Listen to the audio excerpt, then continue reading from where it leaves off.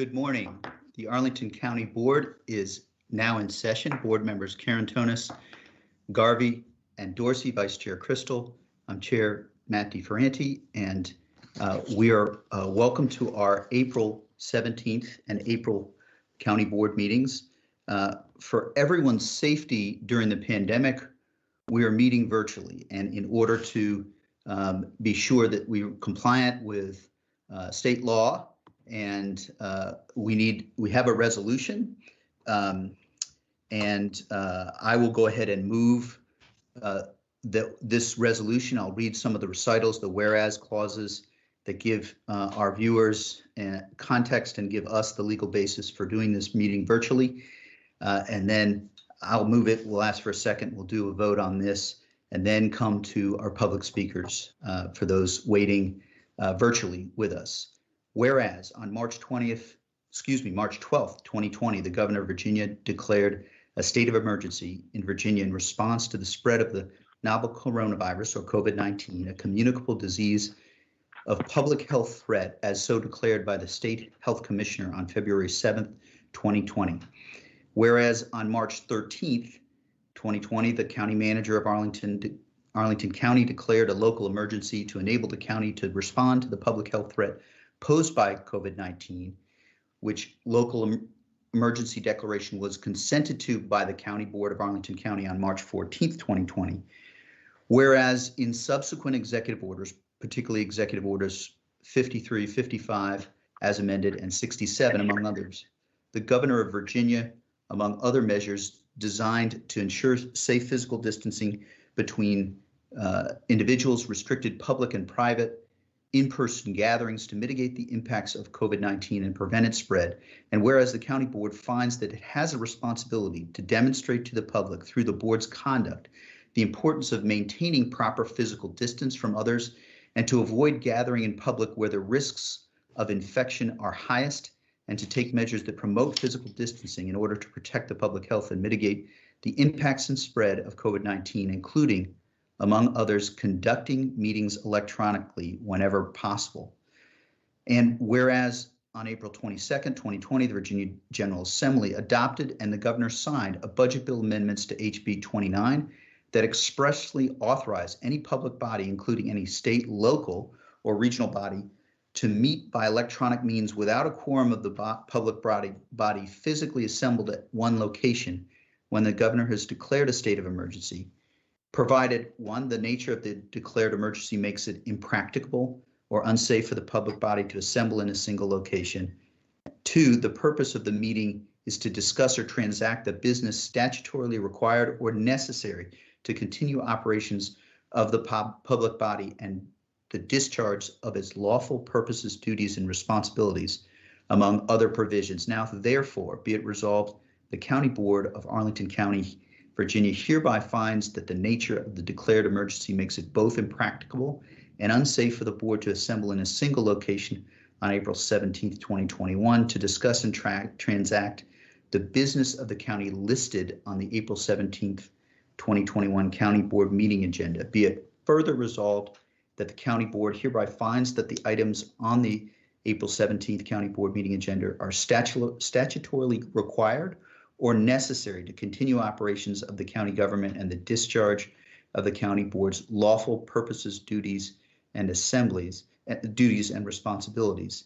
And be it further resolved that the county board hereby finds that the items on the April 17th County Board meeting agenda are encompassed with the continuity of ordinance operations adopted on May 19th, 2020, and thereafter amended as matters necessary to address the disaster posed by the public health emergency resulting from COVID-19 and matters essential to the continued operation of government. I move the adoption of our virtual meetings resolution as I've just discussed. Is there a second? Second. The motion has been moved and seconded. We will go ahead and ask for a vote. We'll start with Ms. Crystal. Aye. Mr. Karantonis. Aye. Mr. Dorsey. Aye. And Ms. Garvey. Aye. Mr. DeFerranti also votes aye. We have adopted the legal authority and the findings necessary to meet electronically. Now I'll go to some housekeeping with respect to our public comment period. For our public speakers, please keep your microphones muted and your cameras off until you are called to speak. The moderator can mute you but not unmute you. If you are calling in by phone, press *6 to unmute. If you are using a computer browser or app, click the microphone button on the toolbar. After speaking, you may exit the call and continue to participate in the meeting via the live stream online or cable channels Comcast 25 and 1085 and Verizon Fios channels 39 and 40.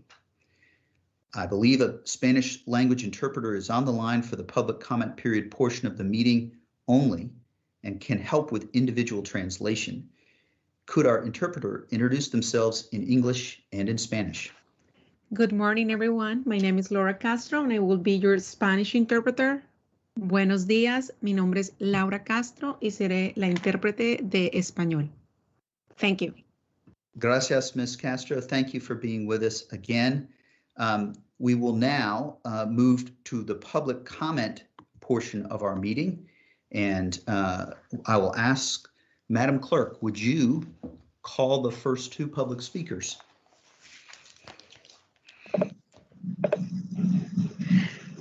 Yes, just one moment, Mr. Chair. Thank you, Madam Clerk. While you're doing so, just a reminder, 2 minutes. You will see on the screen that your 2 minutes to speak for public comment, and we seek to keep public comments reserved for items not on today's agenda and one public speaker per topic. So we will start. I believe it's first two public speakers. You were saying, Madam Clerk. Yes, our first speaker is Amy Peterson, followed by Michelle Woolley. Ms. Peterson.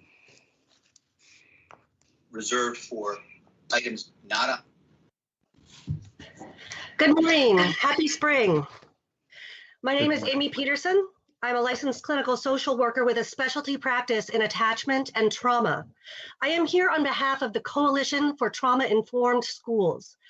The Coalition for Trauma-Informed Schools recently shared with you a letter we sent to all school divisions in Virginia with recommendations on how to avoid the use of restraint and seclusion in the public school setting. Restraint and seclusion are demonstrated to cause PTSD in children. This is relevant to you because you oversee a police department that has physically embedded police in its schools. Police are trained to view the public through. They are trained in how to restrain and incapacitate people. Restraint and seclusion are incredibly dangerous practices that harm all who experience them and witness them.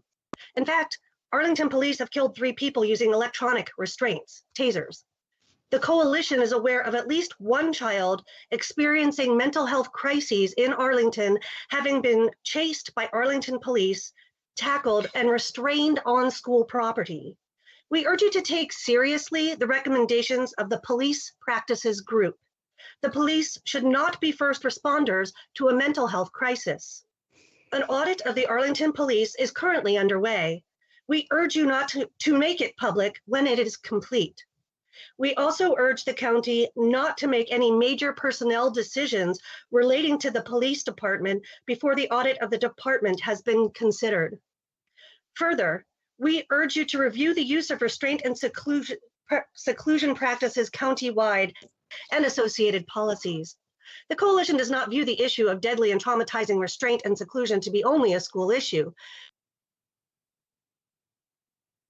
Can simply leave to the school board and believe you have done your job. The traumatizing effects of the use of force on children are extreme and can cause lifelong damage.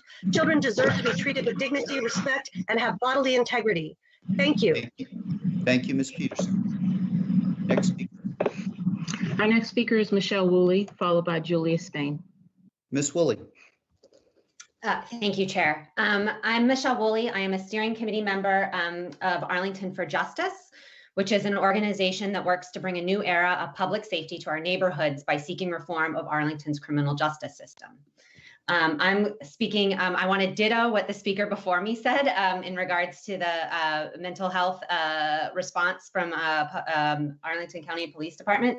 I also want to urge you to adopt and immediately implement all the recommendations from the police practices group. This past week of national events and events also happening in our own Commonwealth in Windsor, Virginia, have emphasized the need to rethink how we do policing in this country and within the Commonwealth. These recommendations that came out of the police practices group have an impact on people's daily lives. These are not things that they could not just impact in the daily life, but have ongoing lifetime consequences. And so there's an immediate and urgent need to implement these recommendations. We had a group of thoughtful community leaders and experts with a wide variety of knowledge that invested an not insignificant amount of time in going through a variety of police practices and policies. They also put in a significant amount of effort into this report and coming up with these recommendations. There was also significant county staff time and investment made by the county in this process. These recommendations, as I said earlier, are going to have potentially lifetime consequences on people and an improvement in how their lives are lived. For example, I'm always encountering routinely on an almost weekly basis, people trying to find alternatives to calling the police. Rather than bringing them into certain situations. And so I just want to make sure that you guys understand and have the same urgency in your view of needing to adopt and enact these as quickly as possible as those within your community. Thank you. Thank you, Ms. Woolley. We'll go to our next speaker just to sort of reiterate and apply our one speaker per topic. We've now had seclusion and restraint discussed and the police practice group implementation. So, Mr. Spain, if you would address a different topic that will be consistent with our rules. Madam Clerk, I believe it's Mr. Spain next, correct? That is correct, followed by Chanda Chun. Madam Clerk, do you have my slide? Yes, I'll put those up momentarily. Thank you. Then I'll get started.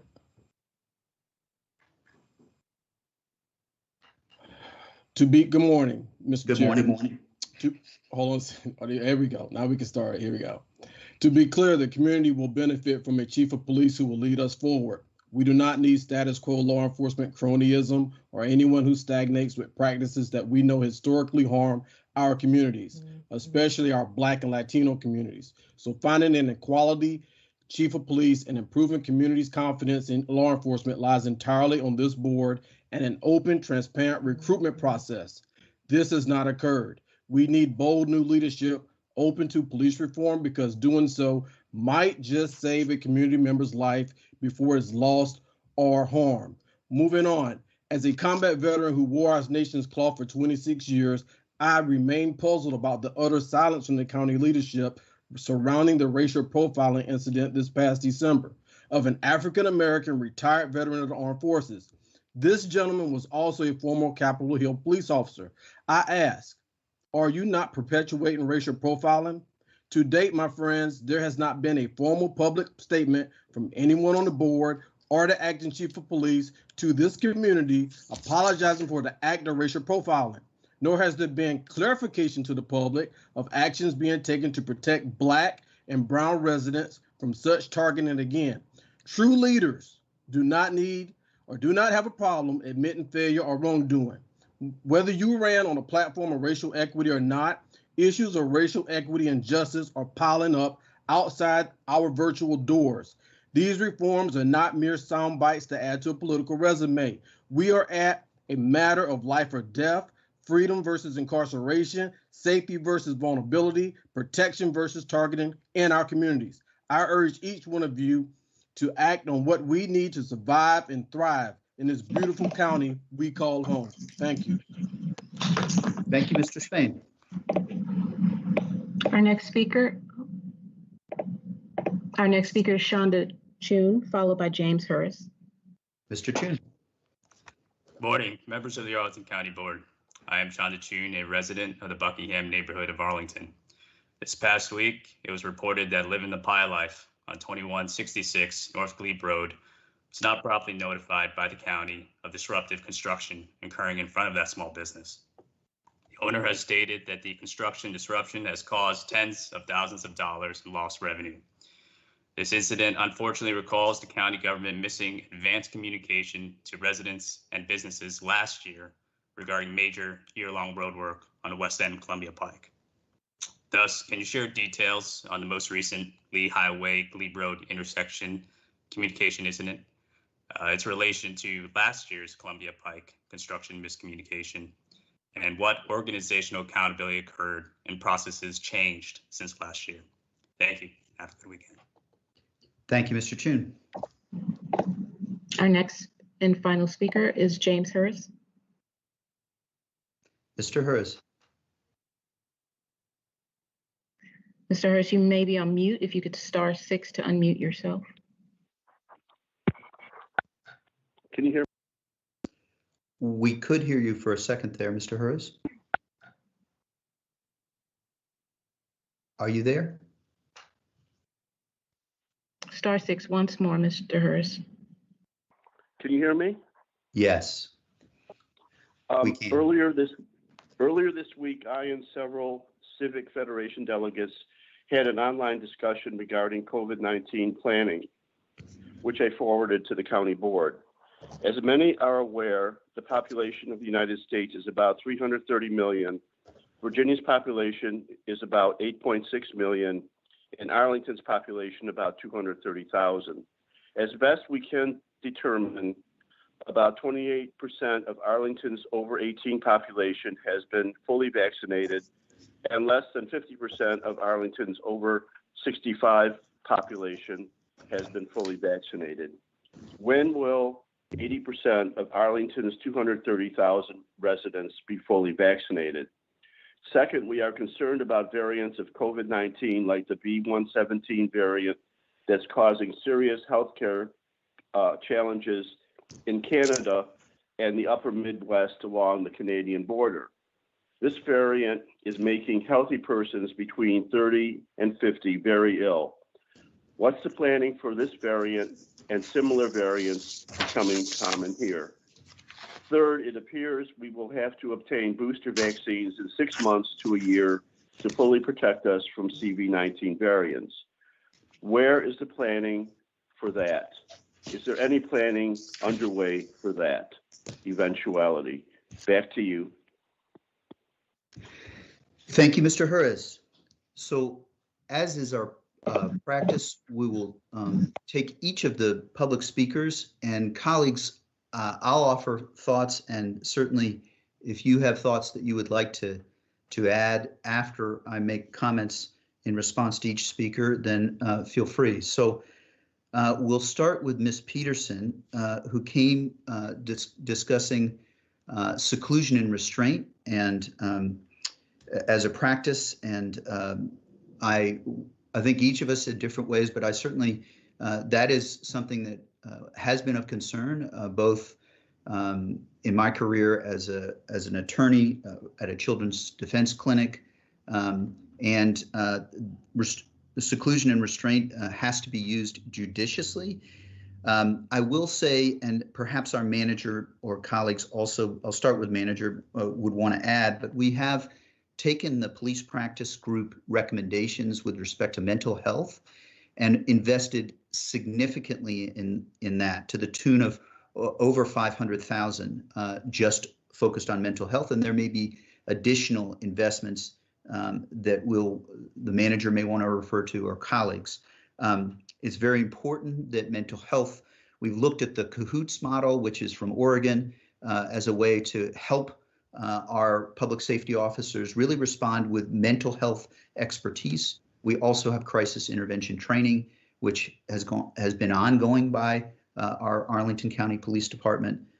So that is, I think, very helpful.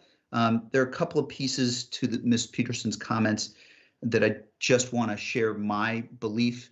As mentioned, that there are concerns about resource officers, and Arlington Public Schools is taking on a process with respect to our police that are in schools to determine what's the appropriate role going forward.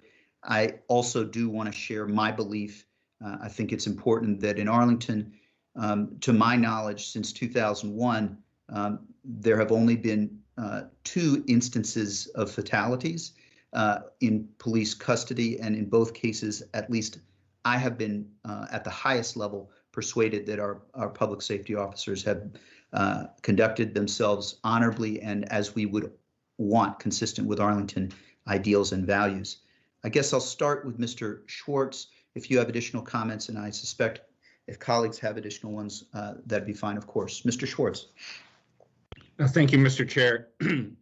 I would refer each of the speakers to the action that the board took on Thursday and will be following up on Tuesday, where, as you noted, the investments, I actually forwarded recommendations that were in keeping with every one of the police practice recommendations when it came to funding. And the major statement of any community in this board about values is spoken through our budget. So I commend people to look back at the work session on Thursday and tune in on Tuesday. And I'll let you all speak about that in greater detail. As to underlying questions about policy and practices, that again was handled by the police practices group. And I'll be speaking to each of those recommendations that were made to me for consideration and offer my views on each of those recommendations to the board on Tuesday afternoon during the manager's report. So back to you. Thank you, Mr. Manager, Mr. Schwartz. And colleagues, certainly if you have comments, we will also, some of these other topics also are related in the next couple of comments. So I'll go to Ms. Woolley, and who is next, and who really focused on the police practice group as a whole, as opposed to the seclusion and restraint. In particular, there was concern with respect to alternatives to calling the police. And that is something that we have looked at as part of our review. And we certainly are concerned about that. There's implementation of that involves our emergency response, emergency call center response. And we're looking at that as part of the police practices group implementation, as well as the Arlington County Police as a whole. We are taking, with respect to the timeliness of action, we are eager to move forward on Tuesday and through our budget in implementing the recommendations of the police practices group. I think the manager's point with respect to stay tuned for Tuesday with respect to timeliness is apt. And so that's most of what I have with respect to Ms. Woolley to try and address your concerns. I'll go next, not seeing hands, I'll go next to Mr. Spain's, oh, sorry, Ms. Garland. I think you're on mute. Thank you. Okay. Yeah, no, I think Mr. Karantonis was first, and then I'll go if that's all right. Ms. Garvey, I can yield. I can summarize on the next item. Okay, that's fine. And I just simply, I think the next item, they obviously the first 3 speakers were all quite a bit related. And I'll just simply say that, I think the last year has made all of us so much more aware of these issues. And as the manager said, and you said, Mr. Chair, we're going to be, this is going into the budget, and you can really see it in our work sessions, and you will see it in our budget.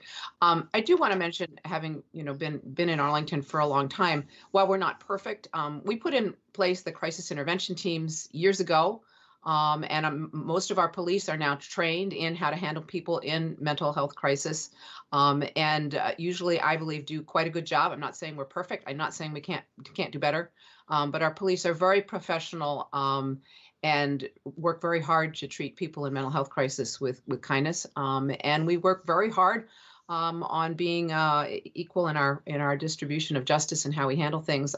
Mentioning that the traffic stop is one of these issues that we're looking at, not having police do traffic stops, because that's an area that's kind of fraught with all kinds of risk. And actually, we were moving forward on that even before COVID. So it's not that we're perfect. It's not that we're, we don't have a long ways to go, but we have been working on this for a long time, which I think has put us in a better position for the progress we're going to continue to make. And I do appreciate people coming because part of what's going to move this society forward is people everywhere in this country actually actually stepping up and remarking on these issues. So that's probably my summation, and I'll let other folks comment on the next item as well. Thank you. Thank you, Ms. Garvey. The next speaker was Mr. Spain. Thank you for joining us and focusing on, there's a couple of topics distinct but related in some ways, of course, and that is the police chief process. I think that's a component that we certainly, the board's role is to make sure that there is a process that we see as fair, equitable, and thorough. And then there's, I'll ask the manager in a moment to speak a little bit more to the process. There will be an update on Tuesday. So I think in some ways that update will be responsive to some of the concerns raised with respect to that.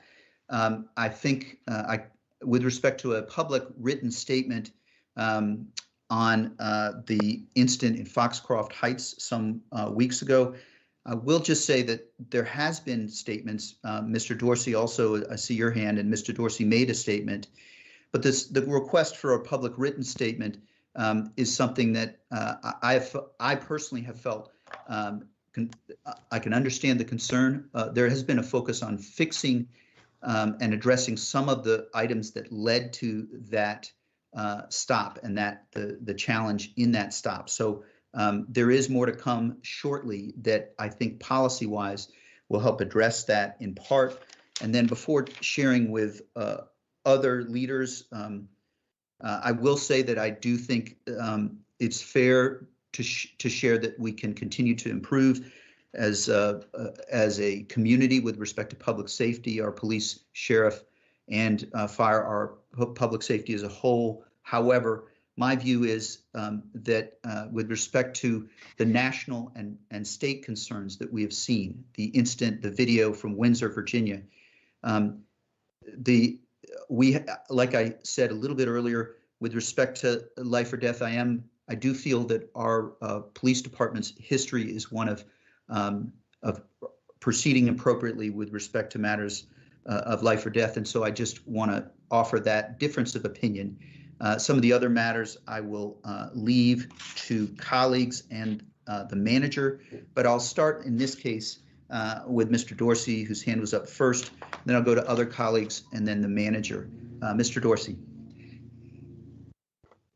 Thank you, Mr. Chair. So with regard to the December incident, as you mentioned, and I appreciate it, Mr. Chair, I've spoken about this on a number of occasions, but beyond that, as we think a little bit more closely about it, at the core, the complaint of bias and profiling is the result of the action of a constituent in our community.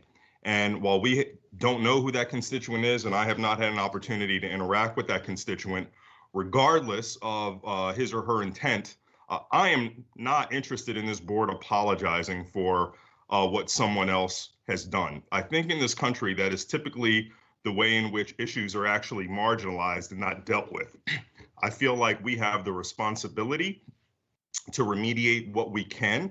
And I think we're doing that with the police practices group when it comes to what we respond to, how we respond to, the plans for how we look at training our call personnel to maybe see if they can recognize seriousness and bias within calls as they come.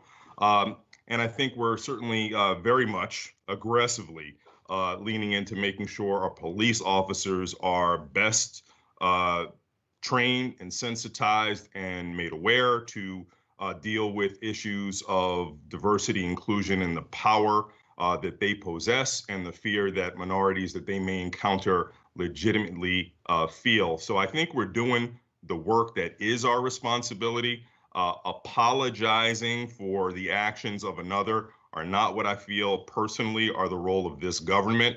I will remind us all when Bill Clinton apologized on this country's behalf for slavery, as well-meaning as that was, it was followed up by no actions that moved the dial in any meaningful way. And that's not the kind of performative engagement that I think we are called to do in this time. It's the actual work, which I think we're following through on. Thank you, Mr. Dorsey. I think Mr. Karantonis, I believe, was next, and then Ms. Crystal. Thank you, Mr. Chair.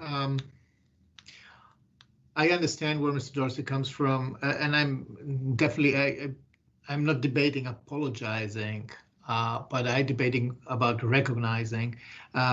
We both know that in December, yes, of course, it was there were the actions of an individual, but this was also, there was significant lack of sensitivity, smartness, and the ability to filter on our side. So more, and we have discussed that quite extensively. That more training, a better supervision, and this all also flows into the recommendations that we have seen coming from the police practices group, including the Civilian Review Board with subpoena power. I believe that this will be a very powerful tool to be able to evaluate and to improve in situations like the December incident, and to avoid that we get to a point where to situations like we had in Windsor. That's really critical. I want to point out that we heard from what we heard from Ms. Peterson, the mental health crisis that we have, we do have a mental health crisis. We do have an increased sensitivity on that, and increased incidence. This the trauma-informed approach is really very valuable to bring forward and to look even closer in. I align with Mr. DeFerranti that we have already acted on that. There are, and the county manager referred to this, there is already budget response to this, and I believe that we have to do even more.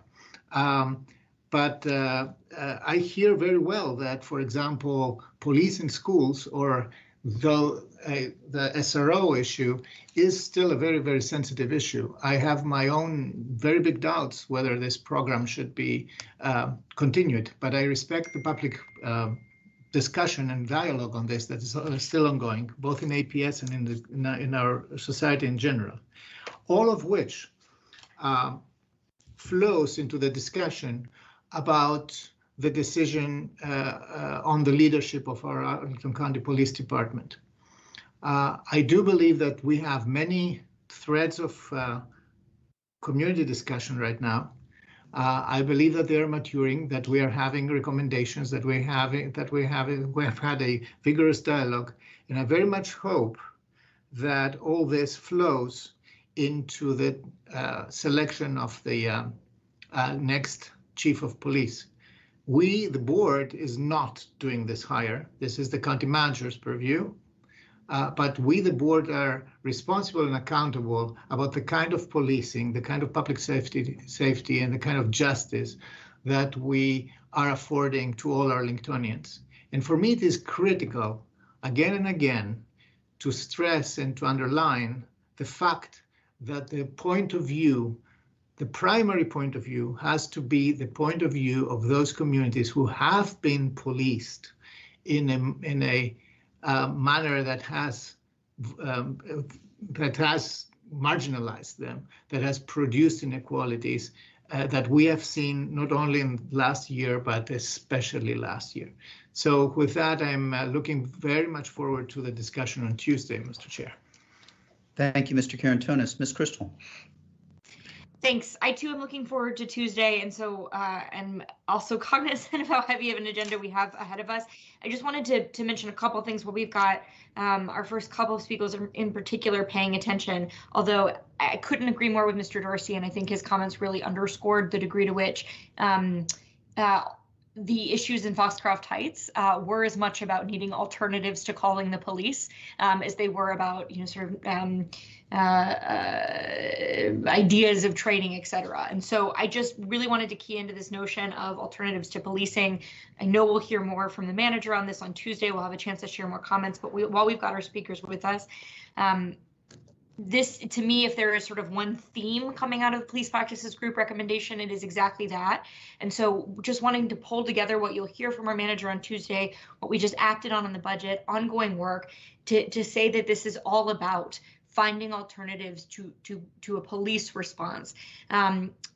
that includes, for example, as you were describing, Mr. Chair, the new mobile crisis unit, which is fully funded at significant cost in this budget, which is actually about, eventually, my understanding, trying to transition to a non-police response, which is what the Cahoots model out of Eugene actually is, knowing that even the most well-trained officers still arrive in vehicles with flashing lights, uniforms, other things that we know can be a trigger to someone in mental health crisis.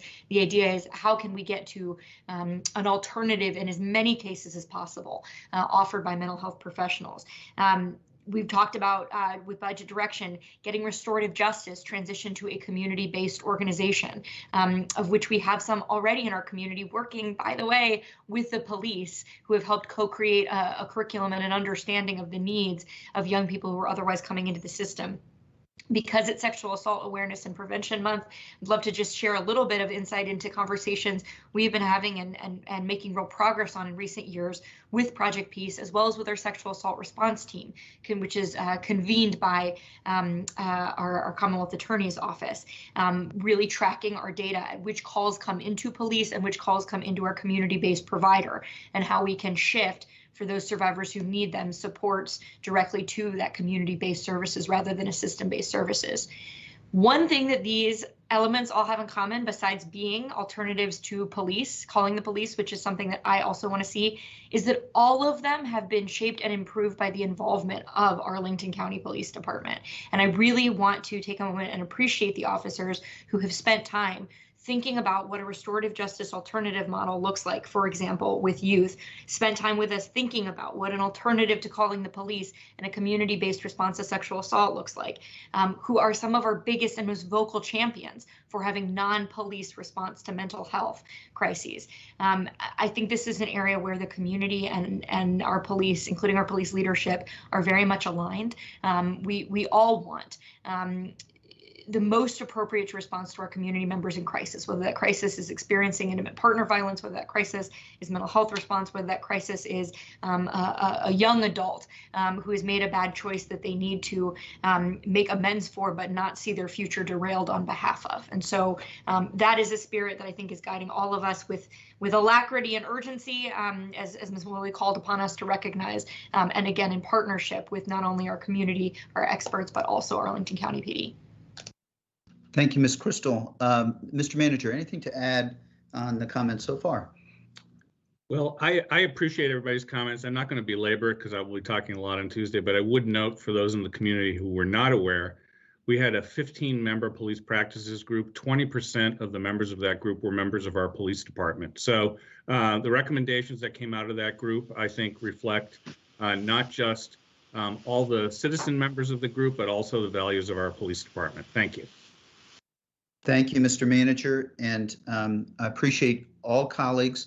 There was a question of making sure that all Arlingtonians feel safe and not vulnerable, and that is a priority for all our residents. Certainly, we have to acknowledge that our historically, the country nationally has not been protecting our Black and Brown and residents of color as well as we should, and that is of concern, I know, to all of us. True leaders will continue to do the work, and we can acknowledge and share the extraordinary pain that we've seen in Brooklyn Center and the challenge that we've seen coming through Minneapolis, and also pursue and channel that into the restorative practices, the mental health, and the other steps that colleagues have outlined. I do hope that each of the speakers that we mentioned in this will tune in on Tuesday afternoon, and we'll continue the work. Next, we had Mr. Chun. Thank you for coming in and for your comments with respect to the Pie Life, the business along Glebe Road. We have actually been looking into that, and I think it's best to go to the manager for comments. Thank you, Mr. Chair. I know that I feel really bad because the last 2 months, Ben Aiken has gotten up every morning on Saturday and has not had any camera time. So I'm going to let our ombudsman, Mr. Aiken, respond to this question. I appreciate that, Mark. Thank you for the opportunity. Yeah, so first I just want to say, and we've said this in response to the ARL Now article, we do sympathize with the situation that Ms. Scheer and the owner of the Pie Life has really faced, and we know public projects, they have a broad public benefit, and we want to do them, but at the same time we understand that they're going to have some localized temporary impacts. And Mr. Chun rightly points out an example, Columbia Pike, where the Columbia Pike multimodal project is an area where where there was similar impacts, and we taken and continue to take lessons learned from that project with respect to minimizing and mitigating impacts to residents and businesses within the project limits. So I'll start with an update as far as the Lee Highway, Glebe Road intersection improvements.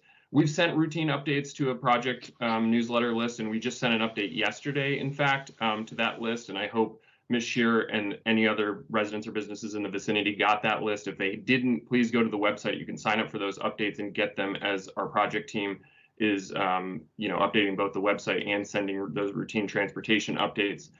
Just yesterday, we said basically that the current phase of work is reinforced concrete base that's going in, expected to wrap up around the end of this month. And then next, the project will move on to finishing up storm sewer drainage improvements, and then move on further to installation of signal upgrades, sidewalk, curb and gutter, bus stop improvements starting mid-May, with the project wrapping up in the fall. So now back to the matter of the engagement with the business. I'm looking right now at emails sent to the business owner from our project manager from about October 2019, before the project even started, and we sent those messages, personalized messages, to impacted businesses, including the Pie Life.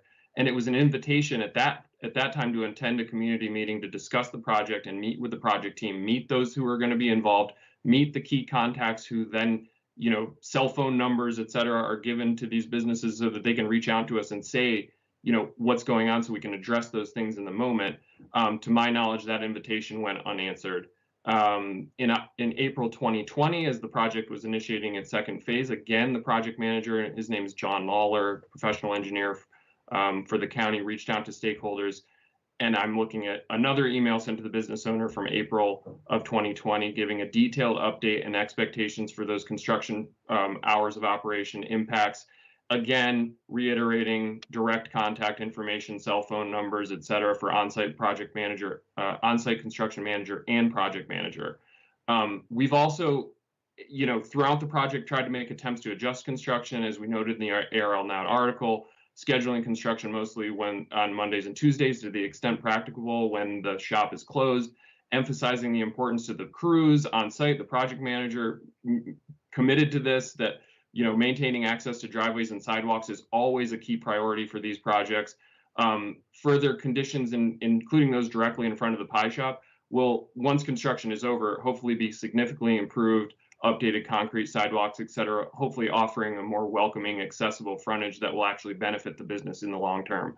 And as I understand now, the business owner, and I encourage this, certainly advocating for a policy change is a right that she should pursue. Creating some sort of funding allocation or grant program, and that's what I understand sort of what she's advocating for now as part of construction projects. We don't have a direct financial compensation fund or grant program right now to compensate for losses, other than if that person or business or whomever wishes to pursue a risk management determination. But absent a risk management determination, we don't have a way to pay directly for make special compensation or dispensation for a business like this. So hopefully that answers most of Mr. Chun's questions, and I'd be happy to take more questions from the board. Thank you very much, Mr. Aiken. I don't have questions at the moment. I want to give Mr. Karantonis a moment just to share his thoughts. Thank you, Mr. Chair. And like some of us, I believe, I had also the opportunity to talk with Mr. Scheer after she, sent us an email before the publication in ARL Now. So I believe that Mr. Aiken has explained how much has been done in this relatively longer period of time that works were happening in the intersection of Glebe and Lee Highway, as opposed to the situation on Columbia Pike that was very different. There, business owners had exactly 15 days of advance notice, 2 weeks. So that was a completely different situation. I think that county has improved a lot in letting small businesses know what's happening and letting them manage through a public works process. What is still important here, though, is that we always can do better. And one critical component of that is the presence and the work of local partnerships like the Lee Highway Alliance. They would be able to mitigate, manage risk for small businesses. And this is one of the big reasons why we, in our recent budget discussions, have opted for restoring their funding, making it ongoing, and helping them to grow as a local partnership and as a group there. This is really critical. Ambassadors have to be on the street to help small businesses evaluate the risk properly when they have major disruption and make the most out of it. So I thank the county for what is done. We will keep in touch with Ms. Chair to see how we can help in the future, and as we all recover and the works there find an end. Thank you, Mr. Karantonis. For my part, I'll just say that the policy question here of whether when there is construction or work done on a typical basis, we would have the resources to compensate is one that I think bears putting in context with the number of businesses that have had to close because of the pandemic. And so we did last year have a grants program that was targeted, and there's an application process. From my part, I think, and I know colleagues after our markup on Thursday, we are considering a follow-up grant and loan, perhaps loan process that would be targeted. But we have to consider that there's so many competing priorities. We would love to put additional funding into permanent supportive housing, which helps others. And so that is just I hope that's helpful. That's not to say that I'm not moved. I've already talked to my wife. We will be getting a pie from the shop this afternoon. And I can tell you also that on a private basis, we've seen across the county private efforts to help support businesses. And I think that as a member of the board, there's some concerns about me initiating.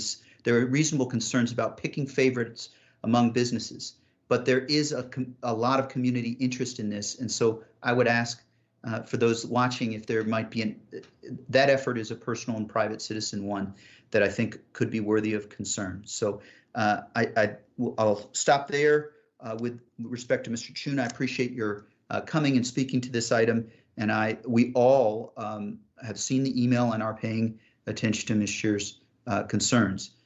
So next we had Mr. Hurez, and Mr. Hurez actually brought up something that a topic, COVID-19 response, that I had thought might be helpful to either give the manager an opportunity to speak to our COVID response. There are two numbers that I'm thinking of that are in addition to the vaccination numbers that we ought to think about. Yesterday, I believe, was the 9th straight day without a fatality due to COVID. And unfortunately, that's where we are, but as a good thing that that's occurring after the past year plus. I also will say that our test positivity rate, I think, is 3.3%, not as high as 4%, and it is falling. We are all focused on getting vaccines out. We have had conversations about that. That's where I'll stop, Mr. Manager. Thank you, Mr. Chair. I'd like to point out Mr. Hurez raised some numbers which I do not think are accurate. If you go and take a look back at the work session this board held on Tuesday, we had a graphic that showed 40% of all Arlingtonians in the age cohort, which is 16 and above, have received at least a first dose. That was Tuesday. Since then, we've continued to have full clinics every day. And I would make the note that we pointed out the statistical analysis is a bit fraught here, given that that was the information we've received from the Virginia Department of Health, At the same time, we continue to gather information on Arlingtonians who've been vaccinated in jurisdictions outside Virginia, so we know that that is a conservative number. Also, I'd like to mention to everyone, and this will be going out in a news release probably tomorrow, that we have acquired a couple thousand extra doses from the state for vaccine, and we will be moving into phase 2 of the vaccination effort.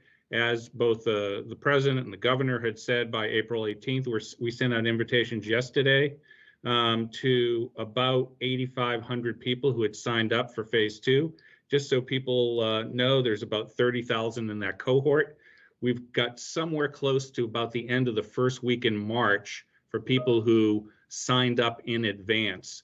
So a lot more to come on that.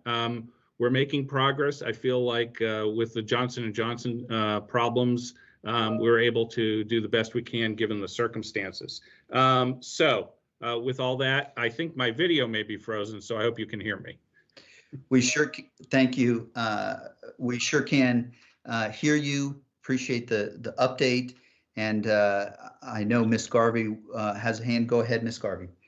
Thank you. And I just simply want to, I think, just thank the manager and all of the staff for the work throughout this COVID. They have always been looking ahead, and frankly, just the fact that we managed to wrangle a couple of thousand more doses out of the state to help the shortfall from Johnson & Johnson. We've been expecting a lot more, and I think we can't reiterate enough. I think when we get vaccines in arms, and we do not make them, and we don't distribute them. And we're really somewhat at the mercy of the supply that we get from the state, they get from the feds, and we're working very hard to increase that supply whenever we can, and we do as much with what we have. And I simply want to say that because our staff has been working flat out for months and months and months and months and months. And I think it's important to recognize the good work that's been going on. Not perfect, but frankly, the imperfections for the most part aren't really our fault when there are issues. And I know this is a hard time, but just a big thank you to our staff. Thanks. Thank you, Ms. Garvey. Mr. Dorsey. I'd just like to speak to the element of planning for the variants that Mr. Herr has also brought up, and I just wanted to assure him and everyone else in our community that the public health dimensions of COVID have not been lost on our public health team, particularly Dr. Varghese. And as we've talked extensively about the continued provision of testing availability that has been ramped up to provide more mobile opportunities as we have gone on, very much with a mind that community spread is still upon us. The very insistent diligence towards making sure we are out in the community spreading the public health messages that we've all learned for the last year plus about, personal hand hygiene and wearing masks, and all the other risk factors are all designed to make sure that the variant mutations that increase transmissibility and perhaps even increase severe consequences from COVID do not come to our community. So even though we don't hear as much about it because vaccines are the priority order of the day, I want to assure everyone in our community that we continue to be laser focused on that as well.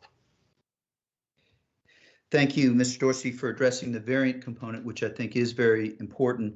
I'll just conclude our responses to public comment by mentioning the 8,500 invitations that went out of our list of about 28,000.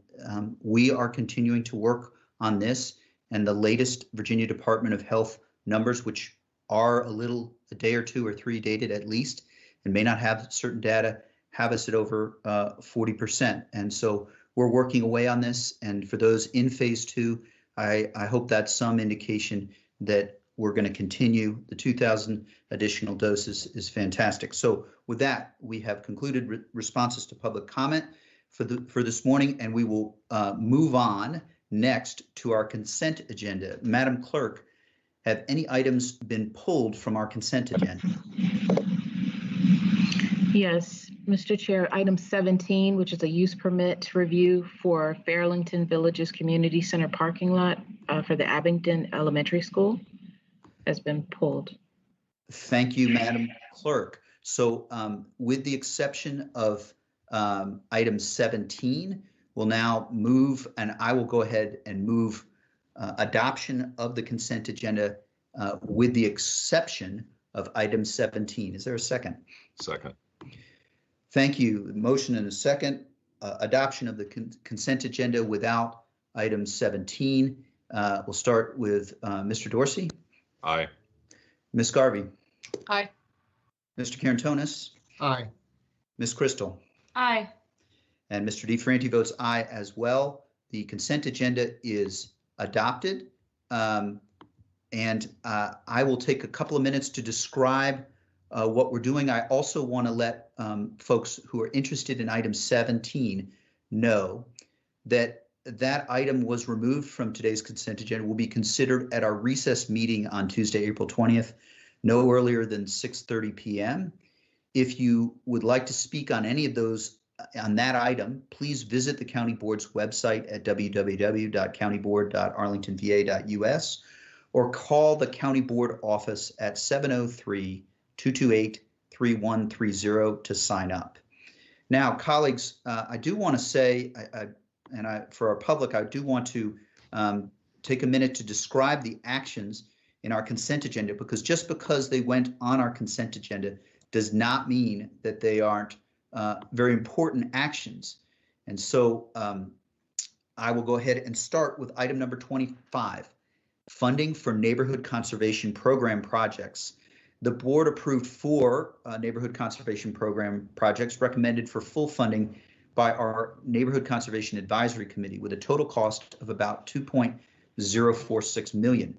The projects included improving the intersection at 6th Street North and North Edison Street, improving the intersection of 12th Street South and South Scott Street, improving South Abingdon Street from 31st Street South to 31st Road South, and improving open space at 11th Street North and North Danville.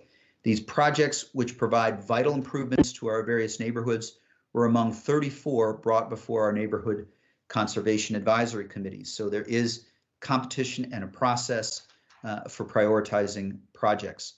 Next, item number 26 is approval of a contract for design build services for the West Glebe Road Bridge over 4 Mile Run.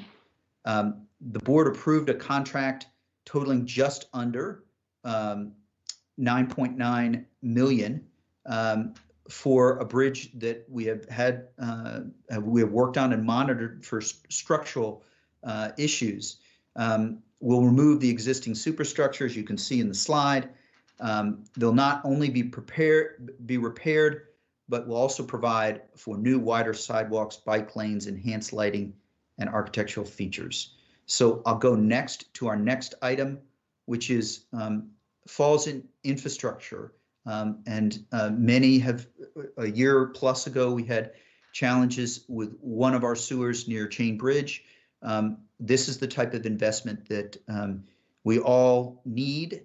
And so we've done sewer and water improvements along South Troy Street. We've approved a $1.1 million contract. It's insurance. It reduces the risk of backups in low-lying areas of South Troy Street and South Ewell Street at South Glebe Road.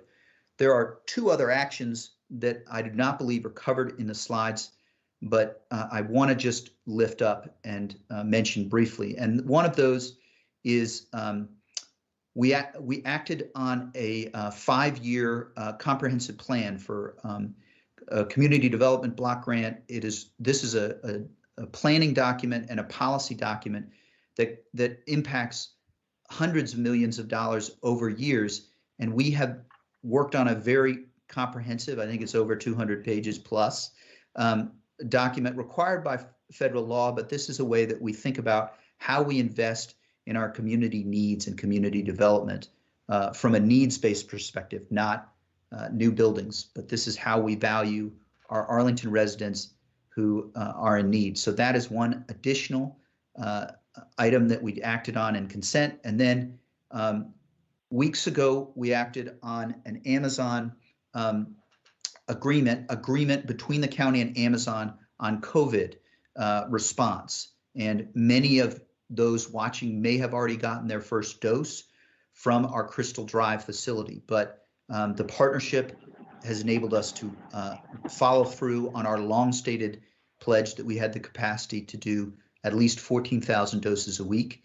And so that is so baked in and it's to our work that it's in consent.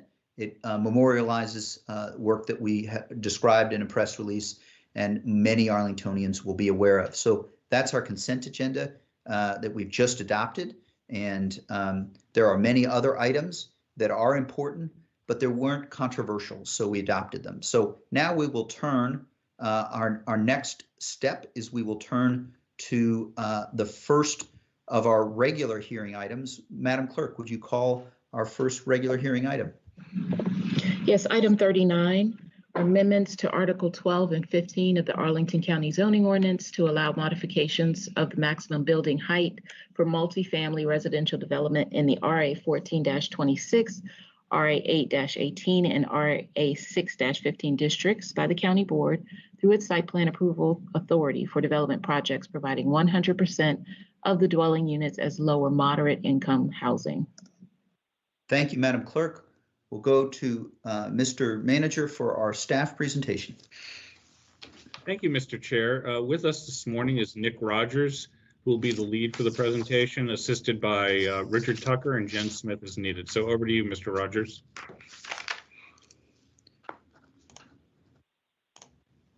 Mr. Rogers. Mr. Schwartz, thanks so much. Mr. Chair, you can hear me and I hope can also see the opening slide. We can. Go ahead. Great. Thank you so much.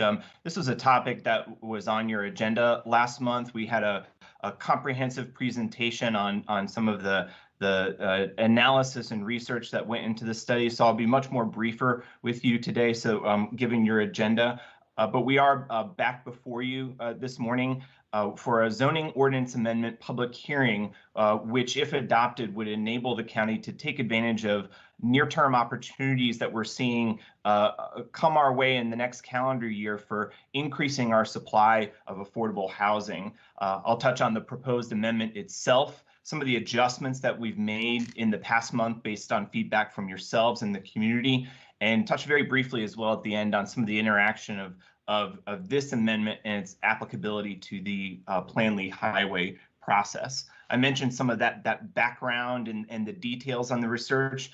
We do have that cataloged and documented in our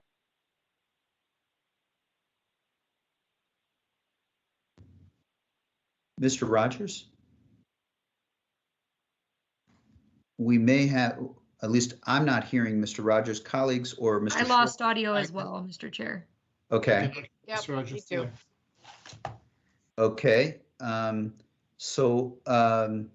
While we're seeing if we might quickly get Mr. Rogers to return, I believe we do have signed up a number of other public speakers, and I just want to sort of give a public service planning comment for those on, for example, the item 42, which is February-Lothrop. It will be at least 2 hours, I believe, before we get to that item. I want to, you should continue to monitor, but I also want to give you a chance to get a cup of coffee or whatever you would like to do this morning before that item is likely to come up. Also, Mr. Rogers, if you're there, feel free to jump in. Yeah. Mr. DeFronte, thanks so much. I am getting myself back reconnected. I am terribly sorry about that. No problem. Thank you for your kindness. So just checking in with you, you're hearing me now clearly. I'm not sure if you're seeing my slides. We are hearing you clearly. I'm not currently seeing your slides. I wonder if maybe Ms. Jacobs or one of your colleagues in CPHD might be willing to help with the slides while you're continuing to run through them. Yes, we are happy to do that. So as I'll enlist some help from Ms. Smith and Mr. Tucker rather. The amendment that's before you today would be enabling the county board through its site plan approval authority to modify the maximum building height standards for 3 of our RA districts that you're seeing on the slide. And this tool could be used in limited instances to assist with the economic feasibility of affordable housing projects that are located outside of the county's planned areas. Now, this modification authority would enable a development applicant to request a maximum of up to 60 feet in additional building height for their project. And I mentioned how the provision would only be eligible for a development project that's located outside of a planning district as identified on our general land use plan. One exception being if the area is identified as a house. Our next speaker is John Snyder, followed by Ann Bodine. Mr. Snyder. Good morning, and thank you for the opportunity to speak today. I'm speaking only for myself today, John Snyder. It's crucial that this proposal include the exception for the planned areas such as the Columbia Pike form-based code areas. We already have plans to address affordable housing, transitions, and the other elements that would be handled through the site plan process here, and we should respect those rules that we already have in place. With that express exception, which was not previously in the proposal, I support it. The Pike form-based codes have had actually a great deal of success as it relates to affordable housing. There have been added approximately 600 new committed affordable units. Another 100 units were preserved as committed affordable. And at the same time, the Pike form-based code projects have had zero displacement of residents. So that's a good record and something that should be used as an example of how to do things. And it's very important that it not be something that's avoided or evaded through the site plan process. If there are changes to be made, and I'm not saying that the form-based code should be immune from any changes, I'm actually advocating for some as it relates to ground floor retail. But as we do that, we should go through the extensive process that was used to create these codes with the full community engagement. We have groups such as CPRO, the Pike Presidents Group, and the Form-Based Code Advisory Working Group that are all ready and willing, and it's actually their purpose to deal with these sorts of issues, and they should be used. So if there are to be additional changes as relates to these planned areas, they should go through the same process that were used to create these plans. Thank you very much. Thank you, Mr. Snyder. Our next speaker is Ann Bodine, followed by Audrey Clement. Ms. Bodine. Yes, hello, can you hear me? We can.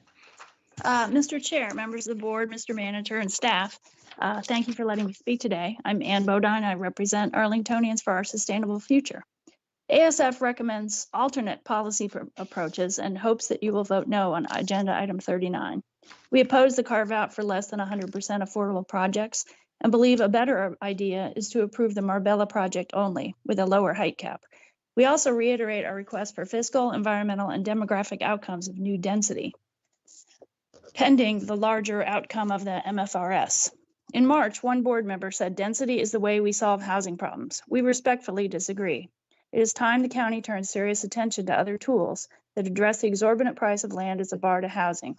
Among ideas we proposed in our written comments, you could establish community land trusts, support partial equity housing co-ops, require that luxury housing units that are unoccupied for more than 3 months be used to provide subsidized housing, and develop government-supported mixed income social housing that is highly successful in Europe. Such tools are effective. They are also reversible or easily tweaked, while unlike zoning modifications that increase density. ASF asked that the county produce a report on the costs and benefits derived from bonus densities planned here. These reports should address 3 impacts. Fiscally, how will the county fund schools, parks, roads, public safety, and health facility for new residents? 2017's Housing Conservation District Report warned, we must ensure any new density can be supported by existing infrastructure. Amen. In terms of the environment, as we move from a maximum of 6 to 7 stories to 12 or 13-story buildings, we encourage greater use of carbon-intensive materials, more tear downs, and larger buildings with larger energy consumptions. Let's assess that first. Let's also assess tree canopy impact and impacts on impervious surface, as well as air quality impact as you densify without more mass transit. Third, in social impacts, ASF believes new bonus density will spur owners to remove naturally occurring affordable housing and replace them with fewer units at overall higher prices. This will be the case most likely at the Marbella. Raising this complex removes low-income affordable housing to alter the mix towards moderate income units and displaces current residents forever. So let's see if that's the case. We ask that the board give a one-time approval only to APA for the Marbella, that it limit new heights to 40 additional feet, and that we use this to draw conclusions that will guide the MFRS. We also ask you remove any provisions for less than 100% affordable projects. This is not a simple site plan approval. Doubling of height is major. Several neighborhoods were caught unaware. More troubling, residents of the Marbella and other lower income housing complexes were unaware. You need major outreach. Staff indicated site plan would ensure proper transition, but we need transition also within neighborhoods, and we want to see long-term analysis of impacts on our skyline.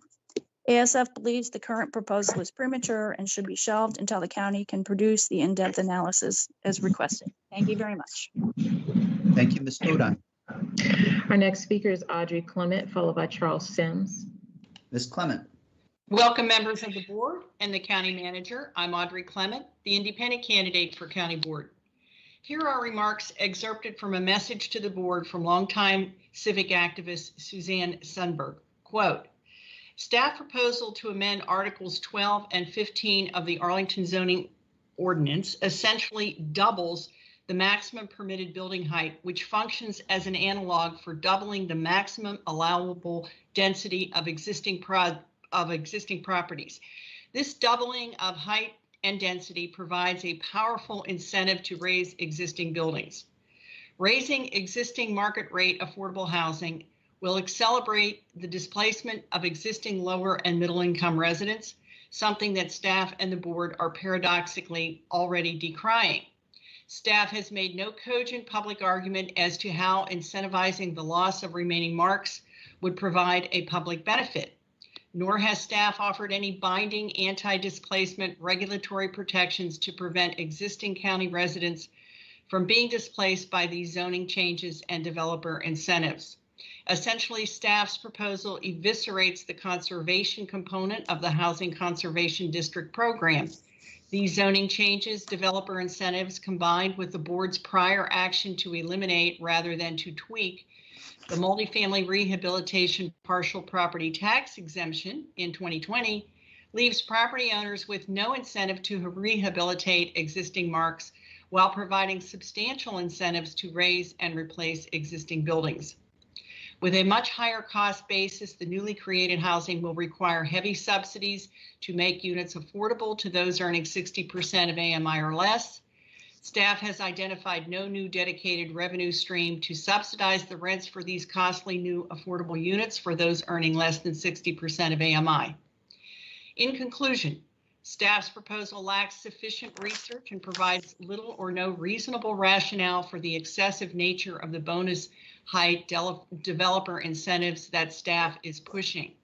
Most civic associations have little understanding of the impact that a doubling of height and density would have on current residents, and most probably don't even realize that these zoning districts lie within their own borders.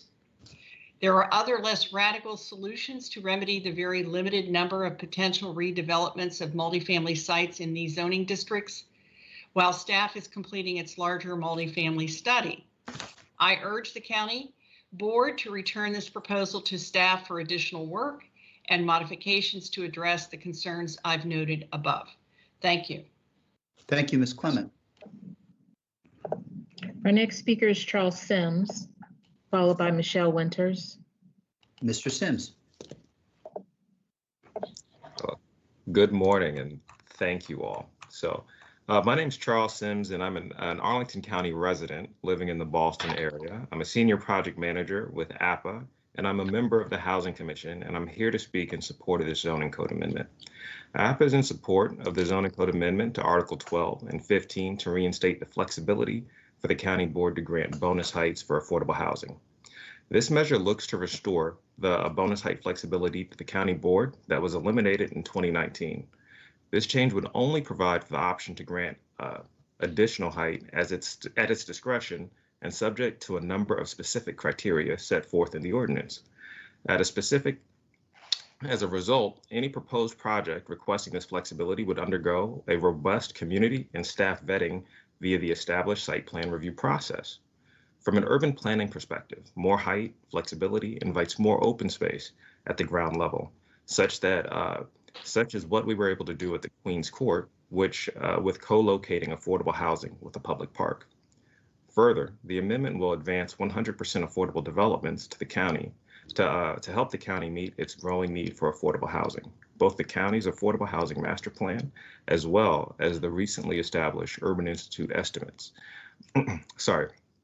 The most recently established Urban Institute estimates Arlington will need almost 10,000 new affordable housing, new units of low middle income housing by 2030. To make this happen, the county needs flexible land use tools like this to implement these policy goals, especially needed for sites near transit. APP is also in support of the staff language added to the zoning amendment on March 31st to recognize that bonus height flexibility should not be considered in areas where there are adopted county plans like the Columbia Pike form-based code. Especially post-COVID, we need to restart the affordable housing pipeline in the county. Last month in 2021, the 2021 annual statewide competition for affordable housing tax credits, there were no Arlington County developments in the competition, and frankly, much less affordable housing developments proposed for Northern Virginia overall.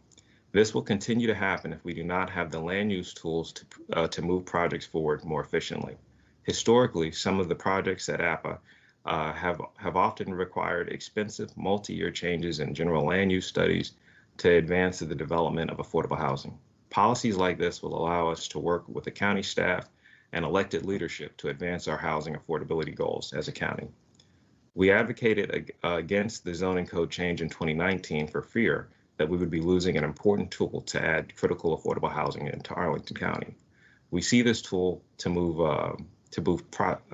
numerous projects forward. We see this as a tool to move numerous projects forward as we appreciate the county staff for helping to move this forward. Staff pursued a thorough and very involved community process and sought community input at each step of the process. This item has had vigorous debate at both the Planning Commission, the RTA, and Housing Commission, and today at the County Board. Staff has done an exceptional job with working with the community and allowing its voice to be heard in this process. I want to thank the chair and the board for our ability to speak on this matter. Thank you, Mr. Sims. Excuse me. Our next speaker is Michelle Winters, followed by Stuart Stein. Ms. Winters. Hello, everybody. Good morning. I'm Michelle Winters with Alliance for Housing Solutions. 2 years ago, when the county updated its bonus density and height policy, AHS argued against removing the bonus height provision because it didn't make sense to us that the board would take away a tool that it already had in their toolbox in the face of our housing challenges. What's happening now is that staff is proposing to bring back that very same ability, albeit with some additional restrictions than were in place historically. We fully support bringing back this option immediately to help meet our affordable housing goals. When the Affordable Housing Master Plan was adopted in 2015, an annual production of 632 committed affordable units would have been needed to meet the county's housing targets. Unfortunately, the county has averaged only 287 units per year since 2015. Adjusting for this underperformance, according to the county's 5-year Affordable Housing Master Plan report, we would have to produce 731 CAFs per year going forward to meet the established target. We should not be missing any opportunity to move a good affordable housing project forward, and I believe this amendment will make that happen. I have a few specific comments for your consideration. First, as you all know, the additional height helps make room for more affordable units and makes better use of available land that we have for affordable housing. We have limited areas that are currently zoned for multifamily housing. These areas have been essentially in the same locations since they were when they were established in the 1940s, and the zoning rules have not been substantially updated since 1978. The current proposal is needed as an interim measure because the multifamily reinvestment study, which will include much more detailed guidance, is not yet complete. As you know, this is the continuation of the HCD process that started years ago. We are very much looking forward to engaging further with the county staff on the MRS sooner rather than later. But in the meantime, without the height flexibility that had been in place for decades, the county is putting an unknown number of potential affordable housing projects at risk. I heard that other groups have said things like CLTs, co-ops, and social housing should be considered. We support those tools, and in fact, I serve on the board of the Virginia Statewide Community Land Trust. But we also understand that even these kinds of tools need density in order to be feasible and are subject to the same economic forces and design issues as any other affordable housing project. Second, when you allow additional height, as others have said, you open up so many opportunities for what can happen on the site.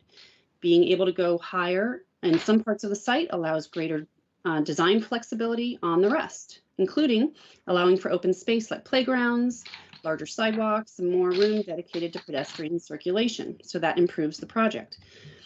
But the other flexibility that's really important is the ability to potentially preserve some of the older garden style buildings that might be on a site while replacing some others with new, taller buildings. These older buildings are a perfect way to transition from the new, taller ones to any other areas. Without the height flexibility, the design is more likely to be a mid-height and fairly boxy building with a greater incentive to replace all older buildings just to get enough units on the site. That is not the case if designers have more flexibility. And if this is passed, I'm hoping that we see those kinds of more creative proposals moving forward. Third, this amendment will allow the county board the option to approve additional height only in certain circumstances. There are high expectations with regard to 100% affordability or a strong commitment to meeting other affordable housing master plan goals and policies. The flexibility to consider proposals that are not 100% affordable is important for cases where mixed income projects achieve high priority housing, county housing objectives.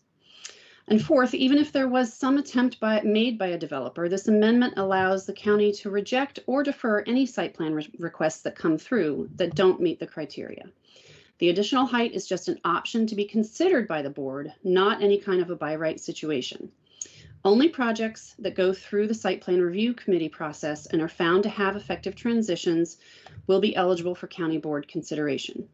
I'll note that when needed, these transitions can occur within the RA zoned area, but they can also be within the lower density residential areas themselves through the ability to build additional housing types like those being discussed in the missing middle study. Finally, staff has clarified that this proposal would not apply in other areas with detailed area plans. With regard to Lee Highway, ideally, the new Lee Highway plans will have their own provisions related to incentivizing affordable housing in the corridor through integrated density and height options. Thank you. Thank you, Ms. Winters. Our next speaker is Stuart Stein, followed by Bernard Byrne. Mr. Stein. Hello, can you hear me all right? We sure can. Go ahead. Yes. Stan Carson asked me to speak to you today representing Rayfom. There's a reason why bonus height was removed when the county board provided for unlimited bonus density in 2019. It was because you wisely understood the tremendous impact that unlimited density along with bonus height could have on a community. To reinstate that bonus height with the lack of any cap on density almost guarantees tremendous pressure for redevelopment and a great increase in the intensity of that development, the scale of that development, and the impacts on the communities involved. We believe in this. We believe in the end, this further incentivizing of redevelopment will increase the loss of affordability, increase land values, and increase gentrification. We know many people consider marks and preservation to be a lost cause. We do not. Even if the increase in marks is a blip caused by the pandemic, we expect there to be more efforts made to hold on to some of the gains while stemming the losses. Considering the impact that these projects will have on communities throughout much of the county, the outreach plan for this proposal was absolutely inadequate. Even more so in the middle of a pandemic, an accelerated 6-month process where civic associations, the Civic Federation, and the very communities where these districts exist throughout the county were not brought into the process as key stakeholders, along with the developers, businesses, and other organizations. Even though I have followed these discussions in previous years, when I caught up with it at the Planning Commission, I was shocked to see how quickly it was progressing. When I contacted the planner, she got right back to me and answered whatever questions I asked her. There were many communities that were surprised and alarmed throughout the county.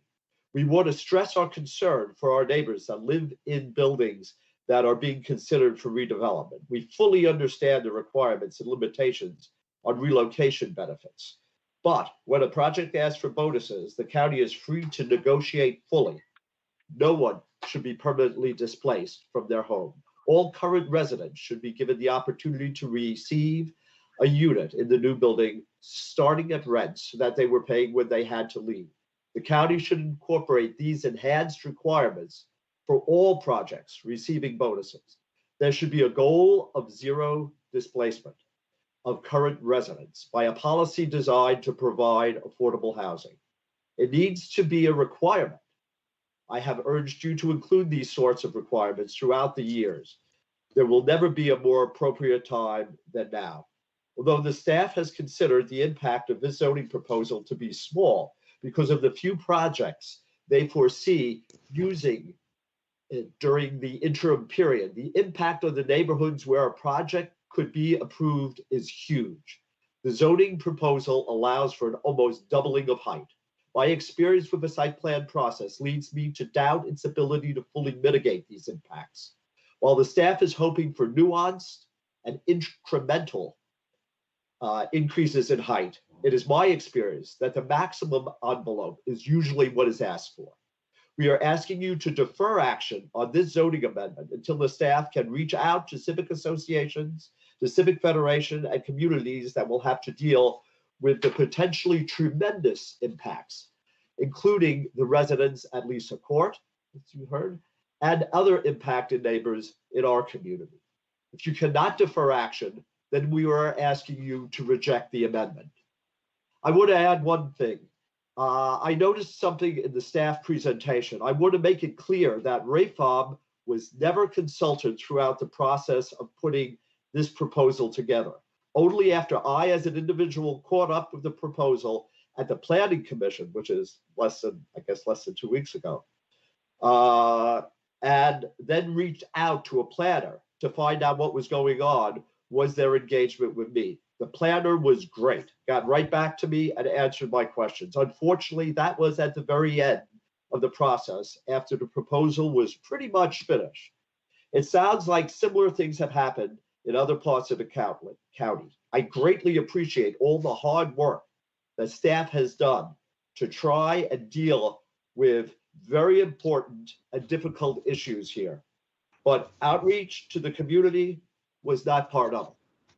Thank you. Thank you, Mr. Stein. Our next speaker is Bernard Byrne. Next and final speaker is Bernard Byrne. Mr. Byrne. Yes, thank you for letting me speak.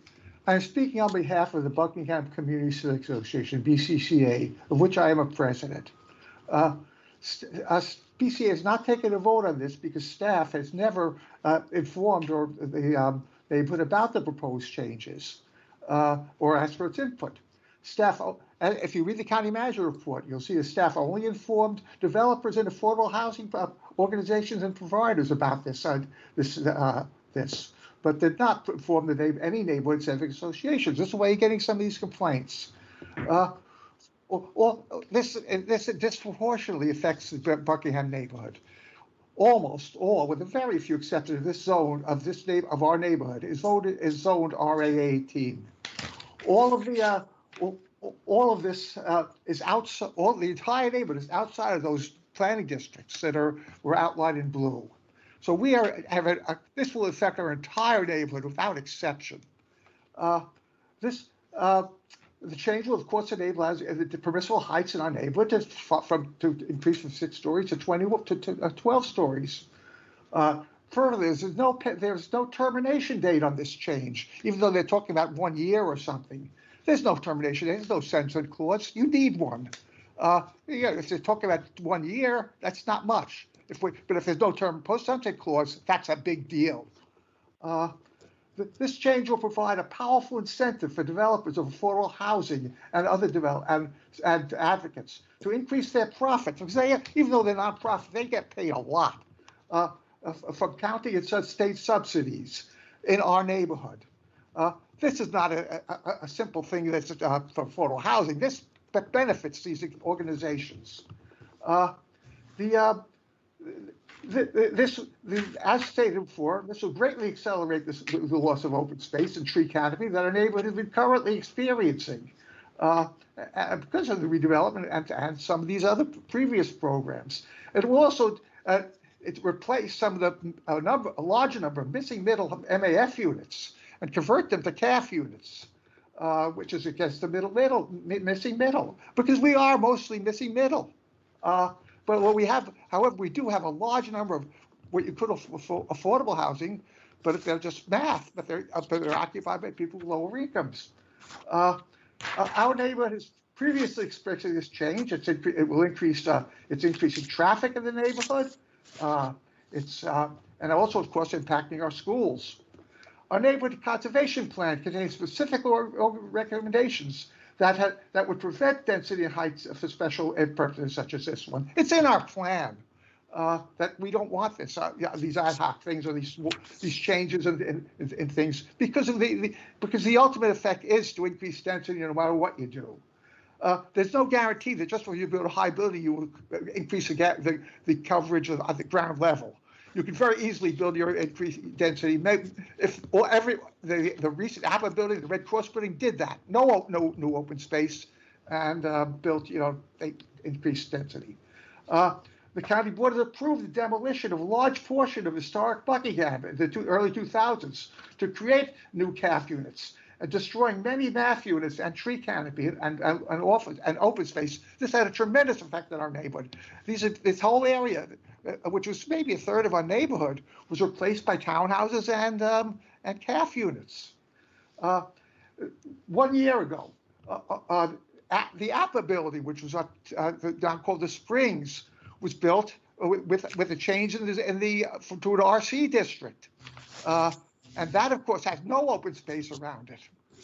And it's just higher than would previously permissible. The county board increased the width of the C2 of the RC district, which encompasses our neighborhood, allowing even more opportunities for density. 1 year ago, you approved the Red Cross Trenton Street project, which also increased density for affordable housing, destroying many trees and open space. A large number of our residents protested that, and you approved it anyway. Each one of these projects, our neighborhood has approved as objected to, and each time you have approved it. We have no expectation that you will not approve the next one that comes along. BCC already has many affordable MAF and CAF units for affordable housing. This is one of the largest concentrations of affordable housing in the county. The increased COVID incidence in our neighborhood shows this. It's a result. But therefore, please do not exclude BCA from this project. If you're going to approve it, Thank you, plan, approve it, and also put a sunset clause on it. Thank you, Mr. Byrne. Madam Clerk, are there any more speakers on this item? No, there are not. The discussion is now with the board. Colleagues, as we work through the various comments, our staff presentation, and then commission input, there have been a couple of items, I think, that I'd sort of put forward as areas where we could have we'll have discussion. The time duration, the anticipated length of this, how this change would apply, the anticipated number of projects. We may have further questions on that. There's been some questions on community engagement and how this would impact various parts of the county. Those are topics that come to mind. We've also heard from our speakers, and I know there's questions about the Plan Lee Highway process as well. So I'd start with those three as areas, but I'm open to specific questions. We did have extensive conversation last month on this. A fourth area that I do want to just flag is the Planning Commission recommendation with respect to that Mr. Schroll mentioned, that concerns whether we need additional work in Chapter 15 of the zoning code to define the findings that we would need to make if this section were to apply. So those are a couple of areas. Is there any specific questions? Open the floor for the time duration, the anticipated length of which we would think that staff would that this would apply, and whether there's in the multifamily reinvestment study.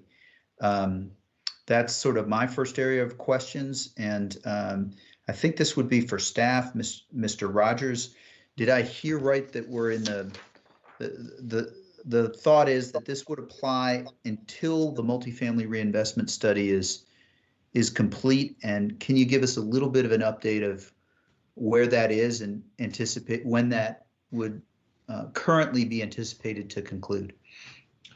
Mr. DeFerranti, thanks so much. You should be seeing my slides right now, and I think this is just an excellent point for that outline of scheduling that you described, and we took the opportunity to both put the Plan-Lee Highway schedule as well as the multifamily, the anticipated skeleton of the multifamily reinvestment schedule. We have some staff work that we're continuing on that in the coming months. We do want to get in front of the Planning Commission as soon as we're ready to do so. Sometime either late spring or this summer, we need to confirm some of that. And then we do anticipate having a robust, albeit aggressive engagement with our civic associations and interested organizations later this fall once we're ready to do so. Great, thank you. And that actually provides an opportunity just to share with those who are watching and to reassure you who weathered the Microsoft Teams challenges this morning, that I believe staff has informed me that our YouTube connection is now working in addition to our cable, so we are back fully operational. Since it came up on this slide, I guess, and seeing about questions, we have. I'll just start with the question just to highlight your presentation. Mr. Rogers, can you give any context as to why, what the thinking is that this would not be a large number of projects that are likely to come up between now and the updates to Plan-Lee Highway and to the multifamily reinvestment study? Can you just give a little sense of why you have those thoughts that it wouldn't likely be a large number of projects that could come back before the board, keeping in mind that projects, being precise about the number of projects is not plausible. Can you give us a sense of why the smallish number is your anticipation? I'll start, Mr. Chair, and Mr. Tucker and his deeper knowledge on these may also benefit the board. But as you and your colleagues oftentimes are reviewing these development opportunities, not just through the planning and zoning lens of the site plan process, but also the evaluation of funding through the AHIF process as well, you can appreciate the complexity and the vast diversity of funding sources that are required in order to stand up an affordable housing project. So number one, there's additional complexity in financing, which requires an applicant to put in advance time, additional months and years into that feasibility analysis.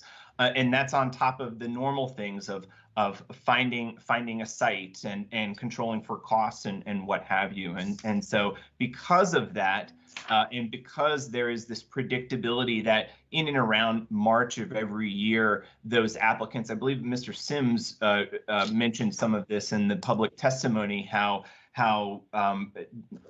through the state level competition for low-income housing tax credits that happens in and around March of every year, there is advanced planning that an applicant must do through the previous year in order to ready themselves for that critical funding source. And so because of that, here we are in April of 2021. Essentially, if there is a development project that has not gotten underway and they are not planning to do so yesterday, they are not going to be ready for themselves for that March 2022 tax credit application, and thus would not be able to ready themselves to utilize these zoning provisions before they are reconciled and reconsidered. Thank you. That helps. It is that being in the actual work of doing multifamily housing finance is not an easy area and not one that I'm pining to be in the actual putting together a project. So many different braiding and layering in financing. So that helps with context. I think it was Ms. Crystal next, and then Mr. Carantonis. Thanks so much. I wanted to ask a question about the timing of Plan Lee Highway, and I wondered if we could bring that slide back up. That was really a useful one. Yes, ma'am. Thank you.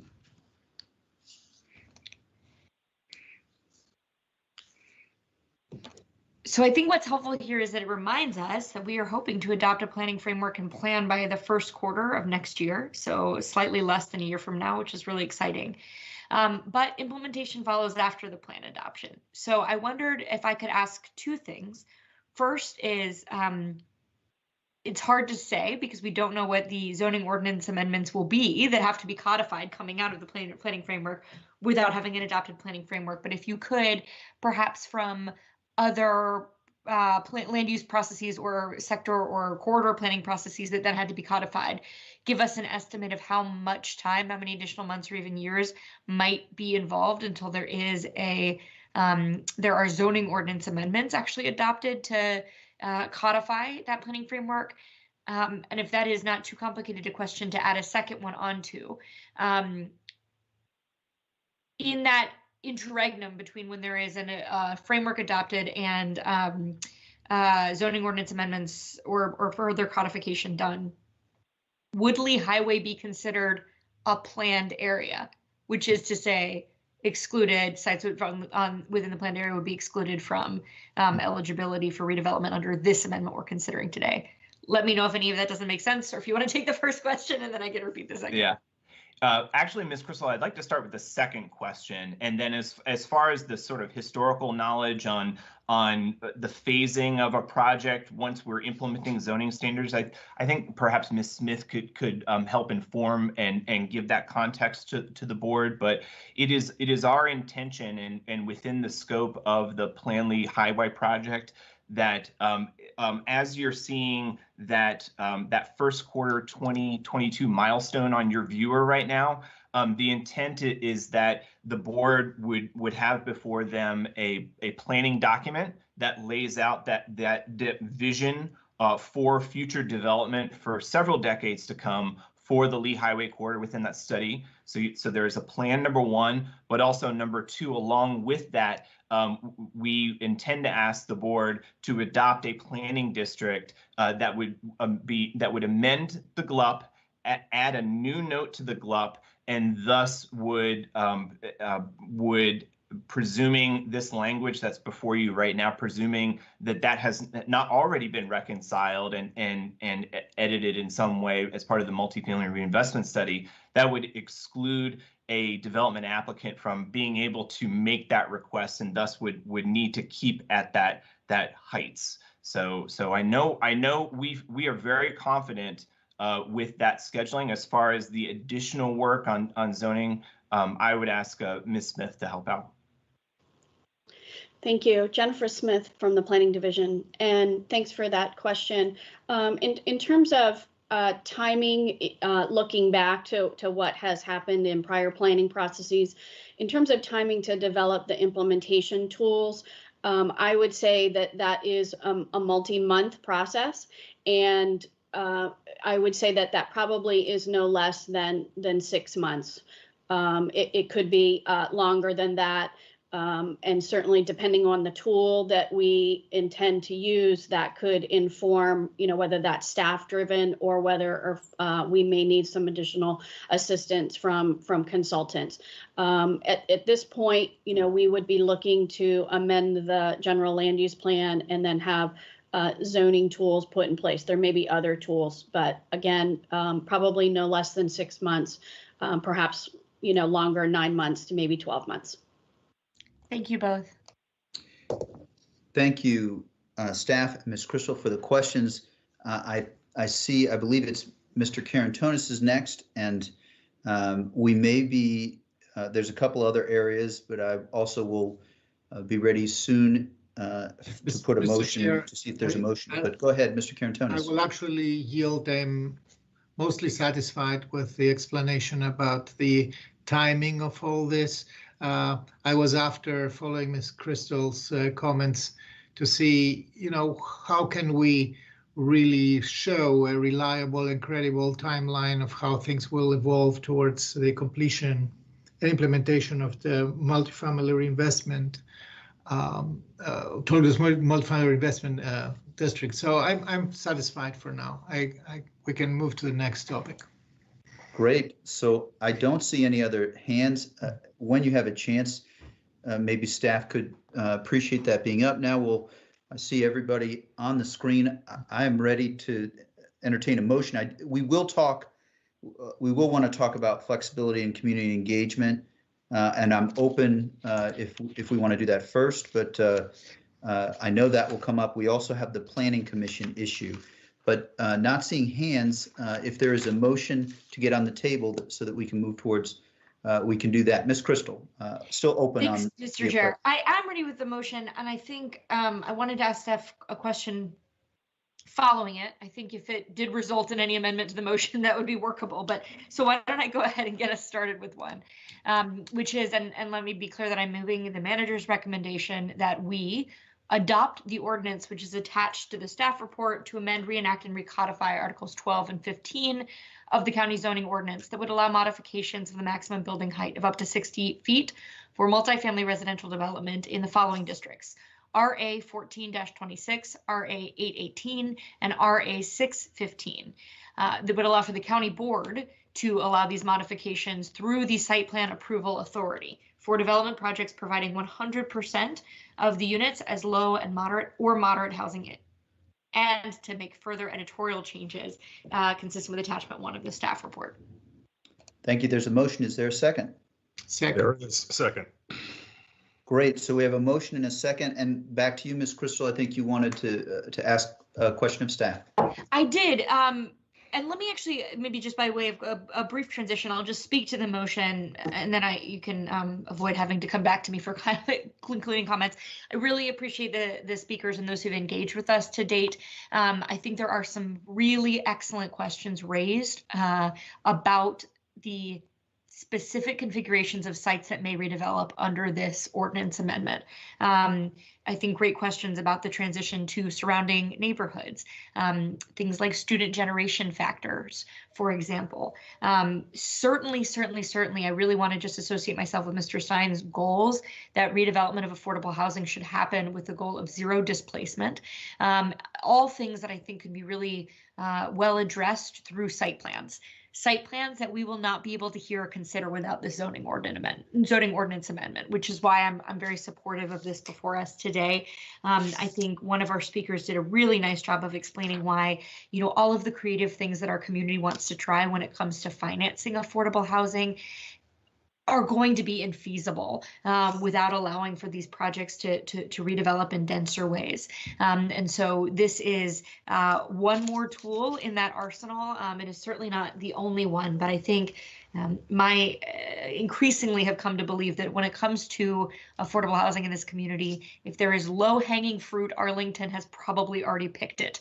And so I think that this zoning ordinance amendment presents another opportunity for us to try to push the envelope, think a little more creatively, balance the needs for transition to surrounding lower density neighborhoods with the significant need for more affordable housing and more creative approaches to enable it. So I'm very supportive of it, but with regard to the SPRC, I think our Planning Commission, Mr. Scholl noted this, and this was certainly true in the letter that synopsized or offered a synopsis of their discussion, is really kind of wrestling with, when you talk about transition to a neighborhood, these areas are definitionally unplanned, right? If we had lots of planning guidance that the community had all weighed in, they'd be in a planning study. And so, even trying to set our Planning Commission up for success, our community up for success, this board up for success, the idea that they offered, which was, can staff promulgate for us some advisory guidance for the SPRC, specifically about context-specific transitions to neighborhoods.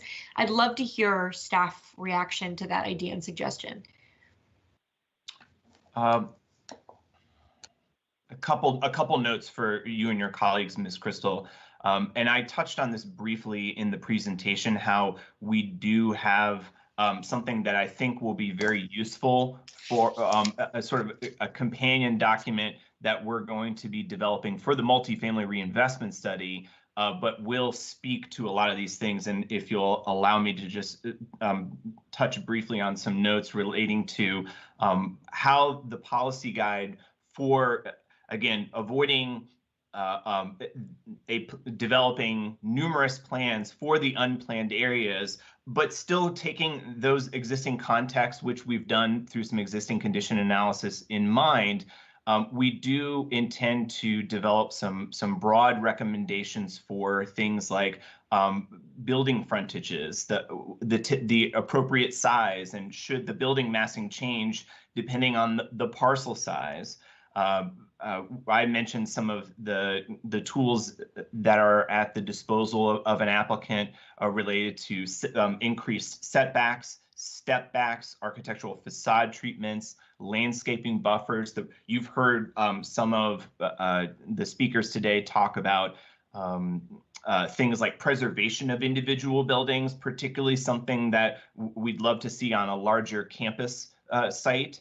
And the preservation of open space. Of course, one of the great hallmarks of that garden style era of development from the 1930s and 60s was those open space provisions and the great tree canopy that's grown up during that time. And so these would be site specific things that we'd be looking for. And it takes time to put that together. And so while that's something that we're working on in the course of through the multifamily reinvestment study, we could be speaking to those things and highlighting those areas for the Planning Commission in the interim through the SPRC process. Candidly, we appreciate the comment, but we aren't seeing the need for the development of a separate document for what we do see as an interim zoning measure for the potential for what is sounding like definitely one project and potentially possibly another. And so those are some initial things for you to consider.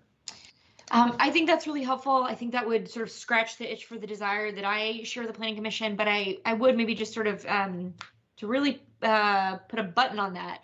I hope that you will be able to kind of advance some of the considerations around the MRS study so that not only the Planning Commission, but the community that's engaged, right, has some sense. The value of sector plans, of course, is that, it's they give us some predictability as a whole community about what we're looking for. And without it, I think we've all seen, right, the way SPRCs can kind of spin. And so, I think we heard from some near neighbors of the site that's likely to come forward. I'm very, empathetic to their concerns about impacts of construction and certainly step down. And so, just having some guidance that says, here's what we're all going to be looking for. Here's what you as a neighbor should hold the developer and the county staff to. Here's what the Planning Commission can ask some good questions about. It sounds like that thinking's already been done. So being able to kind of concentrate it and share it in a digestible way, I think would be really helpful. The only other thing I wanted to say just before I yield the floor, I really appreciated that conversation about the timing of the Plan Lee Highway study area. it resolves my concern that we actually might have been looking at something closer to a 2-year or longer period during which sites could redevelop. I have certainly felt all along, I know my colleagues and our staff have heard me maybe belabor this, that we really want, I mean, the Planley Highway is so extensive, it's so multi-year, it engages so many different stakeholders, and it's really going to create a vision for site redevelopment in terms of affordability, other community benefits.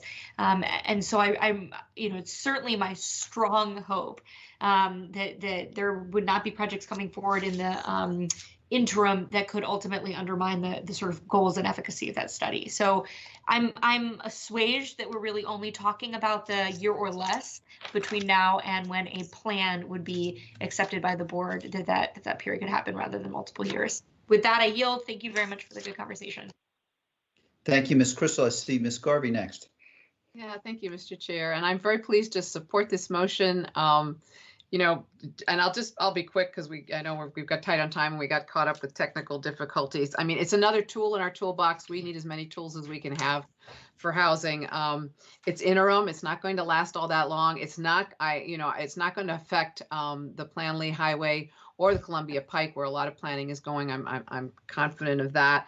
And then finally, this is not, once we approve it, we're not giving by right ability to anybody. It still has to come to the board, has to be approved by us, has to go through the staff. And I have confidence in this board and in our staff that anything that gets approved will be a good project and fit in with the values of the community. I understand people's concerns, but I think there are a lot of backstops. And again, this is an interim. So I'm very pleased to support this. Thank you. Thank you, Ms. Garvey. I believe it was Mr. Karantonis next, but I'm not certain. So we'll go to you, Mr. Karantonis. I don't know, Mr. Go for it. Maybe. Okay, I'm going. So this is also a more of a concluding comment. We have had extensive discussion about everything that's related. I remember in 2019, I testified from the other side of the dais, against limiting the height back then. And the rationale was that limiting is actually limiting the options, is actually limiting the choices for our community to achieve common stated goals, which is affordable housing. Just that past Thursday, medium and moderate and lower income tenants, Asian and Pacific Islanders and Latino tenants have been demonstrating down in Crystal City with the slogan of "Stop the Push Out," because they were asking the board to strengthen rent assistance and eviction assistance, because the rents are very, very high and they're rebounding in Arlington. And the reason why this is happening time and again is because the supply is not there. We don't have enough housing. We have been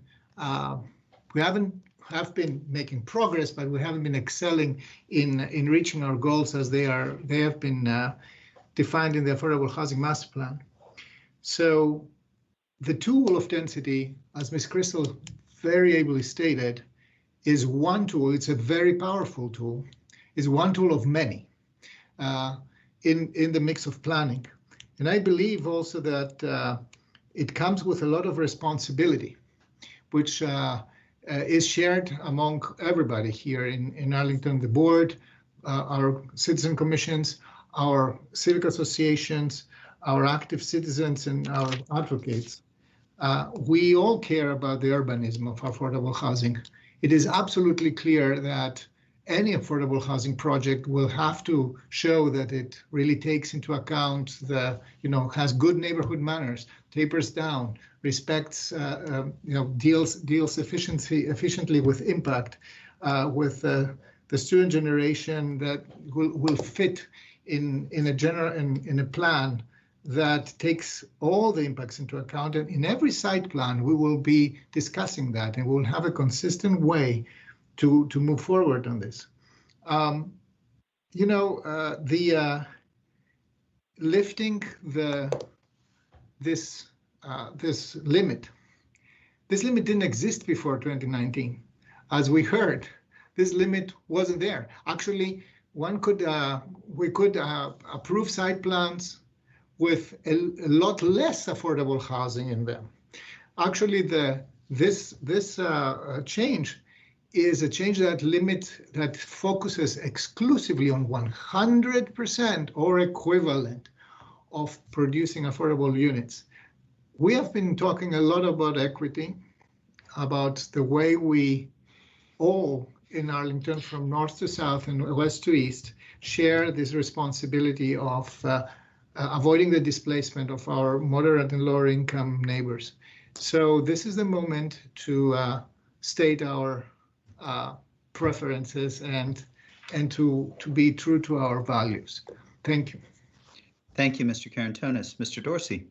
Thank you, Mr. Chair. I'll take this opportunity for what I hope are brief concluding comments. You know, there's been a lot of conversation about potential consequences that people see from the zoning ordinance amendment. I'd like to focus a little bit on some of the benefits.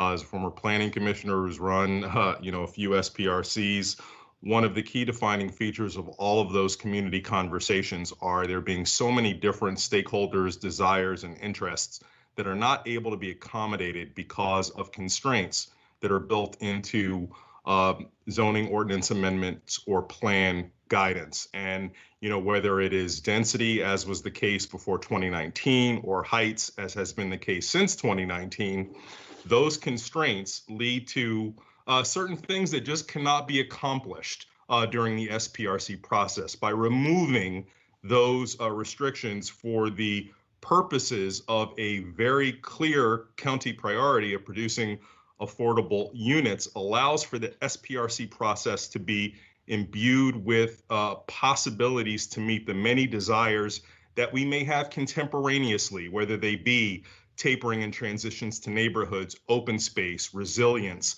All of those things become more possible as a result of this action, as opposed to less possible. So I actually have high hopes that for the limited circumstances, and I want to stress that, limited circumstances where this is even going to be applicable, I think this makes our SPRC process better. And to speak to some of those limitations, we clearly know that this is not a tool for wholesale redevelopment because of the very fundamental limitation that it's devoted to projects that are in furtherance of our affordable housing master plan, by which not every parcel that is eligible to be redeveloped will have a desire by the property controller to redevelop in that manner. The second limitation is obviously any area where there is existing plan guidance or where there will be at some point plan guidance to come. That is something that I think is very useful for staff to have gone through the engagement process of clarifying their already clear intent that that's where they wanted to go. So I think that this is ultimately on balance something that is very positive for our community moving forward. And as has been stated by Ms. Garvey, Ms. Crystal, the many community concerns that we heard in the public hearing today, almost all are typically addressed through the SPRC process. That is when we would evaluate all of those implications, whether it be from construction to its impact on infrastructure, to schools, to tree canopy, and other considerations. So I invite people to look at the opportunities that this presents to us and to, when this ordinance is invoked, to actively engage in the site-specific planning processes that it allows. Thank you. Thank you, Mr. Dorsey. From our part, in different ways, each of you raised issues I might have wanted to touch on, so I'll just be brief in saying that I did, significantly because last month we also had discussion on this. I've done a fair bit of thinking, I really feel, on this flexibility tool, as Mr. Sims and Mr. Whitmore mentioned, did hear the concerns raised by Ms. Carpentier, and really, I do believe that the SPRC process is the venue for that. Also, mindful of Ms. Bodine's concerns, I think that the process and the flexibility have been sufficient, and certainly to Mr. Stein, whose longtime thoughtful engagement on this is helpful. I think that the replacement issue is one that we have been committed to, will continue to. I think that at this stage, the flexibility tool is sufficient. And so I'll be supportive of the motion. With that, I also did just want to note that Ms. Crystal's conversation with respect to the step backs and the work that Ms. Smith alluded to, very much appreciate. So thanks to staff for the work on this. And with that, we'll call for a vote. The question is on Ms. Crystal's motion. We'll start with Ms. Crystal. Aye. Mr. Carantonis. Aye. Ms. Garvey. Aye. Mr. Dorsey. Aye. And Mr. DeFerranti votes aye. The motion passes, and we're now ready to move to item 40. Thanks everyone for your comments on the last item. On item 40, we'll go to the manager for the staff presentation to start. Thank you. Thank you, Mr. Chairman. On this item, Ebony Dumas from CPHD, assisted by Matt Matuzik and Lauren Farris, along with Dennis Sellen, who's available from DES. So over to you, Ms. Dumas. Good morning. Good morning. Thank you. Again, my name is Ebony Dumas. I'm an associate planner in the county's planning division. And today we're looking at a major use permit amendment for 2400 Columbia Pike, a form-based code redevelopment originally approved in 2016 and also known as the Rappahannock Coffee Site. The proposed amendment would allow for architectural and site design modifications that would result in a 6,500 square feet addition to the overall building density and an increase of 15 residential units while preserving existing building facades and modifications. So today, I'll provide a brief overview of the relevant form-based code processes and the applicant's outreach and progress. We'll then turn it over to the applicant team to cover the proposed design changes in more detail. The property is surrounded by 2 gas stations and a diner to the east, the Barclay condominiums to the southeast, Arlington Village condominiums to the south, Arlington Village Shopping Center to the west, and Sienna Park and Penrose Square across the street. The property includes a vacant corner and 3 detached one-story buildings, all sharing a rear parking lot. Consistent with the 2 phases of the Columbia Pike Initiative, the corridor includes 2 different form-based codes, that is, commercial and neighborhoods. The subject site, marked by the blue star, is located in the commercial form-based code and specifically in the town center node on Columbia Pike between South Barton and South Wayne Streets. It is also located in the Columbia Heights Civic Association and adjacent to the Penrose Civic Association. For a little bit more context, I want to identify a few important sections of the form-based code which apply to all development. That is the regulating plan, building envelope standards, and streetscape and architectural standards. The code's design standards were developed from robust community engagement and partnership, and staff reviews every form-based code application to ensure compliance. As you see here, much of the subject site is already regulated before any design work began. 2 of the detached one-story buildings are historic and include preservation standards, and the Main Street frontage designation also includes design standards for the applicant to comply with.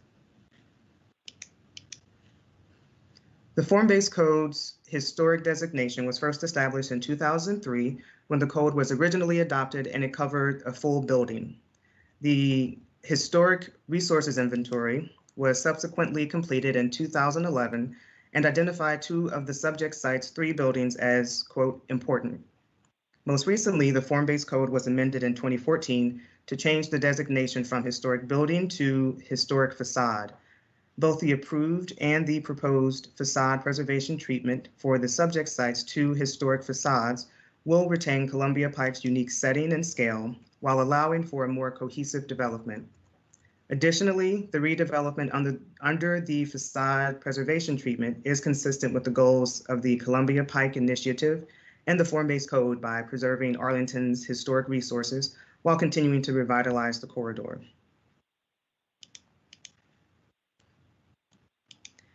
The original use permit was approved in June 2016 as a 6-story mixed-use building with 2 levels of below-grade parking and private open space in the building's rear lot. The approved use permit, was consistent with FBC requirements for height, use, parking, private open space, and preservation of existing facades. The listed improvements, the listed approved elements, remain the same in today's proposed amendment. Once the site's ownership and design team changed, county staff reviewed the proposed changes in summer 2020. The design changes, when considered individually, may have triggered an administrative change or a minor use permit amendment, but when considered collectively, has been determined to be a major use permit amendment. The applicant will review all proposed design changes in detail, but a few of the major changes include an increase of 15 residential units, the addition of balconies on all facades, and the treatment of the rear outlot. Here you see the approved design on top and the proposed design on bottom. Both are 6-story mixed-use buildings with 2 levels of below-grade parking. The approved design included 105 new residential market rate units and 13,000 square foot of ground floor retail. The current proposal increases the overall square footage and increases the residential unit count to 120.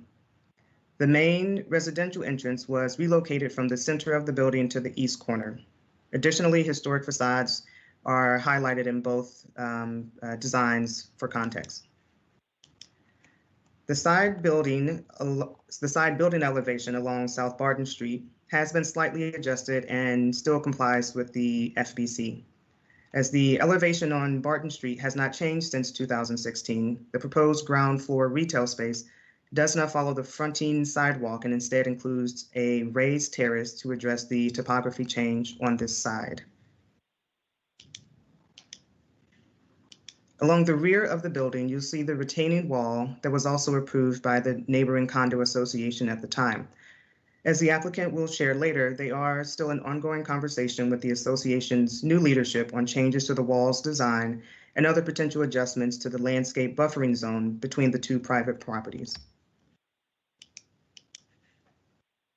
So while the form-based code is very prescriptive and regulatory in nature, it does permit the county board to consider a number of modifications. In this case, the applicant is requesting 5 modifications, all which are very similar to the previously approved modifications. The design team will present each modification in more detail, but here you see they include finished floor elevation for ground floor retail, which we saw 2 slides ago, siding specifications, facade composition, and window and shop front configurations. Here, I'd like to just highlight that the applicant has worked with staff and the Form-Based Code Advisory Working Group on the Form-Based Code compliance, in addition to working with the Historical Affairs and Landmark Review Board on the historic facade preservation. In compliance with the Form-Based Code, the applicant presented to the HLRB twice. Members saw the new design as an improvement, and the applicant was approved for a new certificate of appropriateness in January 2021. The host civic association hosted the applicant at their March 8th meeting, and the applicant also hosted an open community meeting and additional meetings that they will go into more detail in very shortly.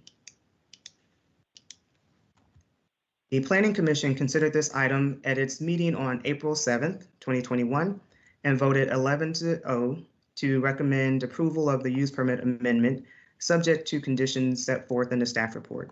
Through a separate motion, the Planning Commission also voted unanimously to recommend that the condition language incorporate a requirement for the use of pervious materials within the rear of the site where additional surface parking is proposed. As the civil engineering plan and the final landscape plans have not yet been developed, staff does not support documenting the use of pervious materials in the condition language at this time. In conclusion, after nearly 9 months of staff and community review, staff recommends the approval of the use permit amendment subject to the conditions of the staff report and based on plans dated February 16th and March 23rd, 2021. I'll now turn it over to the applicant to review the design modifications in more detail. Thanks, Ms. Dumas. And I think The applicant, is it Mr. Allman for the applicant? Yes, can you hear me? We can. Go ahead, Mr. Allman. Okay, thank you very much, everyone. Thank you to members of the board and to Ms. Dumas for her presentation.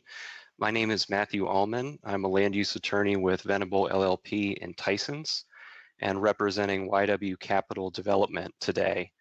They are the owners of the subject property. The staff presentation did a nice job orienting everyone to the site, so I don't think we need to spend much time pointing out its location. We can advance the slideshow, and of course, we've seen these images of the existing retail development as well. So I will take just a moment to talk a little bit about the approved use permit for the site, and then I will turn it over to Tess Kelly Crane from KGD Architecture to show you a little bit more of the proposal. So the approved project, as mentioned, was a 6-story mixed-use building with 1 floor of ground floor retail and 5 stories of residential use. As noted, that approval contemplated historic facade preservation of some of the existing retail structures along Columbia Pike. And of course, since 2016, there's been plenty of redevelopment up and down Columbia Pike, while this project has remained stalled. And it begs the question, are there features of the approved design from 2016 that need to be adjusted in order to make the building viable or allow the project to move forward? So last year in 2020, my client acquired the site, brought on a new design team, and started examining the plans to see where improvements could be possible. And what you're looking at on this slide is the approved ground floor plan from that 2016 approval. And we want to point out some of the challenges that became apparent very quickly as we started our reanalysis of the site. First, in yellow, you'll note that there are 6 distinct retail bays, each one with its own unique slab elevation. And that change in elevation across the site makes it very, very difficult to combine these retail spaces or to adjust the demising walls between them. So that's a very inflexible condition that I think a lot of retailers would struggle with when looking at this site. You can see some of the retail spaces are a little narrow, some are a little shallow, and coupled with the lack of flexibility, it's a site, a design that we anticipate would be very difficult to lease. Additionally, you see the residential lobby shaded in blue right in the middle of the building. And the impact of siting it there is that it bifurcates the retail and causes a lot of duplication of back of house space for things like service corridors, service elevators, egress points, things like that. So again, not a very efficient layout. The retail parking in the approved design was the form-based code bare minimum, which we think is less than what is realistically needed to support viable retail along the pike. And then finally on this slide, you'll note on the upper right corner, a section through the building showing how the upper stories step back from the retail a distance of 10 feet. And that was done as an acknowledgement or a design gesture in reference to the historic facades below, which may have been fine from a historic preservation lens, but it really compromises the efficiency and the layout of those residential levels on an already very narrow site. So here we see again the images of the 2016 approval. On the facade of the building, we also noted some challenges, including some pretty large cantilevered elements, which are pretty complicated and difficult for this construction type. There's a symmetry to the building that is perhaps better suited for a hotel project than a residential project along the pike. There are protruding stair towers on either side that sort of bookend the building and have sort of a bulky appearance. There are no balconies anywhere on this design, which we think is a huge miss. That's an amenity that is very common in new multifamily buildings in Arlington, and especially now during COVID, the additional premium on fresh air and open space is making this even more critical. And as noted earlier, that really significant upper story step back away from the retail, you can kind of see that in the 3D renderings. So this slide breaks down in more detail the things that are changing and are not changing as a part of our use permit amendment. I think as staff did a nice job highlighting in their presentation, our hands are somewhat tied by the form-based code.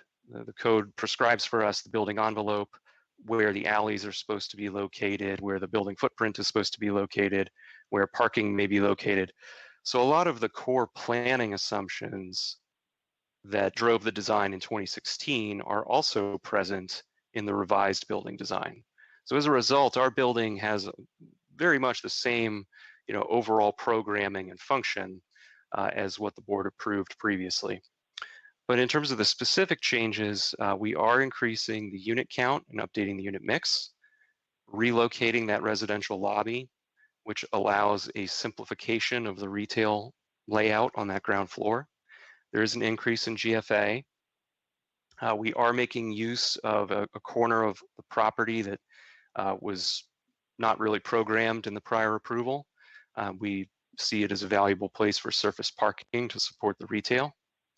We're adding balconies on all facades, redesigning the facades, and as I mentioned, increasing the parking, particularly for the retail. Things that are really not changing, we're not changing much for the building. If you don't mind going back one slide, Tess. Thank you. The building siting, the use, the ground floor retail, the details of the preserved facades on Columbia Pike, the building height, the garage layout, construction type, the alley circulation, streetscape design for Barton Street and Columbia Pike, all of the public easements that we'll be conveying to the county. The building materials have obviously changed in terms of the specifics and the colors and individual choices, but in terms of overall quality and palette, there's not a huge movement there. Grading, the infrastructure, and the ground floor accessibility. We've adjusted some of those details, but maintaining that universal access on the ground floor is obviously very important.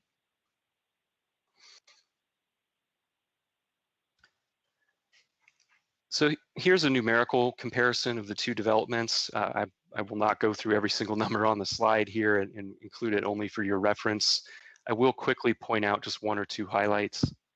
The overall increase in density is about 850 square feet. The increase in the unit count is 15 units. And I think more notably, we're moving from a program of all one-bedroom units to a mix of one-bedroom, two-bedroom units, and then also units with dens. So hopefully that will serve a much wider cross-section of the Pike community. And again, you can see just sort of most of the increase in parking is driven by that retail, and our on-site open space also grew by about 400 square feet. Although the open spaces you'll see is located in pretty much the same location as that 2016 approval. So this is where I will turn it over to Tess Kelly Crane, and thank you very much. Thank you, Matt, and thank you, Ebony, for the great introduction to the project. So looking at this from the design perspective, we identified a lot of opportunities for improvement. So this is the updated ground floor plan. Matt kind of walked you through the previous approval, and you can see here we've got two retail spaces. The first one is large, and we're showing potential demising into 4 retail spaces, but this is very flexible throughout this entire space so that it can be demised in a way that best meets the retail needs at the time. And then there's a second retail space here next to it, and then the residential entrance has moved to the northeast corner so that it now has more of a corner presence for the residential portion of the building, and has connections through to the private open space views in the back as well. You can start to see on this plan how we've kind of changed the street front facade along Columbia Pike to make it more dynamic and integrate the historic facades. And moving to the next slide, we'll look a little bit closer at the site surrounding the building. As Matt and Ebony said, the streetscape along Columbia Pike remains unchanged with the street trees and sidewalks. And we've created a folded element to the facade that pulls the building back in some locations to allow for additional seating. The alleyways remain the same and garage entrance and loading. But as previously stated, the addition of permeable surface parking lot in the rear to service the retail spaces that will have a tree buffer of 5 feet along the back sides, as well as the resident open space that will be a passive space with just tables and chairs for outdoor seating. Taking a little bit of a closer look here, I'd like to point out a gate for the future bike access through the rear parking and along the alley to help provide a future bike trail off of Columbia Pike. The planted trees will incorporate stormwater management systems for the property, and there'll be handicap parking in this area as well.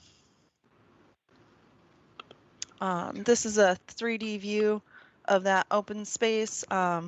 The fence here shown in the foreground would be solid, of course, but is transparent, so you can see the space beyond. It would be 5 feet separating the parking from the private open space, and then there would be shading devices and a 7-foot fence separating from the Arlington Village neighbors in the back. Looking at the building from Columbia Pike, so this is kind of the northeast corner here, and you can start to see how moving that residential entrance to the corner and marking it with a little bit of a tower creates a presence for the residents of the building.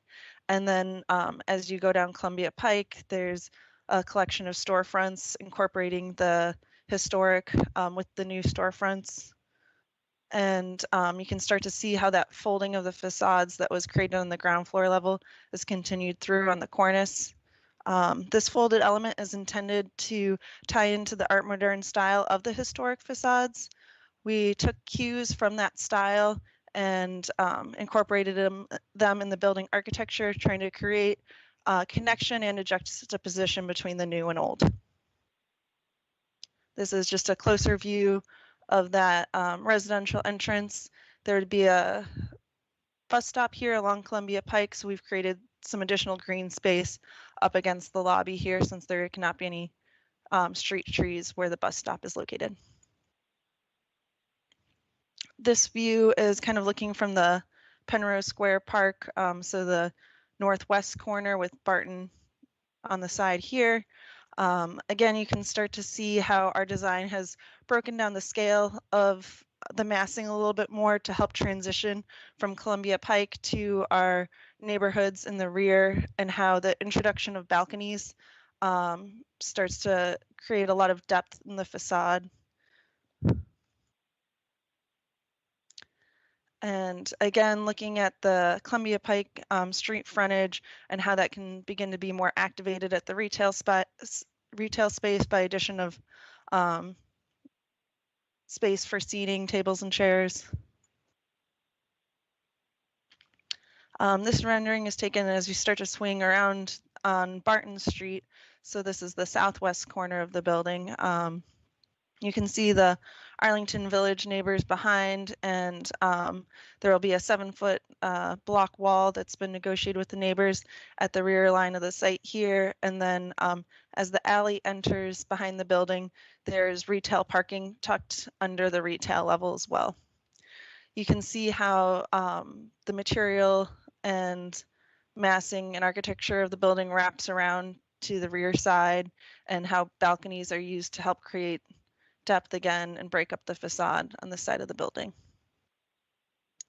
Finally, we'll look from the southeast corner with the private lot area in the bottom left, showing the fencing condition here and how it transitions to the block wall, the parking tucked under the building with the loading dock and garage entrance, and some retaining wall at the gas station side of the site. Again, with locating the residential at this end of the building, it allowed us to bring more glass and openness so that there'll be views through to the rear open space on the property. You can see how the residential elevator tower is kind of marked here in the brick tower in the center of the building and helps add to the composition and rhythm on the rear facade. When this building was approved in 2016, there were 5 modifications to the form-based code. Most of these modifications were intended to help make the building cohesive with the historic facades. And since then, the form-based code has been updated and 3 of those modifications requirements have been removed. So we are also proposing 5 modifications for the same reason, cohesive design with the historic facade, and 2 of which are identical to the previously approved, and the other 3 facade composition, window configuration, and shop front configuration, which we believe we meet the intent and just are asking for minor adjustments. So to look at those more closely, I know Ebony and Matt already kind of touched on this, but the finished floor elevation for the ground floor retail is required to be within 6 and 24 inches of the sidewalk elevation. Here you see the sidewalk in red, and the yellow portion is the raised portion of the sidewalk that does not meet that requirement, but allows for the retail frontages to have doors wrapping around on the Barton Street side. This has not been changed since the 2016 modification. And this is just showing that elevation with the guardrail.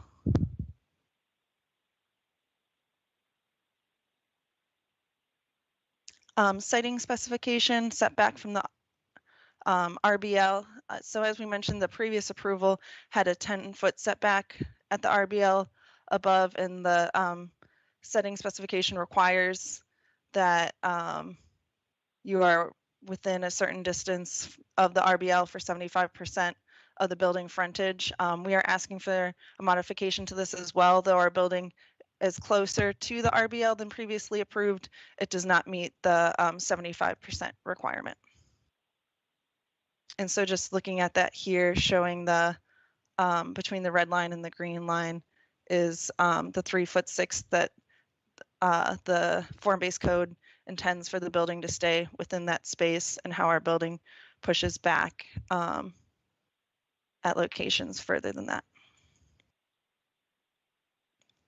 Facade composition is a very specific requirement within the form-based code. It requires complete and discrete vertical facades.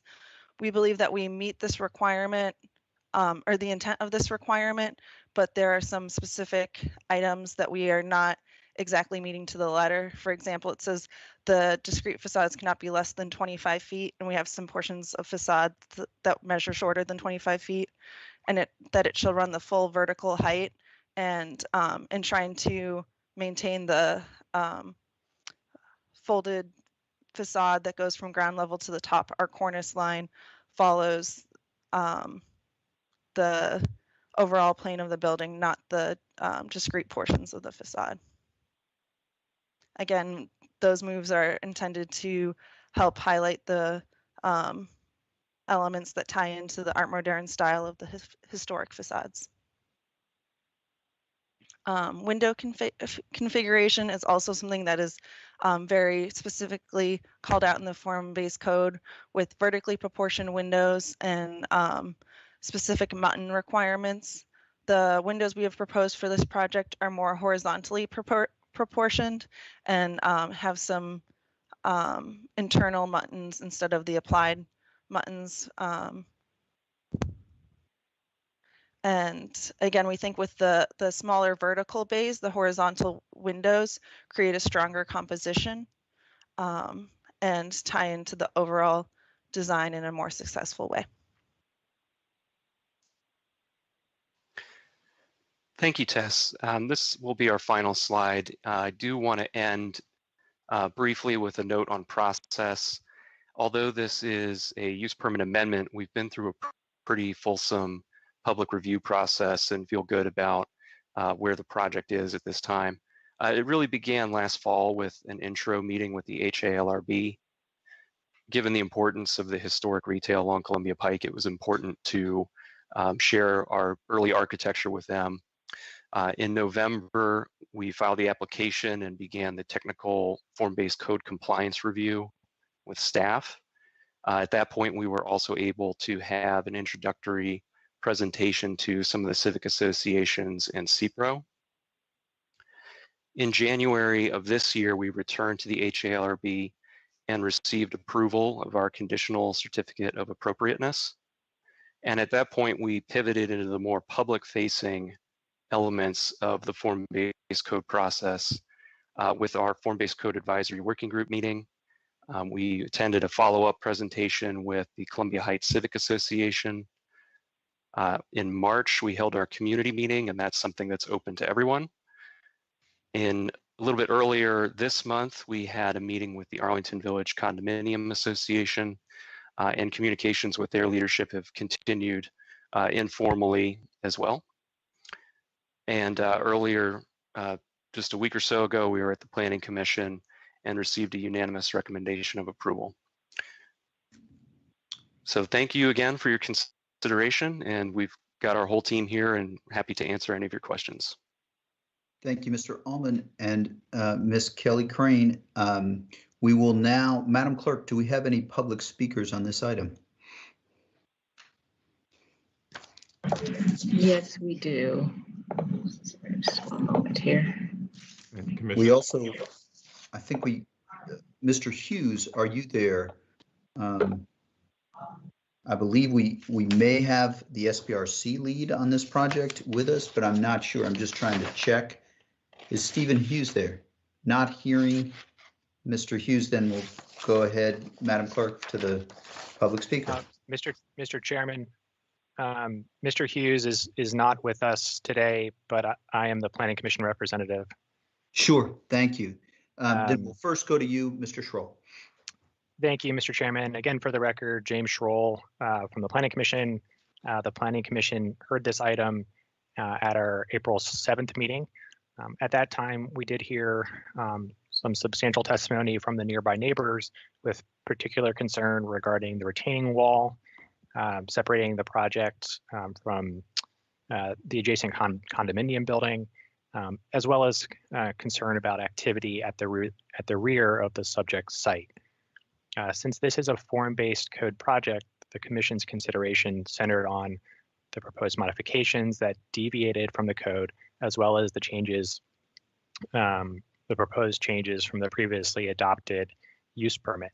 The Commission's discussion focused on the proposed wall separating the site, the historic preservation of the facade, the revised architectural design, and the increased amount of surface parking. As staff noted, the applicant is requesting multiple modifications. The first is due to the topography of the site and how that relates to the first floor elevation. This modification was requested under the 2016 approval and was supported by the Planning Commission at that time. The Planning Commission remains supportive of this modification in the current proposal. The remaining modifications are in relation to the retention of the historic facade, which prevent the applicant from meeting required siting specifications, facade composition, window configuration, shop front configuration. Because of the retention of the historic facade and the applicant's work with the HALRB and county planning staff on the revised designs, the Commission is supportive of these recommended modifications as well. As noted in our letter, the Planning Commission supported all these modifications unanimously. In addition to the requested form-based code modifications, the applicant revised proposal includes the addition of 36 additional surface parking spaces in the outlot. The overall parking provided is actually more than double what is required by the underlying zoning. Given the increased parking requested, particularly the significant amount of surface parking and the potential for increased impervious surface to cause issues such as localized flooding, the Planning Commission unanimously recommends that the approved conditions for this site require that the surface parking lot, other than those spots dedicated for the mobility impaired be made of pervious materials. That concludes my remarks, Mr. Chairman, and I'd be happy to answer any questions. Thank you, Mr. Schroll. Please do stay with us. We may have questions in particular on the last piece of this, and thank you also for speaking up to make sure that the Planning Commission was heard. Now we will go, Madam Clerk, do we have any public speakers on this item? Yes, we do. Our first speaker is LaKedra Queen, followed by Ann Coughlin. Ms. Queen. Hello, thank you very much for your time today. I am a resident of Arlington Village. My name is LaKedra Queen, and my location in Arlington Village is immediately behind the proposed construction site. And while I am very pleased to see redevelopment that is happening along the pike that will restore vibrance, particularly to this dead spot of the pike, I do have some concerns that I do appreciate you all taking the time to listen to. One such is that I've seen the current rendition of the agreed wall that is to be between the backside of 2400 Columbia Pike and Arlington Village. And I do see that it could have breaks in the block wall that would be in separation of the two properties. And it is Arlington Village's impression that the wall would actually be a solid wall, and this would help to mitigate sound and light pollution. Then on the other side of the wall, there is a rendering of above ground parking. And Arlington Village is very concerned about the noise and light pollution that will come from the outlot and the new parking area that is proposed. There is an existing wood fence that eases the light pollution from the existing building, and where there is a parking lot for Barclay, where the car lights could shine directly into residence units. However, with this new project, the light pollution and noise from cars would be significantly closer to residents. And unless there's a solid fencing or additional screening, the light pollution would be impactful to quality of life. And we'd like to see additional screening or natural barriers near the outdoor active use area that abuts Arlington Village. And while these fences and walls are limited to 7 feet, we believe that added height with a trellis could be higher, and perhaps this could help create a visual barrier and also a sound barrier. So thank you. I appreciate your time and consideration. Thank you, Ms. Queen. Our next speaker is Ann Coughlin, followed by Mary McNulty. Ms. Coughlin. Thank you. Thank you for the opportunity to speak before the board. I appreciate it, especially on the morning where you've got such a heavy schedule. I want to say first, I applaud much of the work that's been done by the county offices and the county board on this project, and also on the redevelopment of Columbia Pike. It's been interesting to watch the process and the hard work that goes into all of it. But I think, as important as it is to redevelop the Pike, and I think we all agree on that, I think we also can agree that these initiatives and projects are really a cultural change to most of the neighborhoods in the area. And cultural change is probably some of the hardest to make. And I'm impressed by some of the community development work that's been done by the county and by a number of the developers. But I do have some concerns, and I think that some of my neighbors do also here in Arlington Village. One of the things that I want to mention out front is the disruption to traffic. I'm really concerned about that. I've been in this area for 25 years. I've been an owner, and I'm concerned about the impact that the traffic is going to have on Columbia Pike. And we know it's a busy thoroughfare. I know that there has been an updated traffic study done, but my concern is that if the traffic study was done in 2020, there was a whole lot less traffic due to the COVID restrictions.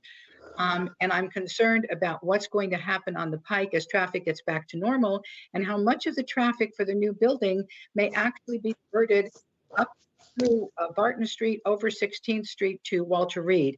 So I really ask that the county pass this initiative, and I'm pretty sure you will, that there's something to closely monitor the traffic as the next year or so goes by and as the building opens, because the increased number of units, along with the increased number of 2-bedroom units, I think is going to have an impact on the traffic, as well as the new parking spaces for retail. I'm also concerned about the amount of noise that's going to happen to some of the neighborhood there. And one thing I really, because I think others will talk about it, but one thing I'm concerned about is the no pet area. If they go the way of Penrose Square, which I'm pretty sure they will go, they will have pets. And there is no designated pet area. We were told by the previous developers that the green space that is now where there is parking and a space for residents to sit might end up being a pet area. We strongly advise, given what's happened behind Penrose with some of the neighborhood, that if you pass this, that the board also ask that there be some modification made for pets. I think my time is almost up, and so thank you very much. Thank you, Ms. Coughlin, for your comments. Our next speaker is Mary McNulty, followed by Roy Shannon. Ms. McNulty. Good afternoon. Thank you for this opportunity to express my concerns about the 2400 Columbia Pike project. I live in the townhouses right behind the proposed development and will be directly affected. Like my neighbors, I appreciate that redevelopment is coming and I plan to enjoy the benefits. Most of my concerns about the plan fall into 6 areas: noise and light, pets, particularly dogs, parking, traffic, the possibility of construction on weekends, and damage to our buildings during construction. We were built in 1939, and runoff afterward. Significant noise and light will spill over onto our homes from the newly added balconies, newly added outdoor recreation area, and newly added surface parking lot, as well as from the loading dock. Please remember that there is considerable grade difference between the new development and our homes. More substantial buffers are needed, including better, higher fencing and walls, additional and larger trees, and considerable landscaping, possibly including pergolas and trellises with native vines and whatnot. But Mary Pat also a roof and/or sun tarps over the outdoor recreation area.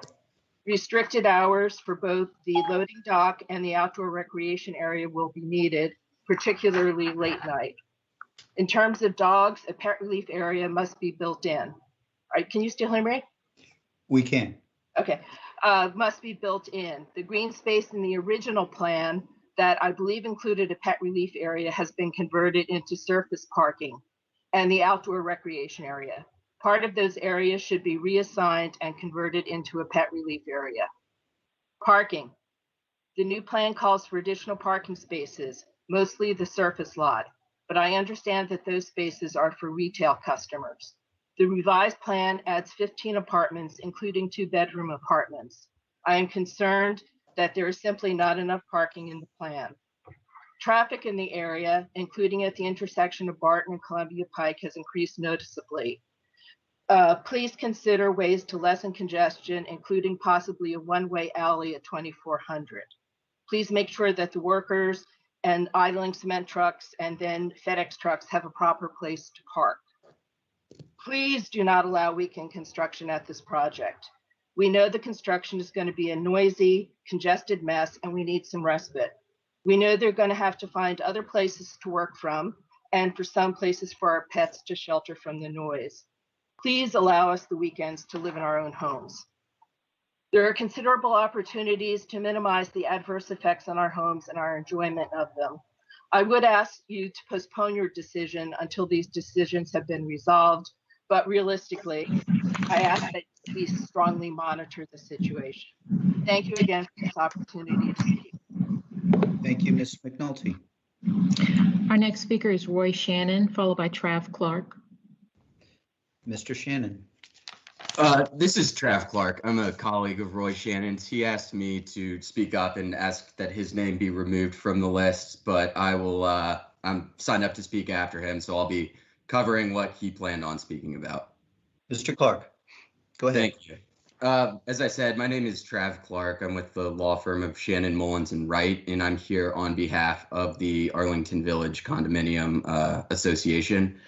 As the board is aware, this project was initially approved back in 2016, and the Arlington Village Board and the then developer, based on the original 2016 approval, entered into a series of agreements and construction easements that were in part intended to mitigate the effects on the Arlington Village community that this project would impose.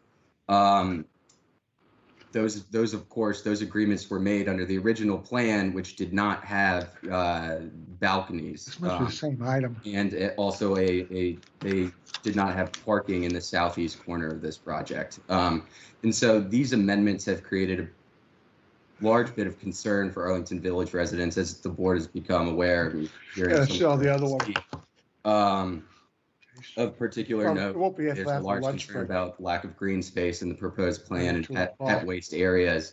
A large concern relating to noise and light pollution, and as well as privacy. And I think these main concerns stem from the proposed balconies that are being included in this amendment. The previously approved plan that these agreements were made under only had windows. They did not have balconies. A window is a much more passive use space. We see balconies as a much more active use space, something where residents of this new community are going to spend extended periods of time out on their balcony, looking outwards and then down onto the Arlington Village community, into our residents' backyards, bedrooms, living rooms.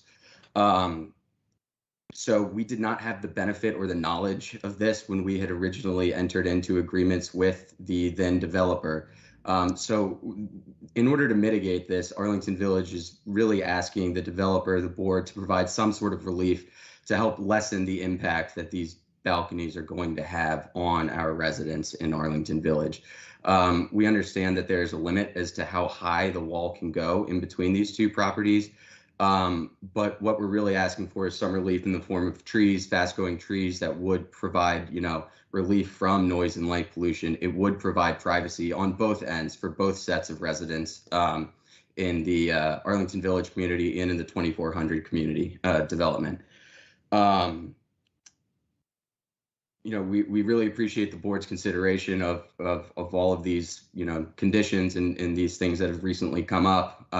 And I thank you for your time and for listening to us. Thank you. Thank you, Mr. Clark. Our next speaker is Juliet Hisney. Next and final speaker is Juliet Hisney. Ms. Hisney. Yes, can you hear me? We can. Okay. Good afternoon. My name is Juliet Hisney. I am here in my role as the Columbia Heights representative of the Form-Based Code Advisory Working Group and at the request of our Civic Association president. First, I want to thank the applicant and the county staff for their professionalism and compliment them on the high quality of the project design. As staff noted, this is a form-based code project. After being on hold since 2016, this proposed major use permit revision is moving very rapidly. Please note the first opportunity for our Civic Association members to provide feedback to our leadership was on March 8, 2021, when the applicant presented to us. That was just over a month ago. Procedurally, it would be helpful if applicants presented to the Civic Association where the project is located before they go to the Form-Based Code Advisory Working Group. It would give staff more time to review and respond to Civic Association comments. The neighborhood did comprehensively review this major use permit amendment proposal, and we have a number of requested conditions. I won't read the whole letter Mr. Haddock sent to you on April 15. In addition to pretty standard requests relating to construction and post-construction conditions, we have 4 major requests for conditions which we want to highlight. We acknowledge that the staff has not had adequate time to review these major asks, so we are formally asking that this project be deferred so that staff has an opportunity to do so. First, to require a public easement for the rear open space. Second, to enhance pedestrian safety. Third, to ensure public bicycling and pedestrian access through the rear, connecting through adjacent property to South Wayne Street. Fourth, to provide business continuity and relocation support for the existing businesses. The east end of Columbia Pike has been scarred by past planning efforts to isolate our historically Black neighborhoods and racially discriminatory deed covenants. As a result of this shameful history, access to open space has been limited as is our pedestrian network access across the neighborhood. Pedestrian and bicycling access has been extremely restricted, as has the street network available to cars. This is an extremely important opportunity to begin to redress this historic injustice that is still part of our lived experience in the neighborhood. We are still disconnected from our neighbors in the east between Arlington Village and our multifamily. CHCA requests that the county require a public easement to access the rear open space off the alley. We anticipate the public will park and then want to stop here. This space should be open to the public. Too much confusion would be created by allowing public parking right next to a private recreation space. We do not want our neighbors or visitors threatened with trespassing violations in this location. Moreover, foot traffic also reduces the risk of sexual assaults in trapped spaces behind buildings that are not visible from the street. This area could thrive as a community asset if it were open to the public. It would go a long way toward making good neighbors and add more opportunity for neighborly connectedness between our existing residents and the 2,400 residents. CHCA also requests that a condition be added to include public bicycle and pedestrian access from Barton Street across the rear of the property with anticipated connection through the adjacent property to South Wayne Street. CHCA strongly encourages the county to work to ensure this trail/Sharrow connection can be opened. It is a missing link in bicycling and pedestrian access on the east end of the Pike. This access is needed to connect to the long-planned access through the Army-Navy Country Club. A couple of other little details, the pedestrian safety piece that we're concerned about is really pretty limited to access to the alley directly from Columbia Pike, where we have the double line restrictions, but they are frequently ignored. That creates a real significant pedestrian safety issue in an area where we anticipate an increase in pedestrian traffic. That doesn't mean we would have an impact on the two-way traffic within the alley. We just don't think that cars should be turning into the alley directly from Columbia Pike. And of course, there could be provisions made for emergency vehicles as an exception to that. And then, there was a lot of discussion about the balconies. We actually had some positive feedback from our members relating to the balconies. So that's not part of one of our requests, but overall, we do support Arlington Village and their concerns relating to the amelioration of impacts of light and noise pollution that impacts our immediate neighbors. Thank you for your consideration. I will remain available in case there are any questions for me. Thank you, Ms. Hisney. That is our last. Are there any more public speakers, Madam Clerk? No, they're not. Okay, so the discussion is now with the board. We have a number of issues that have been raised, and happy if there are burning questions to take those, but not seeing one. I'll go ahead and start with Mr. Dorsey and then Mr. Carantonis, and we'll come around to additional questions and in decently short order seek to get a motion for discussion. But starting with Mr. Dorsey. Thank you, Mr. Chair. So a couple of questions for the applicant. First, as it relates to the balconies, can you give us the approximate plan dimensions in terms of length and width that these balconies would be?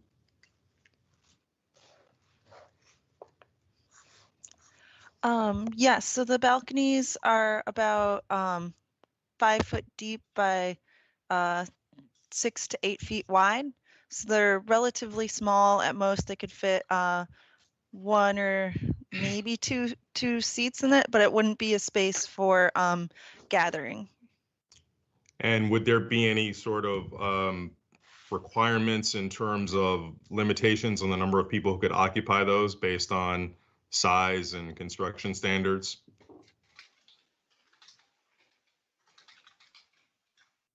I don't know if there are any technical code limitations, but they would not be comfortable for more than 2, maybe 3 individuals. Right. On a practical matter, you can't fit more than a few people on the balconies. Okay. I've got another one, but I don't know if you want to go around and limit it to one or what you want to do, Mr. Chair. Go ahead, Mr. Dorsey. So the next one concerns the open space adjacent to the parking. So you've got the renderings that show it with some sort of fencing. So I then presuming that this is intended to be fully private space. So the question would be someone parking in the public parking spaces adjacent to it, patronizing a business, perhaps getting a cup of coffee and a sandwich, would not be able to utilize that open space. Is that a fair presumption? Correct. That's correct. And so how would you affect that delineation of private space? It would be gated or something to that effect? So we certainly have additional work to do during the final landscape design process, but I suspect that will be the ultimate outcome back there, that there'd be some sort of access control system that would be maintained by building management and allow them to sort of regulate who gets in and out of that space. And so I guess the question from that, there would need to be some sort of management and then enforcement mechanism over that space. Why the consideration to not just make it public? I can take a pass at that. I wonder if Ms. Dumas and Mr. Matuzik have thoughts on that as well, just in the context of open space planning in the form-based code. I think from the owner's perspective, we don't believe that the space as currently designed is particularly well suited for public use. We have some stormwater management infrastructure back there that we need to be privately maintaining. And frankly, it's not a large space. It's not particularly visible from the pike or other right-of-way. It is a little more secluded. We think it's better managed privately for a space for our tenants. It gives us more control over hours of operation and enforcement of reasonable building rules for our tenants, and gives us a little bit of enforcement if there are any issues. If it were to be fully public, we sort of lose that control, and I think the hours of operation and whatnot, we kind of lose our ability to manage those, and it could cause, potentially more of the impacts we've just heard from some of our neighbors. Okay, and I guess final one on this dimension, there are various degrees of this. You can have something that is fully private and there's an active barrier to public access. There's something that's fully public in the form of an easement. Then there's something that you intend to operate and manage in terms of its security and its cleaning and any trespassers, but there's no prohibition on the scenario that I just gave. Someone is patronizing one of the building's businesses and wants to consume their consumable in your plaza with tables. Could you think about an operating plan that accommodated that scenario while being mindful of your other concerns? Absolutely. I think that will depend on who the ultimate retail tenants are and what sorts of leasing provisions are worked out with them. But it's certainly something that could be explored as building management leases out those spaces and decides how that rear open space could operate from a management perspective. Thank you. I'll yield. So certainly Ms. Dumas or Mr. Matuzik, if you have comments on that, we'd certainly take them. I don't see a hand, so speak up if you like at the moment. We also will have other questions. We'll go to Mr. Karantonis first, and then probably come back on this question of the modified access after Mr. Karantonis. Go ahead. Thank you, Mr. Chair. Mr. Dorsey actually is touching on a serious design challenge there. The Civic Association has asked for a public easement on this. And at the same time, the immediate neighbors are concerned about noise and traffic. And so there is friction between these two goals. My question to Mr. Matuzik for later is, how the landscape planning will be able to address these uses. I want to go a little bit, I will stay in the same area of the building. And frankly, I'm a little bit concerned. I am concerned about the additional parking space and the need for that. On Columbia Pike, one of the goals of the form-based code of the entire planning effort is to reduce surface parking, period, to reduce car dependency. I understand that businesses need some parking space. We're not negating that. There is a lot of parking space, public parking space surrounding there across the street on Penn Square. So I want to know what was the thinking behind adding this surface parking lot in that corner. So I'll just speak up really quickly. I did notice that Mr. Matuzek, my colleague from the county, did have his hand up for the last question. And so I was wanting to give him a chance to address that. And then I think we can move over to the applicant with the parking question and their thinking about that. And we also have Mr. Dennis Sellen online with us from DES. Thank you for that help, Ms. Dumas and Mr. Matuzek. Thank you and good afternoon. For the record, this is Matt Matuzek with the Arlington County's Planning Division. I'd like to address, I guess, the last 2 points that were made. One way of looking at the open space that's in question right now is that it's allowing public use there is certainly not prohibited, but it is also not required. And what you typically see with the form-based code project is that most buildings are able to allocate that space, which is generally anywhere between 15 and 20% of the buildable area within an interior courtyard. So something that really is not easily accessible by the public, either accessing the ground floor uses or just passing by. We are looking at a very unique case where that same space is almost detached from the actual building and does entertain the possibility of someone who might be accessing the retail space and considering maybe using that space. So I think signage, landscaping, whether it's gates or other means, I think might be a very helpful way to distinguish and delineate between who is supposed to be there. From a form-based code perspective, it is a requirement for the tenants of the building. So in itself, it is not expected to serve the broader community. There are spaces, however, on other sites throughout the corridor where that distinction is very clear, like Penrose Square across the street, where we have allocated public spaces carved out from the buildable area that are meant to serve that purpose. And that happens from time to time, depending on which site we are looking at. I think as it relates to the parking element immediately next to that open space, it kind of reminds me of similar conversations we had in the past on form-based code projects where many developers, I think, when they evaluate and consider additional parking beyond the minimum requirements, their only option is to dig deeper in the underground garage. There's only been a few instances where someone had the luxury and convenience of simply utilizing additional space that they were just not using for their building or other requirements to otherwise, I guess, be used for parking. And this is one of them. It is not the only time where someone has exceeded the minimum requirements.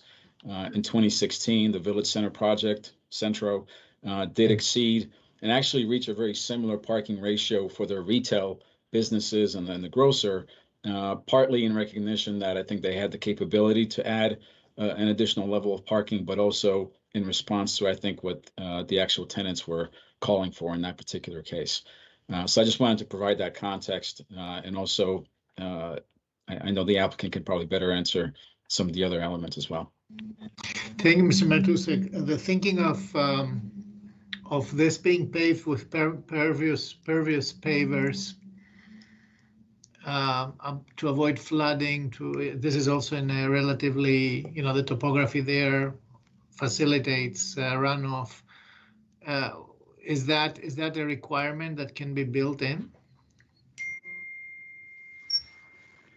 I can't begin to answer that and look for our DES staff as well as the applicant to better explain. I know there's a retention area there below ground that will be utilized for managing the stormwater there.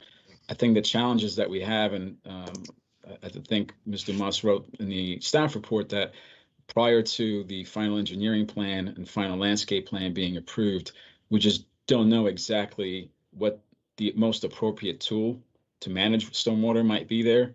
And I think locating that in the condition language simply increases the chances for us returning to another minor amendment to simply address whatever the final design might end up being. So I think we've certainly documented it, and all parties seem to be heading in the same direction in terms of achieving that outcome. But I think we do need to have some further analysis and engineering work to fully confirm that that's the right approach.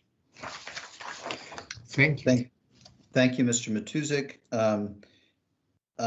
We'll go to Ms. Crystal. There was a couple of references to certainly the applicant will come back and see if there's pieces you want to add, but we'll first go to Ms. Crystal. Thank you. I wanted to, Ms. Queen brought up something, and one of the changes here, I think, is some changes to the fencing on the property line with Arlington Village and the landscaping around it. Forgive me, I'm thinking now as you went through all the slides, whether you included one, you here being the applicant, whether you included one or if you have one sort of in your back pocket that you can bring up.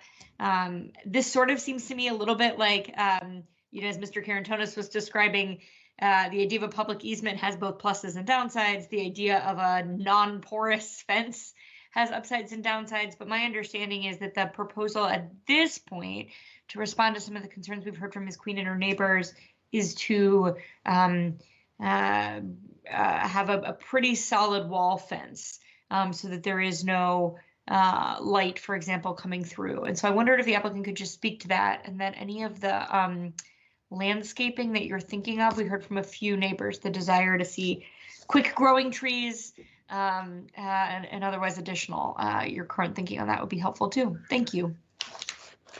Absolutely. Thank you very much for that question. So the image on the screen is a zoom in of the masonry wall that is going to run along that property line. This is from the 2016 approval, and you can see here in the design that there are decorative gaps in the masonry every 6 or 7 feet. And we don't know exactly why that was the design intent back in 2016. We think it was perhaps done to just break up the mass of the wall a little bit and make it maybe a little less monolithic. But in any event, it's 2021 now, and the association has expressed a preference to us for a more solid design to cut back on the amount of potential light and noise spill through those gaps. And that's something that we are comfortable doing, and so we'll be having some follow-up communications with their leadership in the pre-construction meetings and things like that to figure out how we can kind of close up those gaps in the masonry. So I trust that hopefully our interests are aligned along this property line, and I think that's hopefully a good outcome for everybody. Tess, if maybe you could pull up our OCLA zoom in, we could speak a bit more to the open space area. Okay, great, thank you. So to quickly hit on a couple other comments that came up in public testimony. And of course, not rendered here are the existing trees on the Arlington Village or Barclay condominium properties, which we could look at later if we need to. But yeah, on our site, you can see the new plantings in our open space area and around the surface parking lot. We did hear the comment about the need for a pet waste station somewhere in this area. And that's something we're very confident we can accomplish during the final landscape planning. We think, particularly along the little buffer strip along that southeast corner, yes, that there could be some good opportunities for that in there or elsewhere back in our open space. So I think that's another item that will hopefully be an improvement we can all appreciate. And then finally, we are showing some shade structures in our open space area. Those are kind of pink triangles here. Of course, those are not fully designed at this point. We're still in sort of a conceptual entitlement process. But I think, again, our interests are aligned with our neighbors that we want to have some kind of structure back here that's attractive and that provides for some buffering and some shade for our residents as well. Thank you. I find that really helpful. I wanted to just take a quick second as well on a very different note to just ask our staff to talk about the construction conditions. None of them are changing, I don't believe, but there were definitely interest and questions brought up on that. I'm pretty sure the original site plan, well, actually, I'm not sure, and forgive me because I didn't see this in my quick review. Again, we're not relitigating, we're not doing a hearing on the approved site plan and all of its elements. This really is about the changes. But one of the things that I want to make sure did change, because it's now a standard site plan condition, I think, but I'm trying to recall if it was at the time, that there be a clearly shared construction contact available to the neighbors during the duration of construction to raise issues with, whether the maintenance of traffic efforts aren't working, excessive noise, noise outside of the agreed upon hours, et cetera. Is there a contact required as part of the site plan conditions? Or excuse me, I guess it would be the form-based code conditions. Ms. Dumas or Ms. Use permit conditions, yes. Sure, thank you.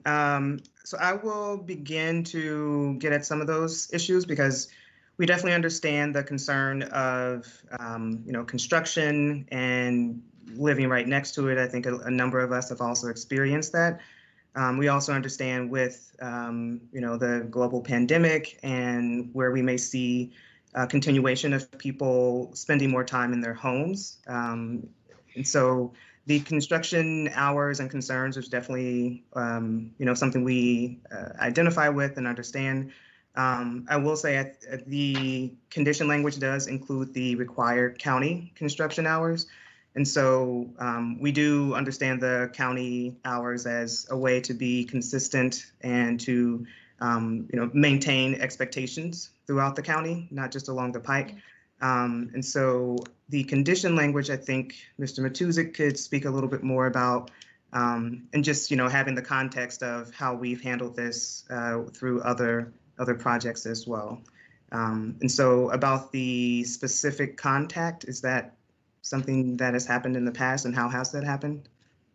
Yeah, thank you. Condition 13, I think, has not changed since 2016, where the community liaison has to be identified fairly early on before any demolition and land disturbance permits are issued by the county.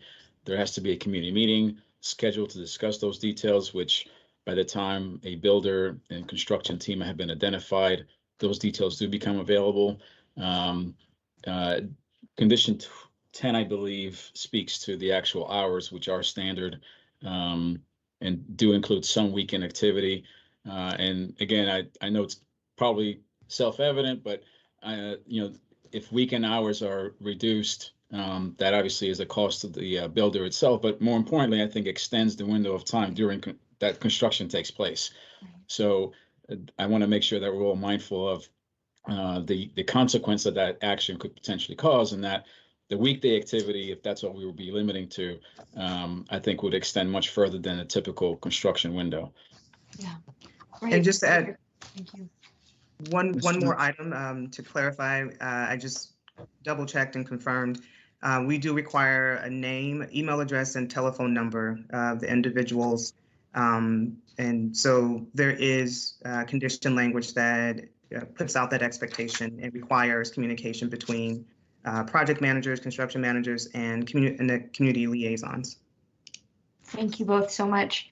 In the interest, Mr. Chair, of sparing you from having to go around again, I know we don't yet have a motion on the table, but I'll just say from my perspective, the task before us is to evaluate these changes, not to hear the site plan again. I think that standard of finality is pretty important. And I know this was not the easiest use permit we've ever issued when we heard it about 5 years ago now. But I think the overall balance of the project is good for the pike. I think there have been efforts to make remediations of some of the impacts. I don't see these, I do appreciate some of the concerns raised, but I don't see these new changes, especially I think Mr. Dorsey's line of questioning about exactly how much activity the balconies are likely to facilitate. I just don't see these changes as presenting new impacts over and above the ones that we all kind of painstakingly waded our way through a few years back. So I am prepared to support the changes. Thank you. Thank you, Ms. Crystal. We'll go to Ms. Garvey. Go ahead. Thank you, Ms. Crystal. I think you just cued me to make a motion here, which I'm happy to do. I do have a few questions. I'll speak to my motion afterwards if I might, Mr. Chair, and I do have a couple of questions, but I am prepared to have this move forward. So I would like to move that we approve the subject use permit amendment to facilitate architectural and site design modifications that would result in the addition of 6,500 square feet to the overall building density and an increase of 15 residential units with preservation of existing building facades and modifications for finished floor elevation for ground floor retail, siding specifications, facade composition, window and shop front configuration, subject to the conditions of the staff report of April 9, 2021, and based on plans dated February 16 and March 23rd, 2021. Thank you. There's a motion. We have a second from Mr. Yes. So you want to speak to your motion, Ms. Garvey? Yeah, I would a little bit. Thank you so much. I really think this is a big improvement over the 2016 plan. I'm delighted to see the balconies. And I don't know, maybe I'm not envisioning lots of people out on those balconies, but maybe some nice flowers and a tomato plant and some basil, and just, to allow people to have a little bit of place to grow a few herbs and vegetables and flowers and have some good air. So I think that's a really good improvement. I also actually appreciate the work on the historic preservation and not sort of having to, trying to absolutely stick to the form-based code, but realizing when there was some really thoughtful and appropriate modifications to make. So I appreciate that. I think that's important. Sometimes I worry that our form-based code along the pike is going to just make everything absolutely the same and not very interesting architecture. And I think this kind of gets around it in a very appropriate way. So I appreciate that very much. Also, just briefly on the impervious parking, which Mr. Carantonis brought up, the impervious pavers and the need to use that. I've just recently learned from our staff, and I think this is what they were referring to go back and look, is that a lot of the soil in Arlington is basically impervious, which I see out in front of my house. We get a rainstorm and there's a puddle. It's on dirt, it's on ground, it's not soaking in because it's absolute clay. It's probably, just about as impervious as is cement in some places. So I think it's important to figure out what is the best way to control runoff, and assuming that if you put a pervious surface and it's going to soak through into the dirt is not necessarily true, unfortunately, in Arlington. We probably need to improve our soil in a lot of the county. So I'm comfortable with them looking at that and considering what's the best thing to do. I also mentioned we've had a lot of concerns about traffic. And I think we're probably due for an update on the Columbia Pike transit system and stuff. We used to get regular divides, so I'll just put a little pin on that. Maybe not now, but maybe coming soon we could get one of those updates, which I think would be helpful to have. And then finally, my question, and I don't think the answer is going to change how I'm going to support my own motion, but there have been mentions, and I think I even should know, and I'm not sure, what are the plans for, say, the existing businesses there, like Rappahannock Bakery? Is there a plan for them to possibly come back? I know that may not happen, or you may not even know yet. And any thoughts about the whole commercial viability of storefront and the businesses that you plan to have there? And that is for the applicant. Mr. Allman. I'd actually like to defer this question to Mr. Yao Yao of YW Capital Development. He has been taking the lead on talking with the current and potential tenants at the site. And I think we may not have much news to share at this preliminary stage, but I would like him to fill in some detail for us. Mr. Yao. Thank you very much. We have not started the discussion with the existing tenants yet. since our construction will not start until, probably 10 months or more. And but I would like to say that we would like to engage with our existing tenants there, see if they are willing to stay after the construction is completed. We have heard, for example, from the owner, from different sources about the owner of the cafe there, and I believe their intention is to retire. But if they do not want to retire, I would really have a conversation with them about their continued interest in our building there. That's for sure. Okay, Thank you, Mr. Yao. That's helpful, and I realize it's preliminary, and I also want to recognize and thank Mr. Allman, I guess, or the whole team. I know there were 4 requests from the houses and the neighbors nearby, and I think you've addressed all 3 of them, and are continuing to work on the issue of the trees and that wall. I'll just throw out an idea. The wall, a solid wall, feels pretty unfriendly. But I understand the need to protect from light and noise, and maybe there's a way to kind of stagger the wall so the light doesn't come through, but there's actually, it's a little bit permeable. But anyway, I appreciate your continuing to work with people on that, and the work that you have done. I think that will make it in the end a better project and keep everybody much happier. So thank you. Thank you, Ms. Garvey. Mr. Karantonis. Thank you, Mr. Chair. I actually, this is, as Ms. Crystal said and Ms. Garvey reiterated, this is a form-based code project. It checks all the boxes, and therefore we're not going to litigate the site plan, the materials, the massing, and all these things. I have to say that personally, I'm not thrilled to see another surface parking lot popping up with all the consequences that this brings. I understand the thinking behind that. I understand that Columbia Pike, unfortunately, by an investor like Mr. Yao, is still seen as still enough car dependent to warrant this kind of investment. I very much hope so, though, that over time and with better transportation options, that this parking lot will return to nature, and it will be a pervious green space with a lot of trees that will be actually very desirable and nice for the residents of this building to enjoy, and maybe also for the neighbors as well, as they will be biking along to get through the alley and into what I very much hope that we will be working on, which is the parallel pike connectivity for bicycles. I also think that we need to do some thinking about the nodal form-based code, the form-based code that has been approved in 2003. This is almost 20 years ago. I mean, as everybody is noticing today, we're not talking about biophilia, we're not talking about the environmental credentials of the building, we're not talking about affordable housing, we're not talking about all these things.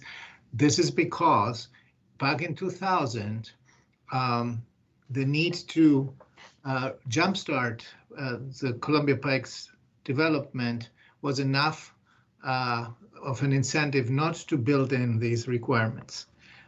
In any case, I'm very happy that this building comes along. It's a very difficult project because it's a very small footprint. Proof of that is that it took so long. I'm pretty confident that there will be a future for the small businesses. If Mr. Lee retires, I do believe that this is a very attractive location, right? Way to job. That's a very good location for new retail. So I do believe that it completes a corner of Barton and Penrose Square with excellent urbanism, and that is to the benefit of everybody. But it will come through a construction period that will be tough for the residents that are immediately close to it, to this. So I hope that county staff will be vigilant and that the applicant will be forthcoming with the neighbors there to mitigate the impact as much as possible, especially in the first year of construction, which will be especially burdensome for the neighbors. Thank you. Thank you, Mr. Karantonis. Mr. Dorsey. Thank you, Mr. Chair. Just to continue Ms. Garvey's line of discussion as it relates to business continuity, when you, and this I guess is a comment and question for Mr. Yao, when you do engage the existing tenants, are you prepared to provide any assistance should you reach agreement about whether they would return to the development as to supporting them in cost neutral opportunities to relocate during the period of construction? Sorry, I don't understand the cost neutral concept. May I ask what it is? So it can take various forms, but there's vacant space across the street. Would you be willing to support them in allowing their rent that would otherwise be paid, that they're presently paying, to be abated for a period of time so that they could ease the transition into new space? Yeah, I think definitely we can provide some support for the existing tenants if their intention is to stay after the completion is completed. And we are in discussion with our commercial broker at this time to see what's the possible amount we can provide to our potential tenants. And looks like, it's going to be pretty significant. I mean, even without considering, keeping all the tenants there, given that it's a new building, we'll have to provide a pretty significant assistance to the tenants for their build out, for their first year's operations, things like that. I believe that we'll devote a pretty significant financial resources for this purpose.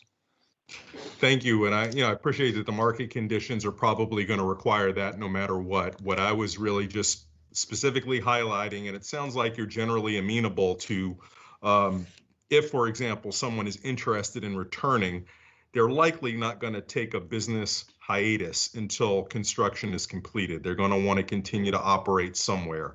There are likely going to be some startup costs that they will incur in order to move. In order to be prepared to come back. And I was just looking for you to maybe be creative with levers that you can control to make it easier for them to do so. Sounds like you're open to being a part of it, which means more conversation as you learn more. Yes. Thank you. Thank you. And I'll just say as concluding comments with the floor very quickly, everything that has been said already, I very much subscribe to in terms of this being a better project in terms of viability, and some of the operating and architectural details have been improved. Doesn't come without cost that we're going to be mindful of, but I think that we have here a development team that is engaged with the near neighbors as well as the wider community to figure that out as we get to refining the landscape plan and other elements of this project. So we'll be watching, and hopefully it will continue to be a constructive engagement. And I'm just particularly struck by something that I believe it was Ms. McNulty said as part of the public comment. She sees that this has a lot of benefits, and she plans to benefit from the redevelopment. And that exists at the same time that she's mindful of concerns. And that really typifies everything that this board ever considers. And I'm glad that she has that perspective, and hopefully that carries through to the wider community. Thank you. Thank you, Mr. Dorsey. I will be happy to support the motion.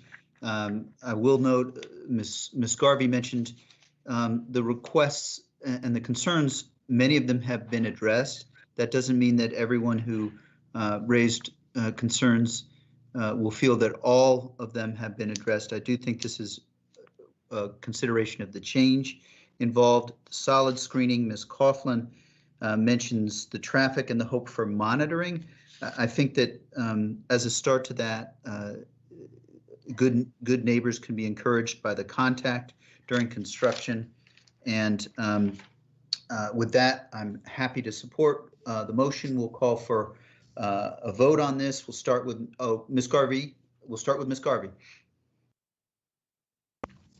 You're on mute. Sorry.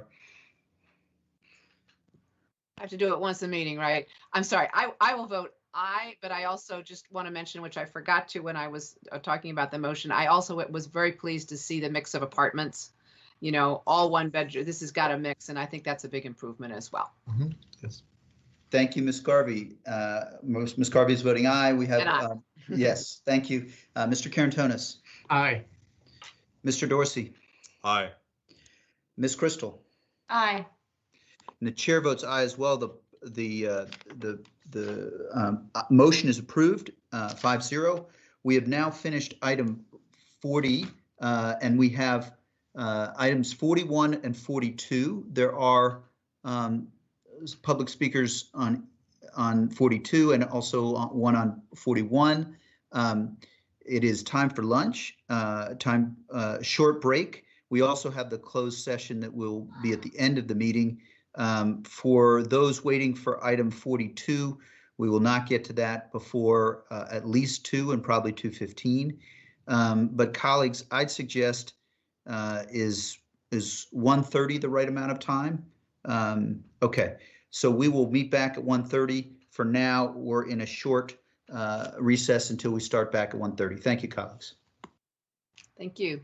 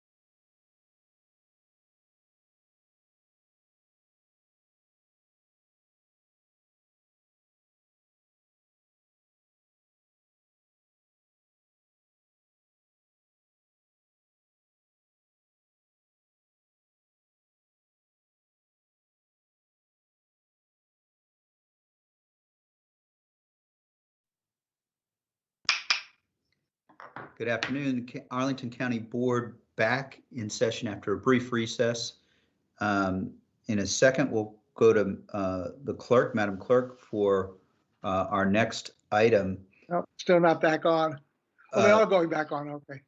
Mr. Byrne, if you could mute yourself, that would be wonderful, please. Thank you. I think we're at item 41, but I'll ask the clerk to call the next item.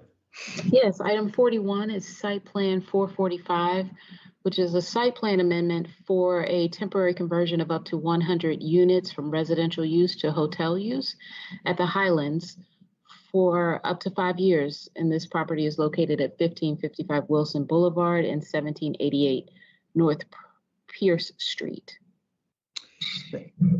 Thank you, Madam Clerk. We'll start with the staff presentation. Mr. Manager. Thank you, Mr. Chair. Making the presentation this afternoon is Kevin Lamb, and he is also going to be assisted by Rob Gibson from DES and then Mark McCauley from AED. So over to you, Mr. Lamb. Thanks, Mark. So good afternoon, board members. This is Kevin Lamb with the CPHD Planning Division. Good afternoon. And today I'll be presenting on a major site plan amendment for site plan number 445. So the subject item for today is a site plan amendment for a temporary conversion of up to 100 units from residential use to hotel use at the Highlands project for up to 5 years, and a modification to the hotel parking ratio. So the Highlands is located at 1555 Wilson Boulevard in West Roslyn. The site is bordered by atrium condos to the north, commercial office building and a ground floor Safeway to the east, commercial office buildings to the south, and the Heights Building school site to the west. So site plan number 445 consists of 2 residential buildings with ground floor retail, a new fire station 10, and a redeveloped Roslyn Highlands Park. The east building contains 559 units, and the west building contains 331 units, for a total of 890 units. The site is currently under construction and is anticipated to open this summer. The site is zoned CO mixed use and has a general land use plan designation of high office apartment hotel. The site is also located in the Western Roslyn Coordinated Redevelopment District, which is the special planning area of the GLUP. The redevelopment of these parcels was envisioned in the 2015 Western Roslyn Area Plan, with the primary goal of the redevelopment of aging public facilities and promotion of new mixed-use development, which could include residential, office, hotel, and retail uses. Therefore, the proposed hotel use is permitted in the site's zoning, the general land use plan, and the RAPS area plan. So looking at the proposal, all 100 temporary hotel units will be upgraded to meet building code standards for hotel use, and 5 will be accessible. The temporary hotel use will allow for faster occupancy within the building and contribute toward activating the entire development site and neighborhood amenities while residential units lease up. Upon termination of the hotel use, the units will be converted back to residential use. The applicant is also seeking a reduced hotel parking ratio from the required 0.7 to 0.5 spaces per hotel unit. The applicant anticipates most guests will not travel using their personal vehicles, but rather use alternative means of transportation, such as public transit and rideshare. The applicant also intends to use 50 of the 160 unassigned flexible use parking spaces for hotel parking. These flexible use parking spaces were included in the original site plan approval as excess parking that could be reallocated or removed at a later date, depending on the final site plan design needs. As a result, the request will not result in the loss of any parking spaces for residential, retail, or the fire station or school use. So lastly, the applicant does request a term for temporary conversion for up to 7 years. This brings up an issue identified during our review, as staff recommends the term for temporary conversion to be for a period of up to 5 years. A 5-year term is consistent with past temporary hotel conversion approvals, still allows for faster occupancy during lease-up and better aligns with the spirit of what constitutes a temporary use. The first 4 temporary hotel conversion approvals were for a period of up to 2 years and were associated with the Y Hotel. The Y Hotel's business model was to help occupy and activate new residential buildings that were largely empty during the initial lease-up period. So as residents began to move into these new buildings, Y Hotel's operations in the building gradually diminished. In most cases, Y Hotel's operations ended before the 2 years were up since the buildings leased up quickly. And the most recent approval was for a period of up to 5 years, which was at the Ames Center, which was approved in January of this year.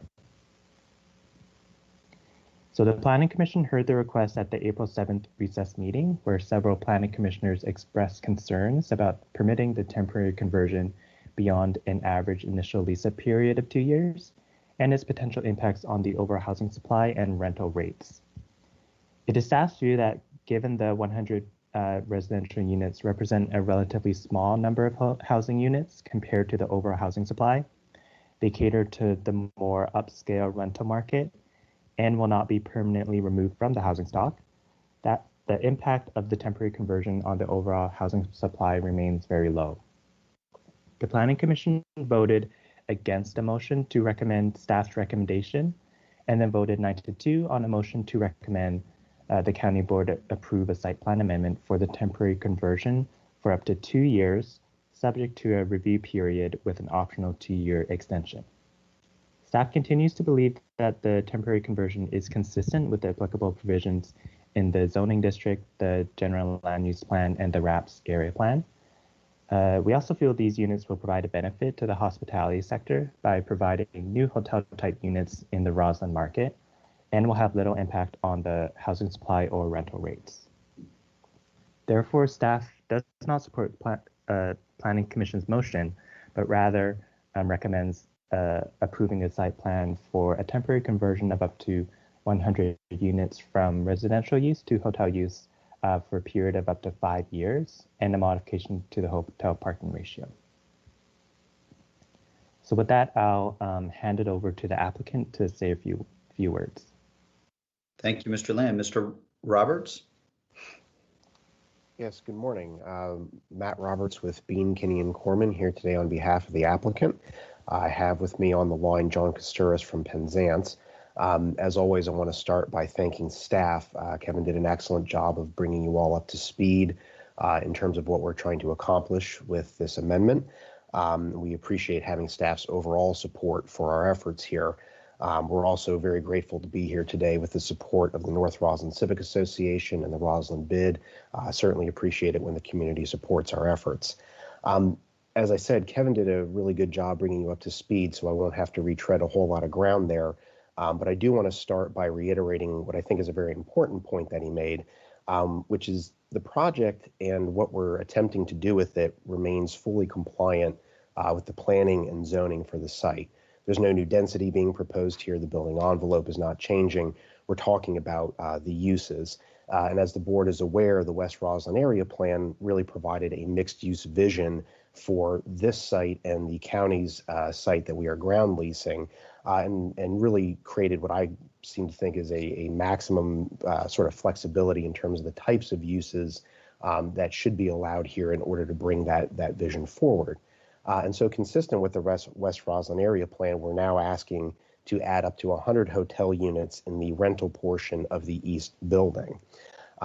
So you might be asking, why would they want to do hotel now? Why 7 years?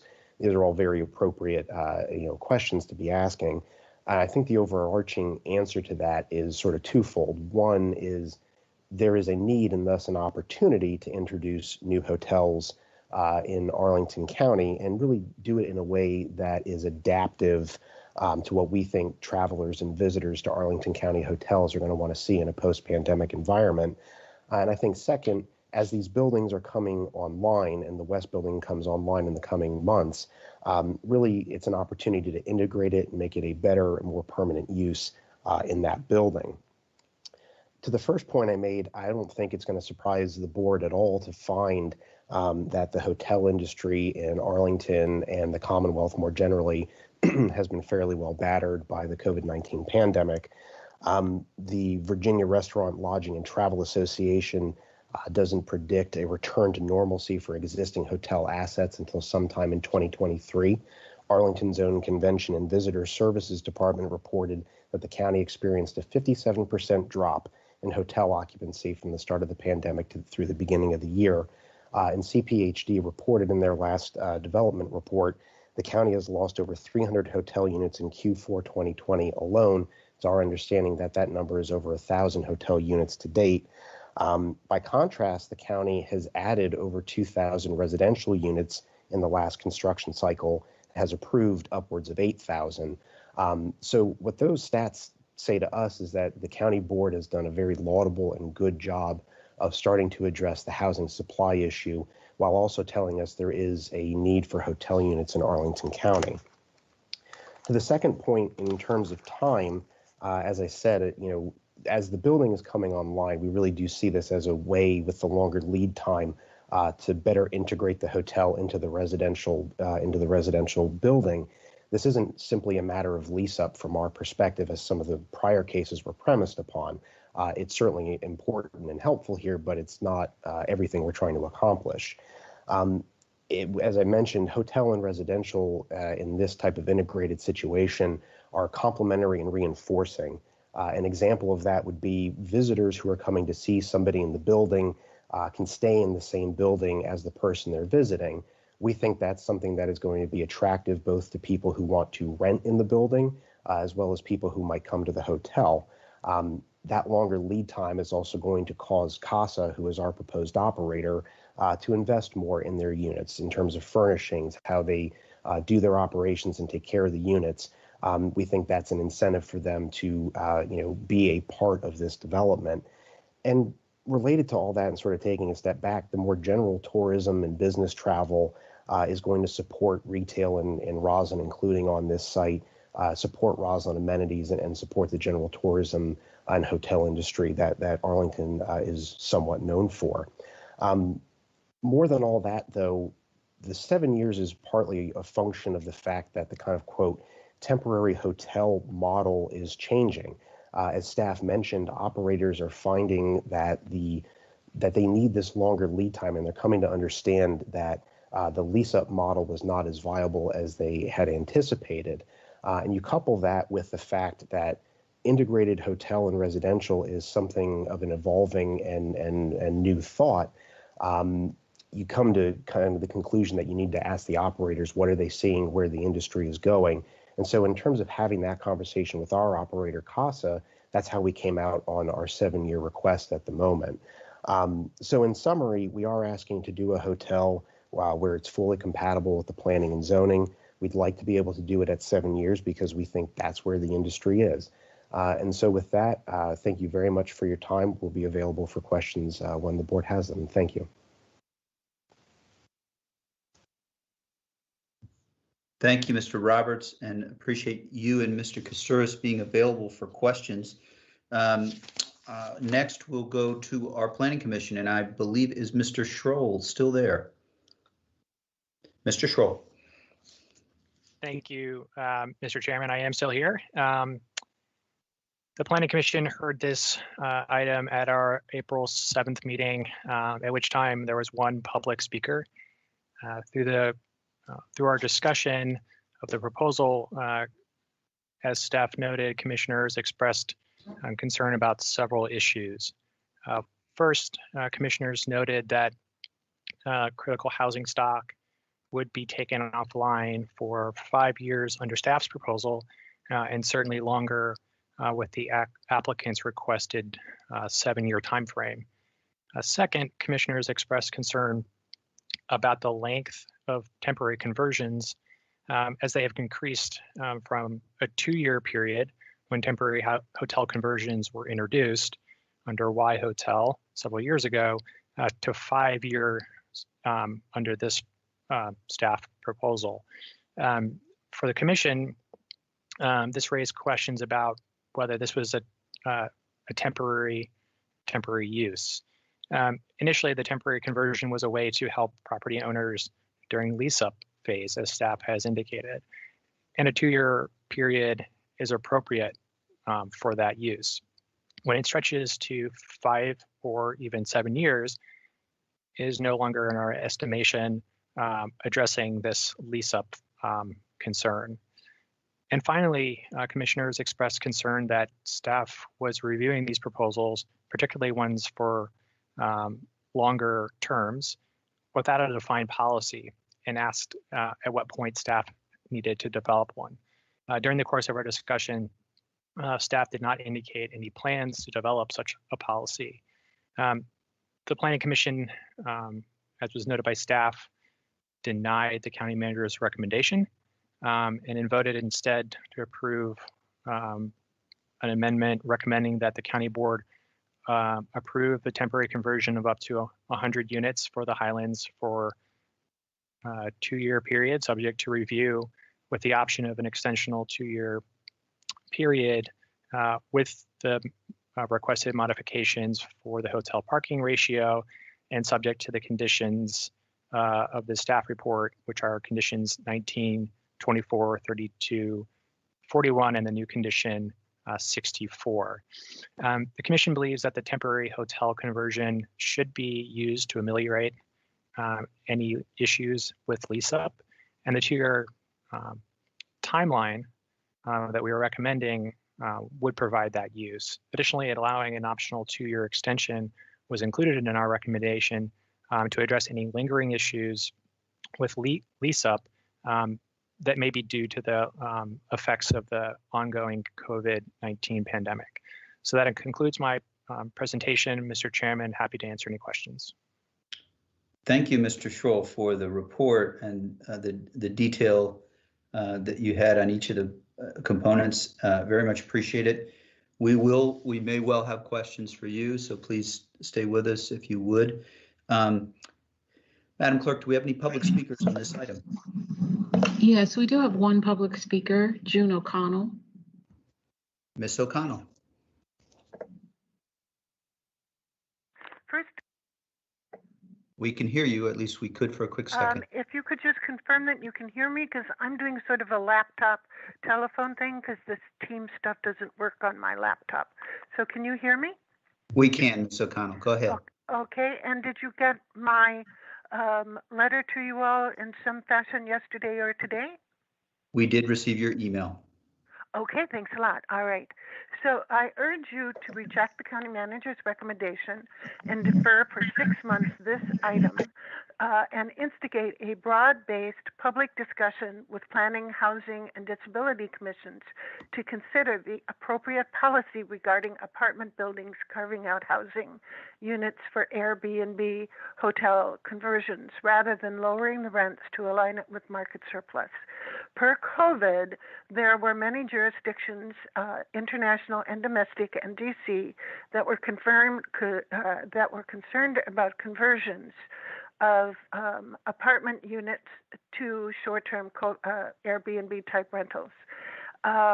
It seems to me, as a policy issue, isn't Highlands' application just capitalizing on COVID downturn to position itself to remove units and from the housing market and convert them to an Airbnb type profit model?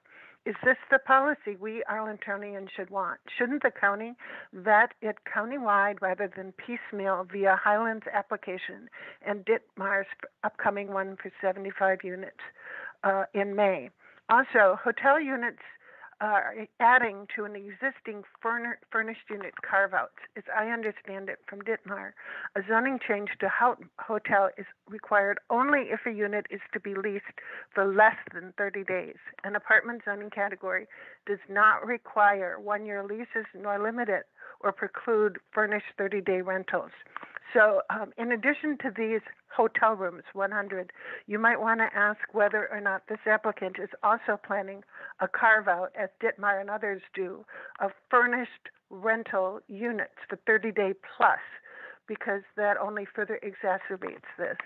I object to the fact that this wasn't submitted to the Housing Commission. As you all know, you're in the throes of a missing middle and other studies in which a hotly debated issue is whether or not more density yields greater affordability, or it just means more luxury, high-cost apartments. It seems to me that this falls well within that discussion. It didn't go to the Disability Advisory Commission, and only 5 of these units will be fully accessible. So wouldn't they have perhaps wanted a larger community benefit there? Segueing into an Airbnb hotel model via a CPHD lease-up is precedents should be rejected firmly. This applicant, to its credit, is clear. It wants a hotel. It wants a hotel model building on Airbnb for up to 7 years, and it wants the flexibility to develop how that brand works. They're not looking for lease-up. Also, let's be clear, as the applicant now concedes, there's no shortage of hotel rooms. Due to COVID, there's a glut, and existing hotels don't need new competition. What they need is more customers. So you have my sheet. You've called 3 minutes, and I'm here to answer your questions. Thank you very much. Thank you, Ms. O'Connell. Are there any other speakers on this item, Madam Clerk? No, they're not. The discussion is now with the board. We may well have questions of those here. So, colleagues, there's a couple of, as I see it, there's a couple of conditions that could be relevant, but the main question ultimately, though there's policy that leads to it, is 2 years, 5 years, 7 years, or a denial and for a 6-month return. So we'll certainly have at least there's a lot of policies before it, and there are also conditions. Start with Ms. Garvey.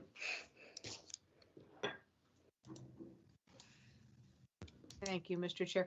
I'd like to just start out with kind of a basic question that's been raised by both the Planning Commissioner and Ms. O'Connell. I think for our staff, would you speak a little bit about the argument that what this effectively does is take housing stock, housing units out of our stock of units that are available for people to live in as homes? I think that's for Mr. Lamb. Mr. Lamb, excuse me. Maybe Mr. Lamb. I'm not sure who's best. Whoever. Yeah. In fact, several people could answer it. I can definitely touch on it. With these one-off requests, they're kind of relatively small compared to the overall housing supply, so it makes it difficult to kind of really extrapolate and analyze what the actual impact will have on the overall housing supply. Although, if taken together, all of these requests, there is some argument to be made to kind of see how this trend going forward will impact the overall housing market and supply. So that hopefully touches on it a little bit. I don't know if there's any other staff. Bit. Thank you. I saw our manager too. I don't know if Mr. Schwartz wants to comment on this or not. I was actually going to ask Mark McCauley to offer a few thoughts on this. Mr. McCauley. Yes, thank you, Mr. Manager, and thank you, County Board. Good afternoon. Yeah, I mean, the question of whether this takes housing stock out of supply, obviously the 100 units will be taken out of supply for the duration of the temporary use as they use as hotel rooms. I think maybe the broader question is the scale and the impact on the housing market. The units that would be replaced by hotel on a temporary basis would fall under our market rate Class A category of our newly developed category of units. There's roughly 20,000 of those in the county as of now. As a matter of perspective, we've added about 6,400 of those over the past 5 years at a really robust pace. That housing market is working very efficiently in delivering within planned areas housing to meet demand. In fact, I think the current down cycle they're seeing in that market is indication of a robust addition of supply that has led to a slight condition of oversupply. So I think this in and of itself is a relatively is a truly small amount of impact on housing supply of this type. Okay, that's very helpful. And then one question sort of associated. My read is that in a way, what the applicant is hoping to do is it'll be a while before these units, oh, sorry. Thought I turned off my sound, apologize. What the applicant is hoping to do is to anticipate a time in the future when hotel rooms will be needed and wanted and desired, and there won't be so many available because a number will have come offline during the pandemic. And perhaps there are going to be new requirements, or people will want a slightly different format for hotels to feel more secure. Is that kind of that this is sort of a timing issue? Is that, and I should ask the applicant, but I think I'll ask our staff what they think. Maybe we first to our staff. Mr. Yeah, I can address that as well as the applicant. I think the current statistics are that we've lost about 1,000 hotel rooms out of 11,300 since the start of the pandemic. So a significant amount of inventory has closed and will not reopen. That is in addition to known properties that have either existing entitlements or going through planning processes for conversions from hotel, at least in part, to residential. And a number of other properties we know are still wondering how they'll get to 2023 and beyond, when the market, I think we all believe, will turn. What this means is in the next several years, we'll have a much different hotel inventory than we did prior to the pandemic. And that new hotel inventory relative to housing is very difficult to build back up again. I referenced the 6,300 units we've added in the Class A market rate multifamily rental market. Over that time, we added 150 hotel rooms, which is the Hyatt Place and Courthouse. And over the past several decades, that trend has been clear that hotels are very difficult to deliver. So this new model, which we're all seeing across the nation, is really is one way, I think, how the hospitality industry may add inventory on a rolling basis as ground-up development becomes very difficult to finance, and existing hotels seek other options. Existing hotel owners seek other property options, such as residential conversion. All right, thank you. I'll stop right there, Mr. Chair, and just sort of sit back and think. I know there's some specific questions, but it's sort of trying to get a handle on the big picture, what's happening generally. Thank you. Sure, thank you, Ms. Garvey. There was and thank you, Mr. McCauley. I don't know if the applicant wants to speak briefly. We'll go to Ms. Crystal on this question. Either Mr. Roberts, Mr. Koustaris.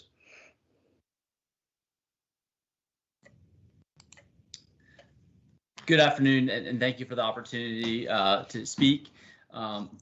Ms. Garvey, can you repeat the question so I make sure I answer it correctly?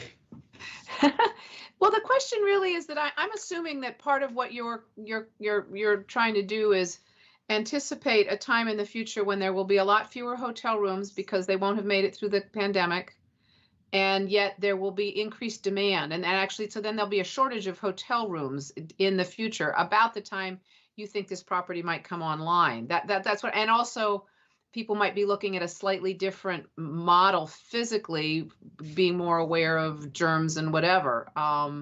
So that was kind of my question. Is that what you're sort of thinking about here a little bit? I think that's part of the equation. You know, like many, there's many variables in it, and I think we are anticipating a market rebound.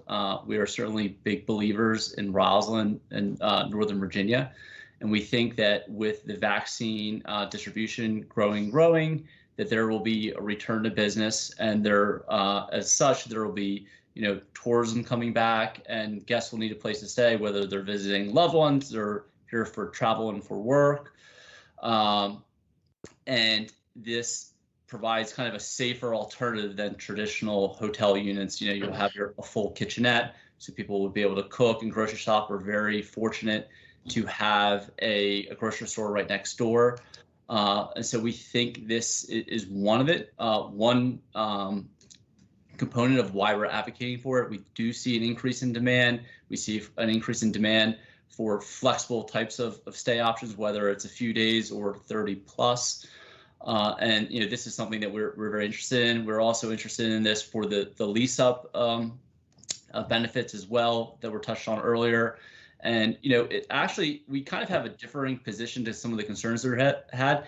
We in many ways see this helping the affordable housing issues in Arlington. How many times do you say when it's the holidays are here, when there's a celebratory event, gosh, I wish I had another room. I wish I had more space to stay. Wish I had more rooms for our guests to come and visit. And by many ways, by offering this amenity within a larger apartment building, you have the ability to flex up and kind of take your 2-bedroom home to a 3-bedroom home or a 4-bedroom home, and have room for for guests, but not have to go make that financial burden or commitment to buying a bigger home in perpetuity, or being forced to move out of Arlington to a place where you can afford a 3 or 4-bedroom home. This type of flexibility we see kind of being the future, and in many ways we think allows residents to be residents of Arlington longer, and we see that as a very attractive benefit. Thank you. That's helpful. And as a resident of Fairlington, where I have often wanted an extra room for like the past 40 years at times, thank you. I certainly understand that. So, Mr. Chair, I'm going to I've got the floor. One more quick question on this, and then I will be done, if I might. Are you anticipating then that people who are in the building, they would have a better, so it's a hotel, some people coming out, they have a hotel fee they need to pay, but if you're inside the building, that you have a better rate for people in the hotel? Are you thinking about that? There is a special resident program. I want to actually have the document in front of me. I think something like they get 1 or 2 nights free a year for guests to come and visit. So we see this in very much being an amenity to the residents of the building. That was my question. Thank you. I will now yield the floor. Thank you, Mr. Chair and my colleagues. Thank you. And thank you, Ms. Garvey and Mr. Koustaris. We'll appreciate that question, the response and the context. Very helpful. Ms. Crystal. Thanks so much, Mr. Chair. A question first for the applicant. Why not make this use of hotel permanent? Why not come to us with a permanent site plan amendment to make these hotel rooms a feature of this site for perpetuity? That's a great question. This space is evolving really quickly. I mean, I think the chart that Mr. Lamb brought up during the staff presentation shows, I mean, this use was first introduced in 2016 and didn't resurface until 2019. So, we have been very much studying this since it came in. It really wasn't mainstream when we submitted our original entitlement application. Hindsight being 2020, we wish we had the foresight back then, but this is really a new use. So I think for us, we're believers in it. We're believers in flexibility, and we're trying to adopt and keep current. If it is something that was very successful, that made sense for us, seemed to make sense for the community, maybe at a later time we would approach that. We're not 100% certain that this is the ultimate long-term vision of this property, and so we thought let's start down this path. And speaking with our operator, we're looking to establish a brand and a quality of a hotel that will attract repeat business, attract corporate business, will be a place that will, allow tourism to come in and service our retail. And so we're going down this path, but I think at this point in time, we're not saying this is something we're advocating for being permanent 15, 20, 30 years from now. And so, this is a new space, and this is the plan that our operator said that they were comfortable committing to. Thank you. I have a question as well for Mr. McCauley. We've seen some estimates in local media that rent in Arlington of apartments like those at the Highlands has fallen by as much as 15% over the past year during the pandemic. I understand you and your group have done some of this analysis as well. Do you have at hand the data on decreases in average rents? And is it disaggregated at all by age of the unit and submarket, such as Roslyn? And thank you for the question. We receive summary data through the sort of typical source, which apartment market performance data is submitted. I will say we've seen rents, effective rents, which are the true rents charged, have dropped about 10% over the past year across the Class A portfolio. A deep dive into segmentation would require probably a little bit of time and money spent on us hiring someone that could survey those communities individually to really get a deep dive. I think I'll also mention that a lot of the rent numbers you see are effective rents and are based upon surveys of rents that are units that are available. So they don't translate throughout the rent roll, meaning if you signed a lease 3 months ago at a rent, your rent doesn't drop. It's if you're renting a new unit, you may get a concession, what's called a concession, like a month free or 2 month free as an incentive to lease. So multifamily rental rates can be very volatile, meaning when the market returns, those concessions go away and new rents and the new rents are in place. I mention that because that's often a real challenge for someone that rented a unit with a concession, and then 12 months later their rent goes up 10 or 15% because the concession was removed, not because of the base rent was increased. Thank you. I can imagine it would also be particularly a challenge for someone who is bringing online a new building. It sounds like effective rents dropping 10% in Class A apartments would in particular impact what a developer or property manager bringing new apartments online could command in rent. Certainly the stress during lease up in order to get velocity to lease the building as quickly as possible place greater pressure on the need to provide concessions to get people into the building. Existing buildings have to deal with a significant amount, 30 to 40% of the building turning over every year. So that is still a challenge, but certainly leasing an entire building from scratch is further stress. Absolutely. So that's where you see a lot of the significant concessions are in new buildings during lease up because they're really trying to increase that velocity of getting to what we call stabilization, which is that first period where they've reached 92 to 95% occupancy. Thank you very much, Mr. McCauley. I appreciate that expert perspective. I will have some comments as we make our way towards a motion, Mr. Chair, but I'm done with questions for now. Thank you, Ms. Crystal and Mr. McCauley. Mr. Karantonis. Thank you, Mr. Chair. So one critical question here is why we have been approving this vehicle to help with the lease up for 2 years until now, and in the Ames Center for the first time for 5 years. I still understand, Mr. McCauley, that this was indeed only to help with the lease up of the building, so to make the investment stabilize as soon as possible. We're looking at a completely different thing now. We're looking at an applicant who wants to open a new business line, right? So question number one, is that I know that the hotels are suffering right now. We have lost over 1,000 rooms. They're not coming back anytime soon, but we are a good market. Are we, by allowing this flexibility, by allowing this business line, are we potentially creating a competition for our hotel investors here on the medium term? Yeah, and I think it's a very good question. One that we addressed with our hotel community when Y Hotel first appeared on the scene. And I'll give you two perspectives. The foremost being that the hotel industry, the sort of formal hotel industry, has been most concerned about what's been called the Airbnb model, which is the shadow market for hospitality units. And their biggest concern is an unfair playing field, where people are able to rent out units as hotels without the life safety, cleaning standards, paying the taxes. We have dealt with that in this county through our temporary stay ordinance, but it still is very much a shadow market. These new models, starting with Y Hotel and now to these new models, actually help solve that. And the hotel industry understands competition, and they just want a fair playing field. So I think that as long as in a model like this, the use is regulated, it pays TOT taxes, it has standards that align with the hotel industry. The hotel industry is not afraid of competition per se, meaning a new hotel project. They are more concerned about unfair, what they view as unfair, which is the shadow market. On the second point, I think certainly hotels now are continue to struggle with demand, and I think everyone is waiting for demand to slowly come back and then reach an apex where it returns to pre-COVID levels. I think the hotel industry has already seen a lot of their competition close and drop off.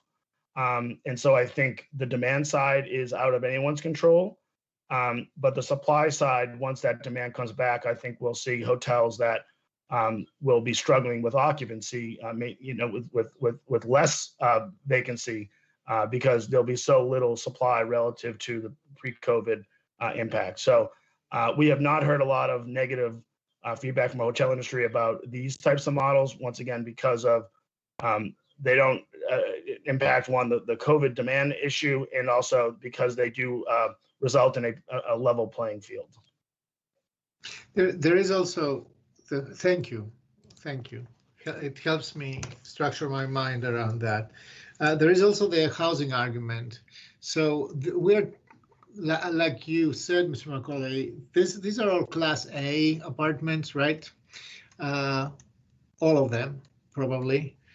So are we creating there a kind of an incentive for developers in the future to invest preferably in this Class A segment, and not make any extra effort to do anything below that in segments in which we have real deficits, because this is the lack of affordability, because they know that they have this vehicle to lease up to make up for any sluggishness in leasing up with using this hotel use in the interim or for a very long time if needed. In terms of how the market performs, I think the overriding factor of where new buildings come in terms of rents is related to the cost of construction and delivery of new units, and those demand, in order to get a market return, require rents at the top end of the market. I think what you'll see, and this is a broader point of the housing market, that certainly it's a nuanced discussion, so maybe not to go into full detail on this one item, but what typically happens in market cycles is when rents get sluggish, construction stops. You can't get buildings financed, they don't pencil out.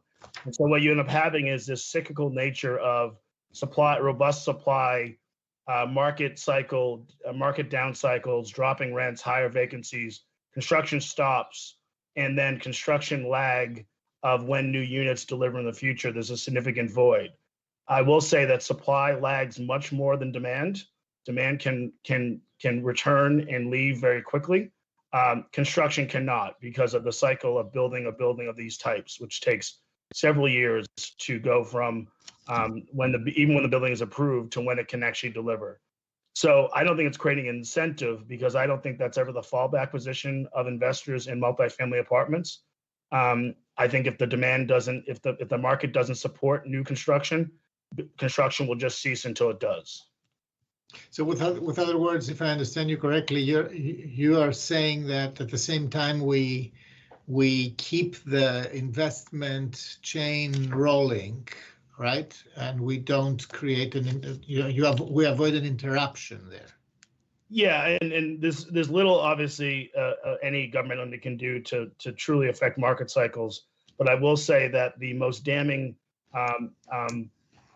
element of market cycles is volatility to the end user, and leaving affordable housing as a rent differentiation, but just people of what their housing costs are on a year-to-year basis as renters.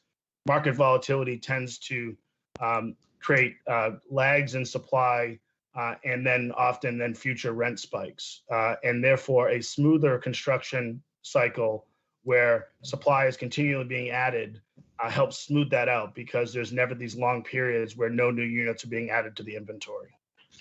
So does this semi-explain the 5 years that is in the staff's recommendation? I'll let Kevin speak to the details, but I think it's the 5 years was a number of factors leading into that. I do think the 5 years versus 2, or the 7 years across the applicant, is due to this changing model of these hotel providers within residential projects, that they are making more significant investments. Do see it as a longer term play than the I would say, the nascent idea that Y Hotel was, and they're changing their model as well. So it's really about, as innovative, disruptive parts of our markets begin to get more sophisticated, they often change their model as they move along. Okay, thank you. Thank you for indulging me. Thank you, Mr. Karantonis. So we've had questions. I feel like it's perhaps time for a little discussion. I certainly know we could get a motion on the floor, but I honestly am curious as to folks' insights, if there are individuals who want to share. I'll start just by saying that without a policy, I'm not inclined. I do understand the RAPS point that Mr. Roberts made, but I'm not inclined towards the 7 years. And I do find Ms. O'Connell's points compelling. However, at least I do share a touch of a thought that asking CPHD to prioritize finish within 6 months, a policy on this might change a little bit the CPHD's work priorities. So I have some, I'm drawn in part to the 2 years as a result that the Planning Commission recommended. I'm certainly mindful that the investment, there may be investment concerns that the applicant may have, but I guess I think that our focus can't exclusively be the investment concerns that are articulated there. But I saw a couple of hands. I believe it was Ms. Garvey and then Mr. Dorsey. I'm actually I'm not sure the order, but I'll go ahead. Thank you, Mr. Chair. I actually found the discussion just recently about the problem when you have this huge lag. Suddenly there's a need, there's demand, there's nothing there. I hadn't really thought about that a lot, on how I see how it affects the applicant, but I also now I'm seeing how it affects Arlington County as a whole. So I think it's actually in the interest of our community to see that doesn't happen. And I actually did not have a big concern about 7 years. I think I understand Ms. O'Connell's concerns. I don't quite see how this would go into a shadow market, because it's a company, it's a business. They're just not going to be, it's not going to be too shadowy. So all of that said, I'm okay with 7, but I think maybe a lot of people aren't there. They're uncomfortable with it. So I would absolutely go with 5, which seems like the nice in between the 2 that the Planning Commission wants and the 7 that the applicant wants. Going for 2, I think it'll just be back again very soon, and I don't know that we want to do this again that soon. In this industry, it feels to me, and in this world, 2 years goes by in the blink of an eye. So I'm fine with the 5 and going with the staff recommendation, unless I hear something really super persuasive from somebody else. I think that's actually better for the county and better for the applicant and better all around. That's my conclusion. Thanks. Sure. Thank you, Ms. Garvey. I think it was Mr. Dorsey and then Ms. Crystal. I think I'm in a similar place, finding that the 5 year seems like the sort of maybe just right area in order to allay concerns. But I will say that the concerns, as thoughtful as they have been, to me, don't actually bear out with the reality of this. I don't see this as materially impacting the housing supply. 11% of the units in one particular building within the Roslyn Ballston corridor and the overall Class A market that we have, not going to have a material impact. I don't see this impacting the hotel industry in a meaningful way for all of the reasons that Mr. McCauley talked about. So I don't see anything to really fear here. And in fact, the risk is being borne by the applicant, because 790 of the units in their building are going to need to be satisfactory to people who are long-term renters. And if this does not, on an operational basis, satisfy them, they're running a huge, huge risk. So I think it will be worthy to do this. And in many ways, what we have proposed here is a lot like what is fairly common in New York City, growing in cities like Chicago. And I will note that in many of the markets in New York City, where you have some pretty landmark buildings that are serving apartment and hotel uses, you do not see any impact on prices that have been the concern of some of the comments and discussion that we've had today. Thank you, Mr. Dorsey. We'll go to Ms. Crystal. Thank you. I do think it's worth stepping back, zooming up to the proverbial 30,000 feet and just thinking about why we as the county board and we as what I would generally describe as a pretty progressive housing county board that cares a lot about the price of housing and the supply of housing, why we approve luxury units like we did for the Highlands back when it was part of the REPS plan in 2017. It is not contrary to what members of the community sometimes believe because we want developers to make more money. It's because we need sufficient housing supply. And I know that it feels counterintuitive to a lot of people, stakeholders in our community or even in our conversations today, maybe has sounded implausible to some, that luxury housing has anything to do with housing that is affordable to our workforce or even ultimately lower income individuals. And in fact, the reality is that unless we allow new housing to be built, there is no hope of housing being market rate, lowercase a, affordable 80 to 100%, because the demand for those Class B or C units will be bid up without any Class A units to replace them and make rent even more expensive and less affordable to more segments of our community. This is why, speaking at least for myself, I approve more luxury housing units.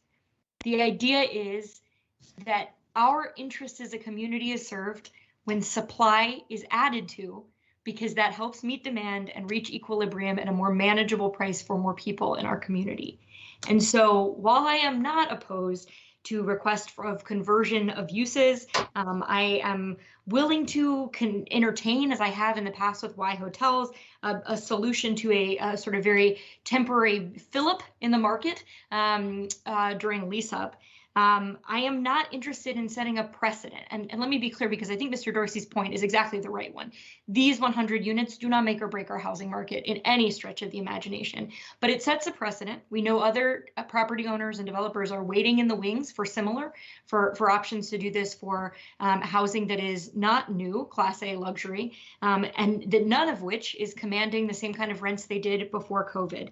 And so I am very concerned that we set the precedent that when the market is working in more or less the way we intend it, which is to say rents are stagnating or not rising because supply is meeting demand, the whole reason we approve supply, that we're suddenly going to be in the business of granting exemptions to the law of supply and demand. This is my real concern about it. I say this in due respect for the applicant. I understand that this is a creative solution to the fact that the rents this property might command have dropped 10% or more. I don't welcome the kinds of shocks to our housing market that COVID has applied by any stretch of the imagination. And I appreciate your attempt to keep this brand new building vibrant, well-used, profitable, frankly. But I think we are right now at a moment of setting precedent. We have many more stakeholders in our community interested in this model, and I think we need to proceed with a lot of caution about whether we are undermining our own goals. So, like I said, I think Mr. McCauley described in really helpful detail about why those sort of asynchronicities during lease-up can actually endanger our housing market over time. I have approved short-term conversions of these in the past with Y Hotels. I have welcomed when the full 2 years weren't even used because the buildings leased up so quickly. And I would like to see that happen here too. And so I am comfortable to some extent with the Planning Commission motion, but not any further. Thanks. Thank you, Ms. Crystal. And we should just to share there's the Planning Commission motion is 2 years plus 2 years. Yes. That's the Planning Commission's overall position. We don't have a motion on the table yet, but I just wanted to at least make sure we're thinking about that. Mr. Karantonis. Actually, I wanted to ask Ms. Crystal if she would be comfortable, more comfortable with 2 years as the corrective lease-up facility plus 2 years if the case can be done. And in the meanwhile, I believe that we have to ask staff to come up with a policy on this because this is really a new business line. It produces a lot of benefits. Ms. Chris is actually right.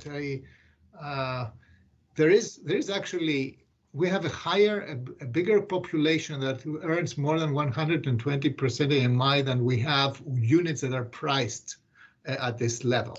You know that we have actually we are undersupplied in the luxury segment. If you and these people these households, they are actually occupying units in Arlington that are priced for lower, and so they are actually increasing the unavailability of units down the scale. So this may be a problem for the mismatch is big. It's not a small thing. So therefore, I'm based on the lack of policy and lack of extensive discussion and understanding of all this, my question is whether I would be amenable to go with the Planning Commission's proposal, 2+2.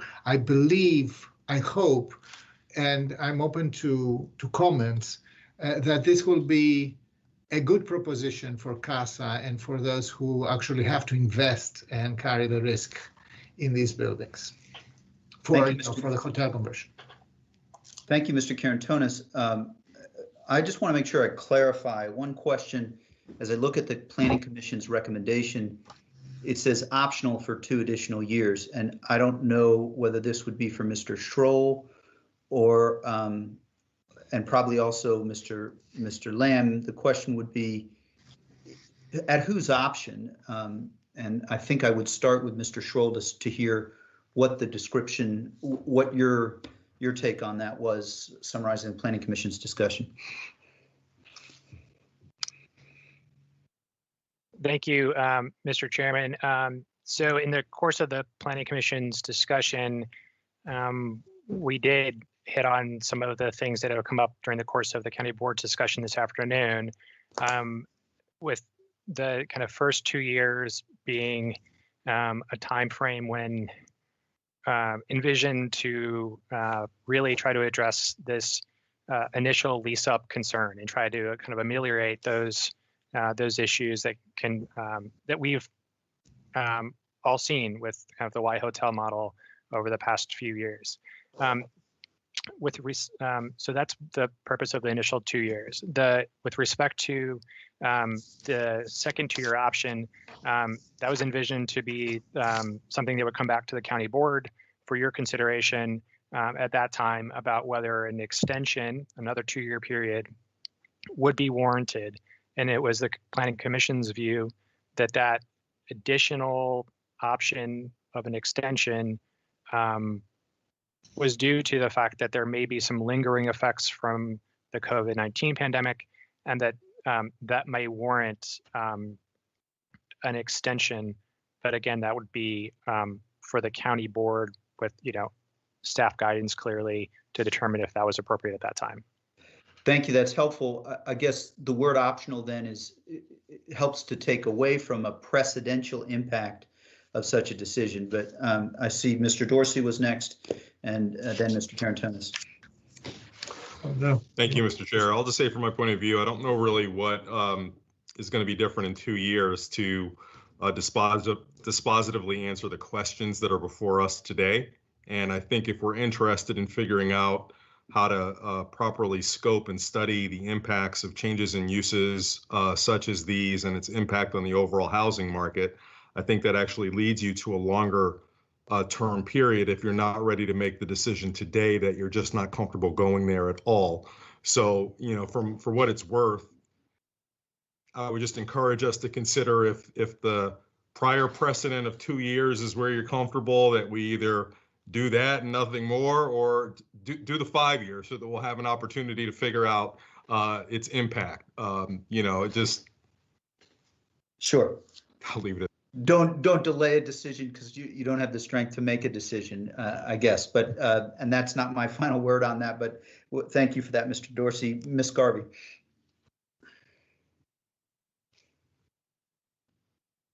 Thank you. As usual, I agree with Mr. Dorsey on a lot of things. And actually, yeah, go ahead and make it the 5. If it makes people more comfortable, do it the 4. I just think we're going to be back here in 2 years. We're going to have a long discussion. We still won't really know anything more. That just really seems too short to be doing. I get the policy, doing some policy work and certainly figuring out what our goals are. And I just think the whole market is so changing and fluid right now. It's hard to know what's going to happen with any of it. And I don't know that we'll have a really good idea in 2 years. Whereas I think we will have a better idea in 4 or 5. So I'll go for as much time as I can get. I just think that probably coming back in 2 years won't be too useful. I do understand the concern about setting precedent. I really do. But if we can get going on really kind of trying to be intentional about it and thinking about it and all of the ramifications, which a sort of a study would bring out, or at least some internal work, I think that's fine. But I think that's going to take time to do. So. I'd rather not do this again in 2 years, but if we have to, we will. So. Thank you. I don't want to take too long, but I do want to just make sure we sort of finish and work through. Do we have, I don't know if the CPHD work plan, if the manager wants to speak to any of this, or I don't know if Mr. Williamson is here. Briefly, you may not be able to add on that one. I'm not sure. Mr. Schwartz. Well, one thing I have discussed with staff, and I think that we will give some thought. There are site plans for residential buildings that are coming to the board I think each month for the next 3 or 4 months. And so, though I think to have a full analysis of this done, we would need to probably take 6 months. I've asked staff to do some very quick thinking because I think the issue will come up next month when you have a residential project with you. So I will get back to you with a better sense of a timeline. I'm not saying by next month we will have a full analysis or much more done, but I think it's something that you should affirmatively consider over the next few months. And then perhaps when we get to the end of the year, we'll have a more formal policy available for you to review. But more to come on that. Thank you, Mr. Schwartz. I don't know if there are any others. I did want to give a quick opportunity as we close discussion. I saw the applicant, Mr. Roberts. Did you have anything you wanted to add briefly? Yes, Mr. Chair, very, very briefly here. Certainly appreciate the discussion. I think Mr. Dorsey and Ms. Garvey said many of the same comments that we would, at the very least, we would ask that the board support, what others in the recent past have been supported on. We continue to think, the 7 years is appropriate given the market, but, in the end, to put this applicant back in a position of 2 and then re-arguing the case 2 years later would go against everything we're seeing in the industry and some of the other recent cases that the board approved. So appreciate the consideration. Thank you, Mr. Roberts.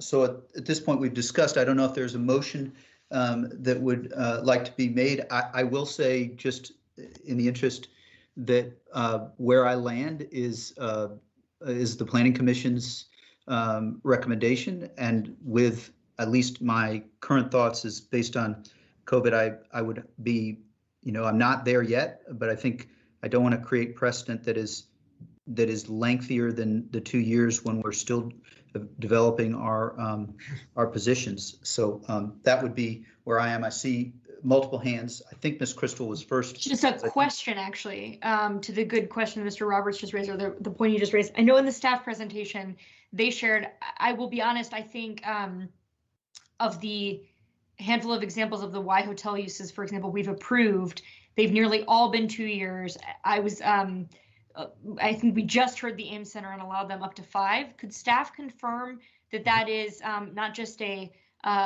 sample of examples, but the full set of examples that was available on slide 8?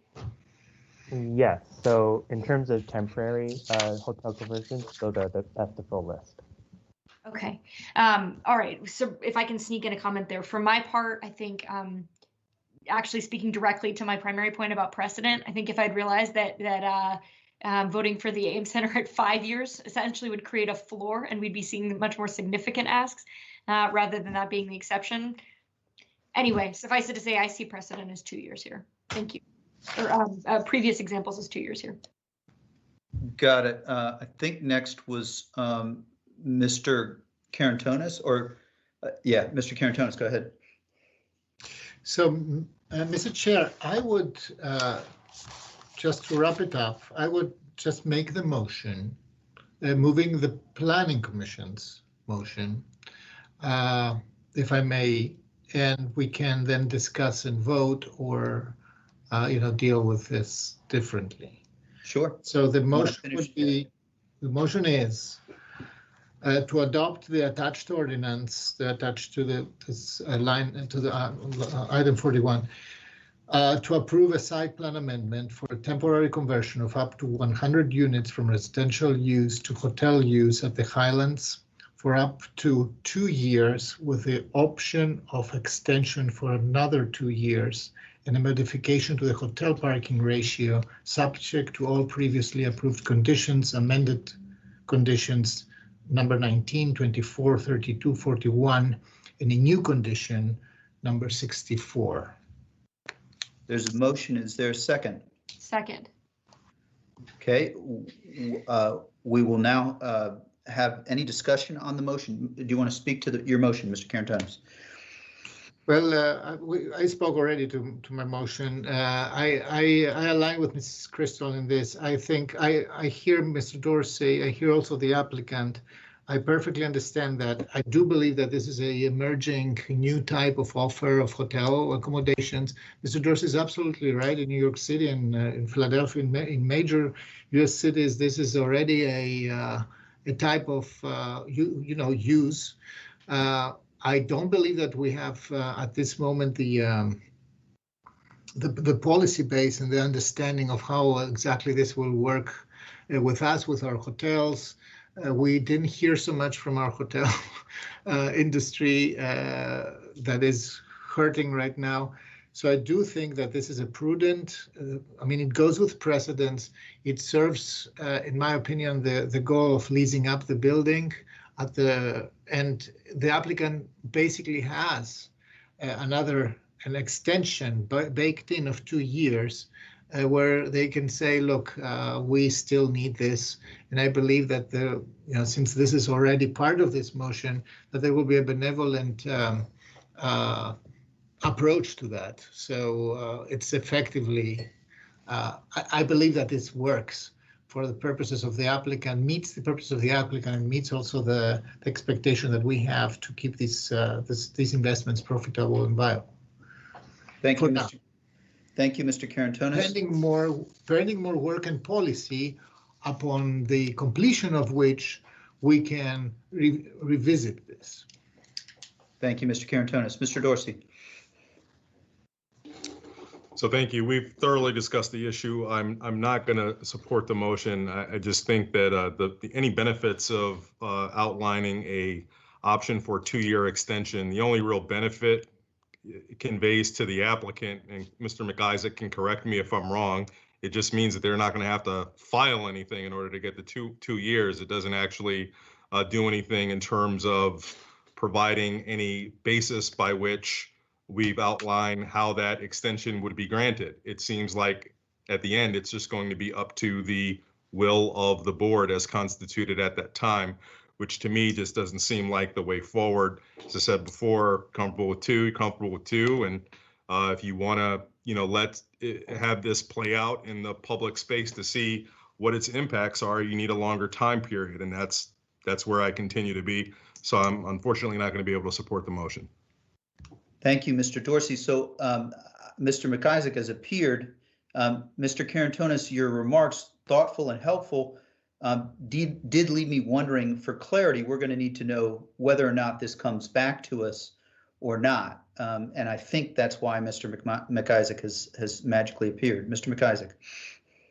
Yes, not without a great deal of magic, but I will say that is the clarity that I was seeking. I know the Planning Commission described it as an option that would be the board's to exercise. It would come back to you in 2 years at the request of the applicant to extend it for another 2 years.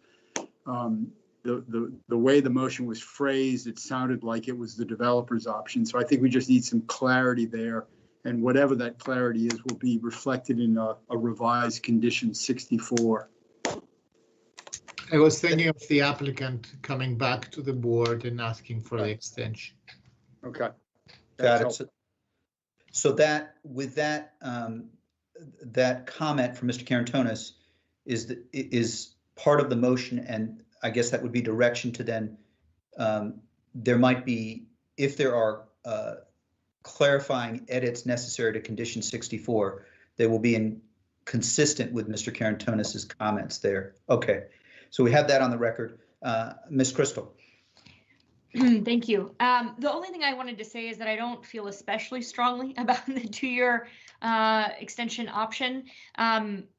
You know, I see the applicant has another hand up, and so I can, in short order, give the floor to them. My understanding from what you all have educated us on to date about your model is that the 2-year short-term lease-up model is different than the model you have considered thus far with this partner that would take at least 7 years. That's why you asked for it. So I don't think this is what's on the table from the applicant as a proposal we can titrate. I think we either say we're comfortable with what has generally been precedent in Arlington County of 2 years, or we're willing to really establish a new precedent here for more. You know, I'm happy to vote for the Planning Commission recommendation, because if it leaves open opportunities for creativity where the filing costs, for example, aren't as high to bring this conversation back, I certainly don't oppose that. But I think I just want to complicate things further by saying I think we need to look at our vote as a statement on what we think is within the interest of Arlington County, especially in terms of precedent, not whether we can titrate the proposal from the applicant by, you know, 2 years, 4 years, 5 years, or 7. Again, Mr. Kosturis can certainly tell me that I'm wrong, and it can be titrated year by year, but from how you've explained it to date, this seems like a different model, and one that you're asking for 7 years for because of its difference. Thank you, Mr. Crystal. Mr. Kosturis, I did see the hand. Go ahead. Great. Thank you for the opportunity to comment and respond to this. A couple of points that I do want to bring up regarding kind of like the shadow market and kind of the lack of transparency. I think, I hope in all of our interactions, we've demonstrated full transparency. When this discussion came up, we met with staff to discuss whether or not this was a use that we felt was appropriate. It's our understanding that staff does feel maybe not to the same duration. I think we can get comfortable with the 5-year model. We met with the Civic Association, which supported the application. We met with the Roslyn Bid, which supported the application. We met with Arlington Economic Development to support the application. The model is to introduce a hotel use that is in brand alignment with the housing units that are being brought on. That's going to provide a steady living option for folks that are visiting Arlington, that want to stay in Arlington for periods of time longer than 30 days to do business here. And so we're looking to partner with an operator that has that same brand alignment with us.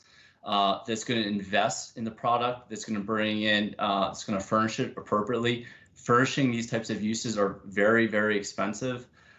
We've met with the building code official to understand what would be useful from his perspective in terms of enhancements to the building. We've already proceeded with upgrading a number of the units to be full type A handicap units so that we can accommodate visitors of all types of ability. So we've already made those financial investments based on conversations with the community being comfortable, the Civic Association being comfortable, with the bid being comfortable, with the economic development, county staff. COVID-19 has thrown everyone a ton of curveballs. I think in many ways we've leaned in. We have not shirked away from any of our responsibilities. In many ways, we've redoubled our efforts and our commitments to the county, introducing the public art, accommodations for the firefighters, for North-South Street.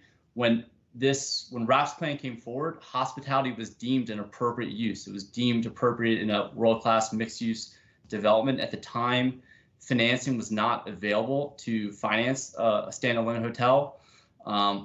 With the evolution of time and the way we use space, there is this really creative model to have kind of multiple uses housed under one rooftop. We think that's the way of the future. We understand if Arlington County is not able to make that big step forward to 7 years, and we would certainly be happy to compromise to the 5-year. But we think that 5-year model just creates a better, more vibrant community that's more invested in to deliver on the representations that we're looking to do. So thank you for the opportunity to provide additional comment. Sure. Thank you, Mr. Koustaris. Appreciate the steps that you outlined and made. We're coming towards a vote, but I want to give everyone to speak a chance to speak before the vote.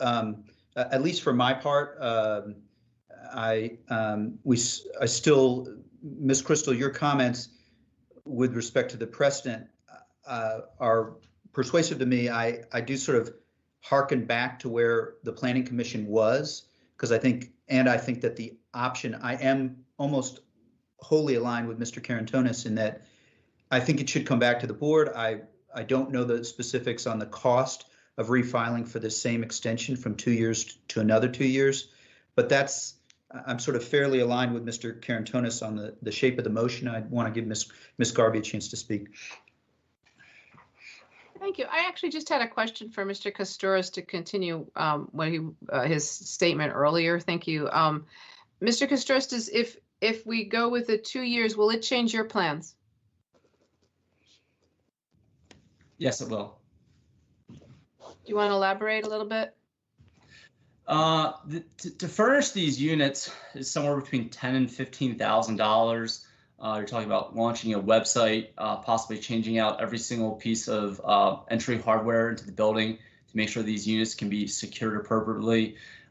There is the brand alignment concerns. If you bring in a use that is there for 12, 16 months, 18 months, the reputational concerns are not as great, right? If there's complaints on Yelp or whatever the rating systems are, they know that they're gone in 6 months down the line, 9 months down the line.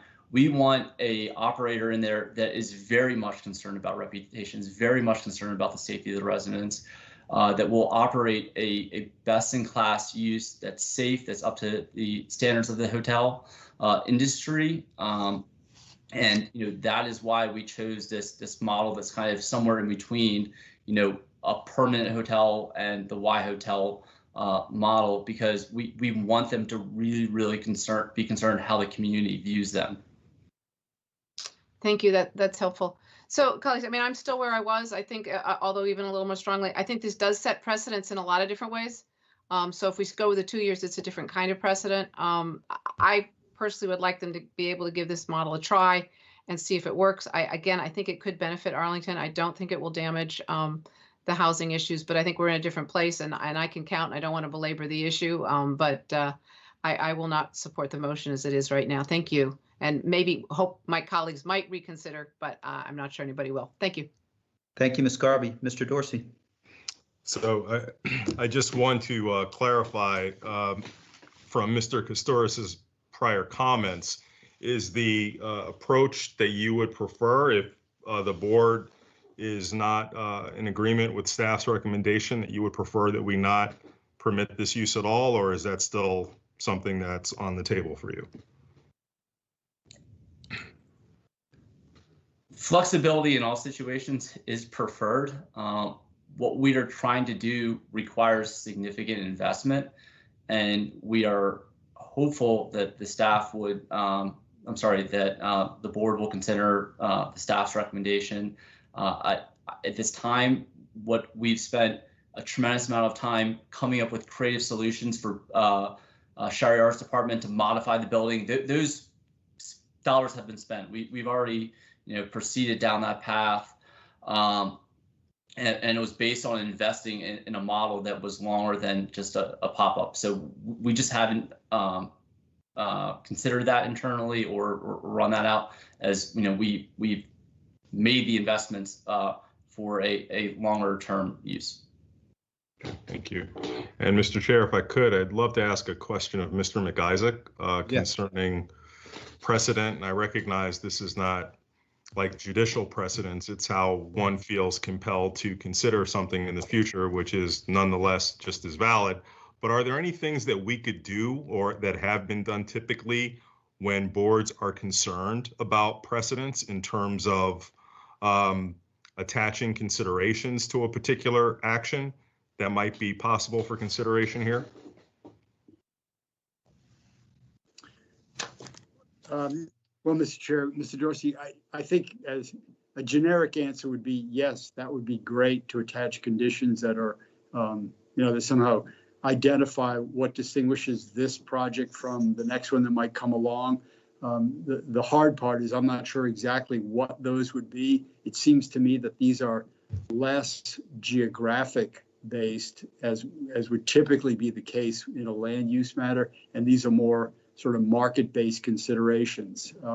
But sure, to the extent you can identify those, it might be helpful. But I will also say that those are the kind of distinguishing criteria that you can articulate on the next project when you perhaps don't give as much time, because maybe the market has changed or because of other factors that are brought to your attention. So I don't know that you necessarily have to do it right now.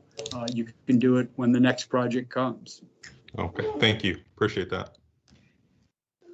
So, Mr. Dorsey, you had a good question so if we approve the Planning Commission's recommendations and the applicant decides that it wants to instead go back to the original use, I don't know whether it's Mr. McIsaac or Mr. Lamb, what would occur? Would they have to come back before us to get those units back as apartments? So this is Kevin Lamb with planning. I believe if the temporary hotel use isn't established by a CO, nothing would change. So those units would still remain as residential. Okay. All right. So we've had lengthy discussion. Mr. McIsaac, is that correct, just to verify?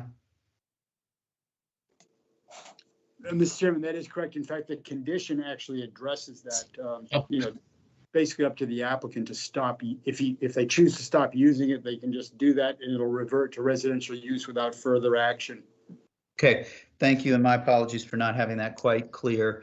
So for my part, I'm going to support Mr. Karantonis' motion. What we just established is that we've provided increased flexibility, at least from this board member, if I'm so lucky as to still be here in 2 years. I would currently be inclined to look favorably on an extension, but that the motion does not prejudge that. And so the question is on Mr. Karantonis' motion for the 2 years, the Planning Commission's recommendation. Mr. Karantonis? Aye. Mr. Dorsey? No. Did you, Mr. Dorsey, did you want to say something in addition? I don't want to cut off debate. I just want to be clear in concluding to just say at this point, for me, certainly I have a higher tolerance for risk in this regard than it seems the majority of my colleagues, which I fully understand and respect. I do think, though, that it's somewhat, I'm not sure what we're accomplishing by having an inclination towards renewing or not in 2 years and not just going with 2 or a longer time period. So I'm just not sure what signal that we send to either our community or the applicant, really all stakeholders. What has to change? What can people look at to determine whether or not this is something that is likely to earn an extension? And I don't think we've done that at all, other than saying we're just going to take another crack at it in 2 years, which is not that great in my opinion. Thank you, Mr. Dorsey. Chair. We have an aye and a no. We'll keep getting through the votes, but we'll go to Ms. Crystal. I just wanted to say, Mr. Dorsey, if the issue is the 2-year extension, I am completely agnostic on it. I'm happy to make a substitute motion. I mean, I think it is not at risk of prolonging this, right? The issue to me here is what is an appropriate amount of time to allow for housing to be temporarily removed from the market to respond to the fact that rent prices are down. I'm not comfortable going past 2 years. I don't particularly have a dog in the fight on the extension, and I think you've raised a good question about why it's perhaps even not only not necessary, but maybe confusing. So, if that's the issue that we've landed on at this late hour of discussing the item, sure. I just wanted to say I'm happy to support the motion with it. I'm happy to make a substitute or support a motion without the extension. I think that's to me, not the issue of debate and the issue on which I feel strongly about voting today. That's fair, Ms. Crystal. And just to respond, please don't go ahead and do any machinations to satisfy me. I'm going to be a no vote, whether it's 2 or 2+. Got it. So we'll have a policy by then as well. Thank you. We got a yes from Mr. Karantonis, a no from Mr. Dorsey, and I will, and I from Ms. Crystal and Ms. Garvey. Is a no. Got it. And so for my part, I am an aye on the motion, and the motion passes 3-2. I will respond to Mr. Dorsey and say fair that my comments might have been precatory with respect to the next piece, and that is as lawyerly as I would like to be for now. We've had a lengthy conversation. We are grateful for the applicant's time and consideration. We certainly appreciate the partnership and have had full discussion. There is flexibility there. We don't know your decision with respect to that flexibility will follow. So thank you. We will move on to our next item, and I'll ask Madam Clerk to call the next item. I should just summarize to be clear for parliamentary purposes. The Planning Commission's motion passes 3-2, and so the motion is agreed to, and Mr. McIsaac and those watching on video can note that the item, if it were the flexibility were requested past 2 years, it would have to return to the board. Madam Clerk, the next item. Item number 42 is consideration of the local historic district designation of a portion of the Freebury-Lothrop estate located at 6407 Wilson Boulevard. Thank you, Madam Clerk. For those waiting to speak on this item, thank you for your patience as we debated the last item. We'll go to Mr. Schwartz for the staff presentation. Thank you, Mr. Chair. We have Cynthia Lee Chase Torres with us, assisted by Lauren Ferris and then Eric Beach. I did want to say before I turn it over to Cynthia that I wanted to thank her because I know she's worked incredibly hard on this over the last couple of months. And she has a very interesting report to provide. And I, again, just wanted to thank her. Over to you, Cynthia. Thank you very much for the kind words, Mr. Manager. Good afternoon, Mr. Chairman, members of the board. Bear with me one moment while I share my screen and pull up the PowerPoint. Can you please confirm that you see the cover slide? We do, Ms. Leisha Torres. Okay, what about the next slide? Do you see it? We also see slide 2. You're good to go. Wonderful, thank you. So thank you all. It's a pleasure to be here this afternoon. This request for consideration of the Freebury-Lothrop estate as a local historic district was initiated nearly 1 year ago when an Arlington resident filed an application form with the zoning office. Staff determined the application was complete last June. As per the zoning ordinance, we must inform the property owner of the application within 30 days of deeming it complete. Staff notified the owner via letter last July. And since that time, staff and the chairman of the Historical Affairs and Landmark Review Board have been communicating closely with the owners. To date, there have been 4 public hearings on this request, including 2 by the HLRB last November and in January. In February, the County Board unanimously approved the request to advertise for April public hearings. The Planning Commission considered this item on April 5th and supported the proposed county manager's recommendations. Today's County Board hearing is the final step in the designation process, and the County Board will decide whether or not to approve the designation. At the preliminary public hearing last November, the HLRB considered the merits of the request based on the application form and heard public testimony. They voted unanimously to direct preservation staff to complete these 3 tasks. 1, to analyze and research the structures and grounds for potential designation. 2, to make findings of significance and determine which designation criteria in the zoning ordinance might be applicable.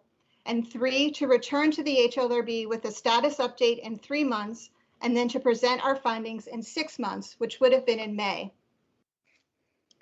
However, in December and January, the owners filed for county permits to demolish all the buildings on the site. This prompted the HLRB chairman to expedite consideration of the designation request at the next scheduled HLRB hearing on January 27th. At that important meeting, the HLRB made 3 more findings. 1, that the Freebury-Lothrop house was at substantial risk of being damaged or destroyed, and therefore that the HLRB must move expeditiously to protect the threatened resources. 2, that the homes and structures on the property met 8 of the 11 designation criteria in the ordinance, and 3, that all the structures and the property in its entirety, except the 11 paper lots fronting North Madison Street, be recommended for designation. The HLRB also requested that the County Board expedite its consideration of their recommendation due to the documented threat to the historic resources. This slide shows the HLRB's recommended local historic district boundary outlined in blue. It is comprised of the property's 4 main parcels that contain the front drive and lawn, the main house, and all the associated outbuildings. The estate contains a total of 15 parcels, the main ones in blue, plus 11 vacant lots that front North Madison Street along the edge here.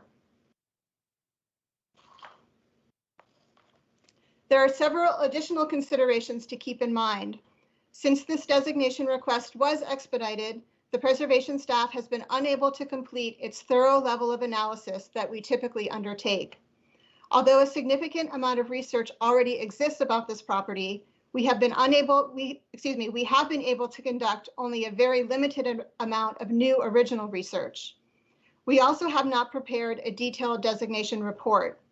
This would typically include physical descriptions of the buildings and site, statements of historical, architectural, and/or cultural significance, a full assessment of the designation criteria in the ordinance, and as well as preparation of draft historic district design guidelines. The preservation staff requested permission multiple times from the owners to access the property since the November HLRB hearing to document and study the buildings. Staff finally received limited access on March 24th, immediately prior to the start of the demolition activity. However, we did not have sufficient time to study each building as normally would be done as part of a designation process, but we did receive a tour of the estate and were able to photograph the exteriors and interiors of each building. Here are a few representative images of the property taken by the preservation staff on our March visit just prior to the start of the demolition work. Shown here is the main house that was expanded in 1898 during the ownership of Alvin Lothrop. The dwelling was designed in a heightened version of the colonial revival style, which made it quite rare. The photo at the bottom right is the rear wing, believed to have been part of the original 1859 house built by John Febri. Here are some interior photos of the 1898 main house.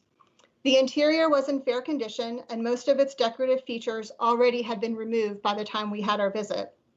However, the preservation staff believed there were architectural details that could have been salvaged prior to demolition, including original wood windows, doors, flooring, and structural pieces, as well as decorative columns, among other items. At the top center is a detail that was destroyed during demolition. It was a wood compass floor inlay in the front library, and you can see the image on the upper right is another view of that library. The photo at the bottom right is the attic space of the original 1859 rear section of the house.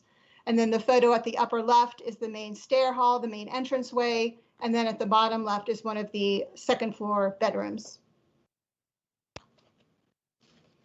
On our site visit, we also toured all the associated outbuildings. Here is a domestic outbuilding and office that was located immediately behind the main house. This building, constructed around 1900, again during the ownership of Alvin Lothrop, was designed in the Craftsman style and may have once been a secondary dwelling. It was connected to the rear of the house by a covered walkway. Mr. Randolph Rouse used the second level of this building as his office, and you can see some of his furniture and office decor in the images on the right. Behind the domestic outbuilding and office was the caretaker's house. The preservation staff believes this cottage was constructed around 1860. The building had a fieldstone foundation, which was similar to the fieldstone foundation of the 1859 rear portion of the main house. This cottage was flanked to the north and south by additions that were built around 1910, which gave the building more of a bungalow form. Again, wood windows and doors and other architectural elements like the porch columns and interior staircase as shown here could have been salvaged before demolition, but were not. At the far end of the property, closest to the rear gate off North McKinley Street, was the barn and tower outbuilding, used most recently as a garage.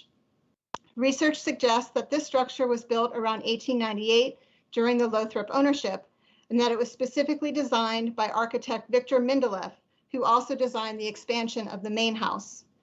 Most of this structure was set on a solid, coarse stone foundation, approximately 20 inches thick. The photo at the bottom left shows the interior stable area and the stone foundation walls. The most striking feature of this structure was its 8-sided tower, which was probably used as a water tower. This tower, along with the hip-roof dormers and wood shingle cladding, are products of Mindeleff's experience as an architect for the U.S. Life-Saving Service, which is the predecessor to the U.S. Coast Guard. And the photo at the top right shows a portion of the stairway leading up into the tower. Lastly, here is a view of the in-ground swimming pool that was on the property, located east of the main house. It was constructed in 1934 and had a below-grade bathhouse. To be eligible for local historic district designation, properties must meet at least 2 of the 11 designation criteria detailed in the zoning ordinance. After our site visit, the preservation staff reevaluated these criteria and determined that now only 3 are applicable for this property. They are included in summary here. Criterion B, having character, interest, or value to our history. Specifically, this property is significant at the local level for its agricultural history during the mid to late 19th century. It represents the growth and changes associated with agriculture in the county, including its evolution from an upper-class farm to a late 19th century country estate that was modernized into the 20th century. It also has significance for its use as a signal station, hospital, and other wartime functions that were common fates for civilian houses during the Civil War. Next is criterion D, or association with significant persons. This property is associated with locally significant persons. It was owned by John E. Febri and Mary Frances Ball circa 1859, both members of 2 prominent local families. Febri was a real estate broker and served as a superintendent of Alexandria County Schools during the late 19th century. In 1898, the property was owned by Alvin Mason Lothrop, a co-founder of the DC department store chain Woodward and Lothrop. In 1951, Randolph Rouse purchased the estate. He was a real estate developer and also the longest owner of the property. However, in addition to these prominent residents, there possibly were several enslaved people, mostly young adults and children, who were forced to live on the property and work as domestic servants or farm laborers. After the Civil War, about 15 African Americans and/or non-white people continued to work in those same roles for the Febri family.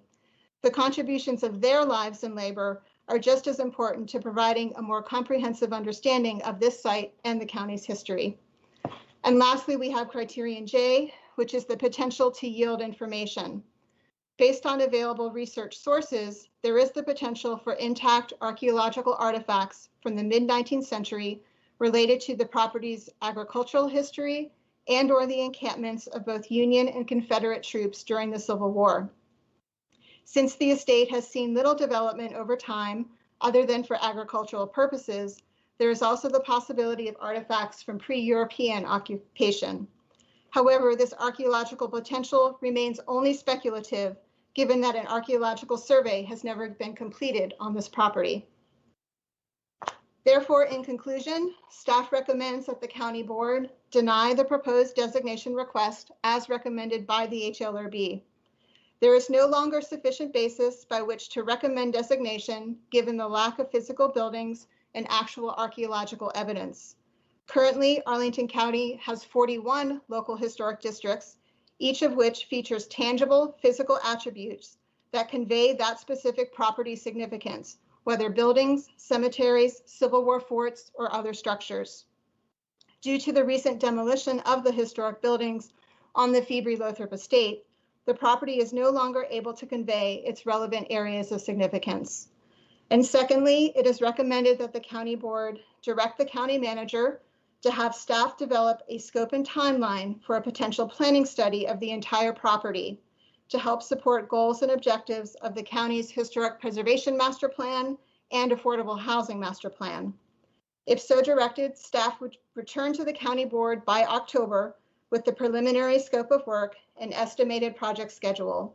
Such a study might consider historic preservation items like archaeological investigations and/or historic interpretation, and housing-related objectives such as increasing housing supply. At that time, the county board would decide whether staff should undertake this type of study. I'll conclude by reminding the board that a process for updating the preservation master plan is now well underway. To help guide the county's vision for the next decade of preservation efforts, there will be several opportunities for public input on various preservation topics. Our planning effort will study existing historic preservation tools and processes, and will explore potential new tools, incentives, and overall goals. To that end, the preservation staff and its consultant team will review the current local designation process and assess opportunities for procedural improvements using the designation request for the Febri-Lothrop estate as a case study. This concludes the staff presentation, and we are available to answer your questions. Thank you. Thank you, Ms. Lices Torres, very much for the presentation and your thorough work on this. We will now go to the, I know we have additional staff who are available for questions, but we will go first to the applicant, Mr. Dickinson.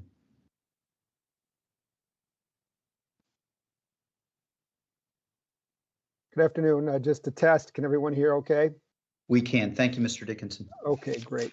Thank you very much, Chairman DeFerranti and members of the board.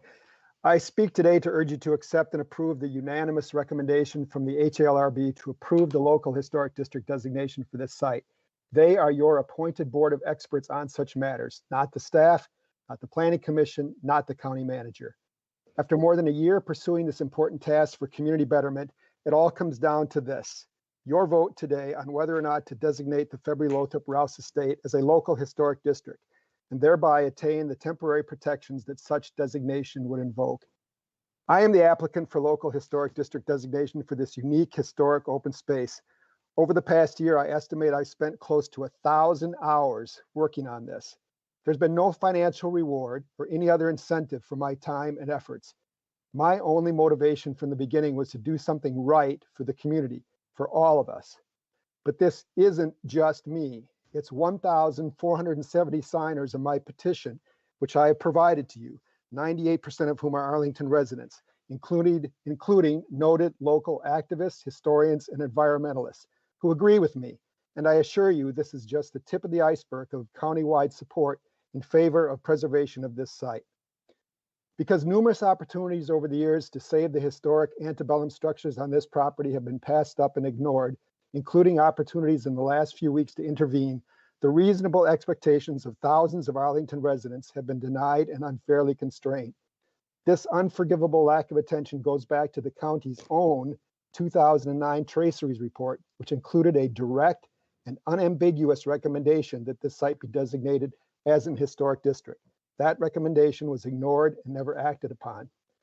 The local historic district designation application was for both the land and all of the historic structures on it, on behalf of all of the citizens of Arlington who own the history associated with this site.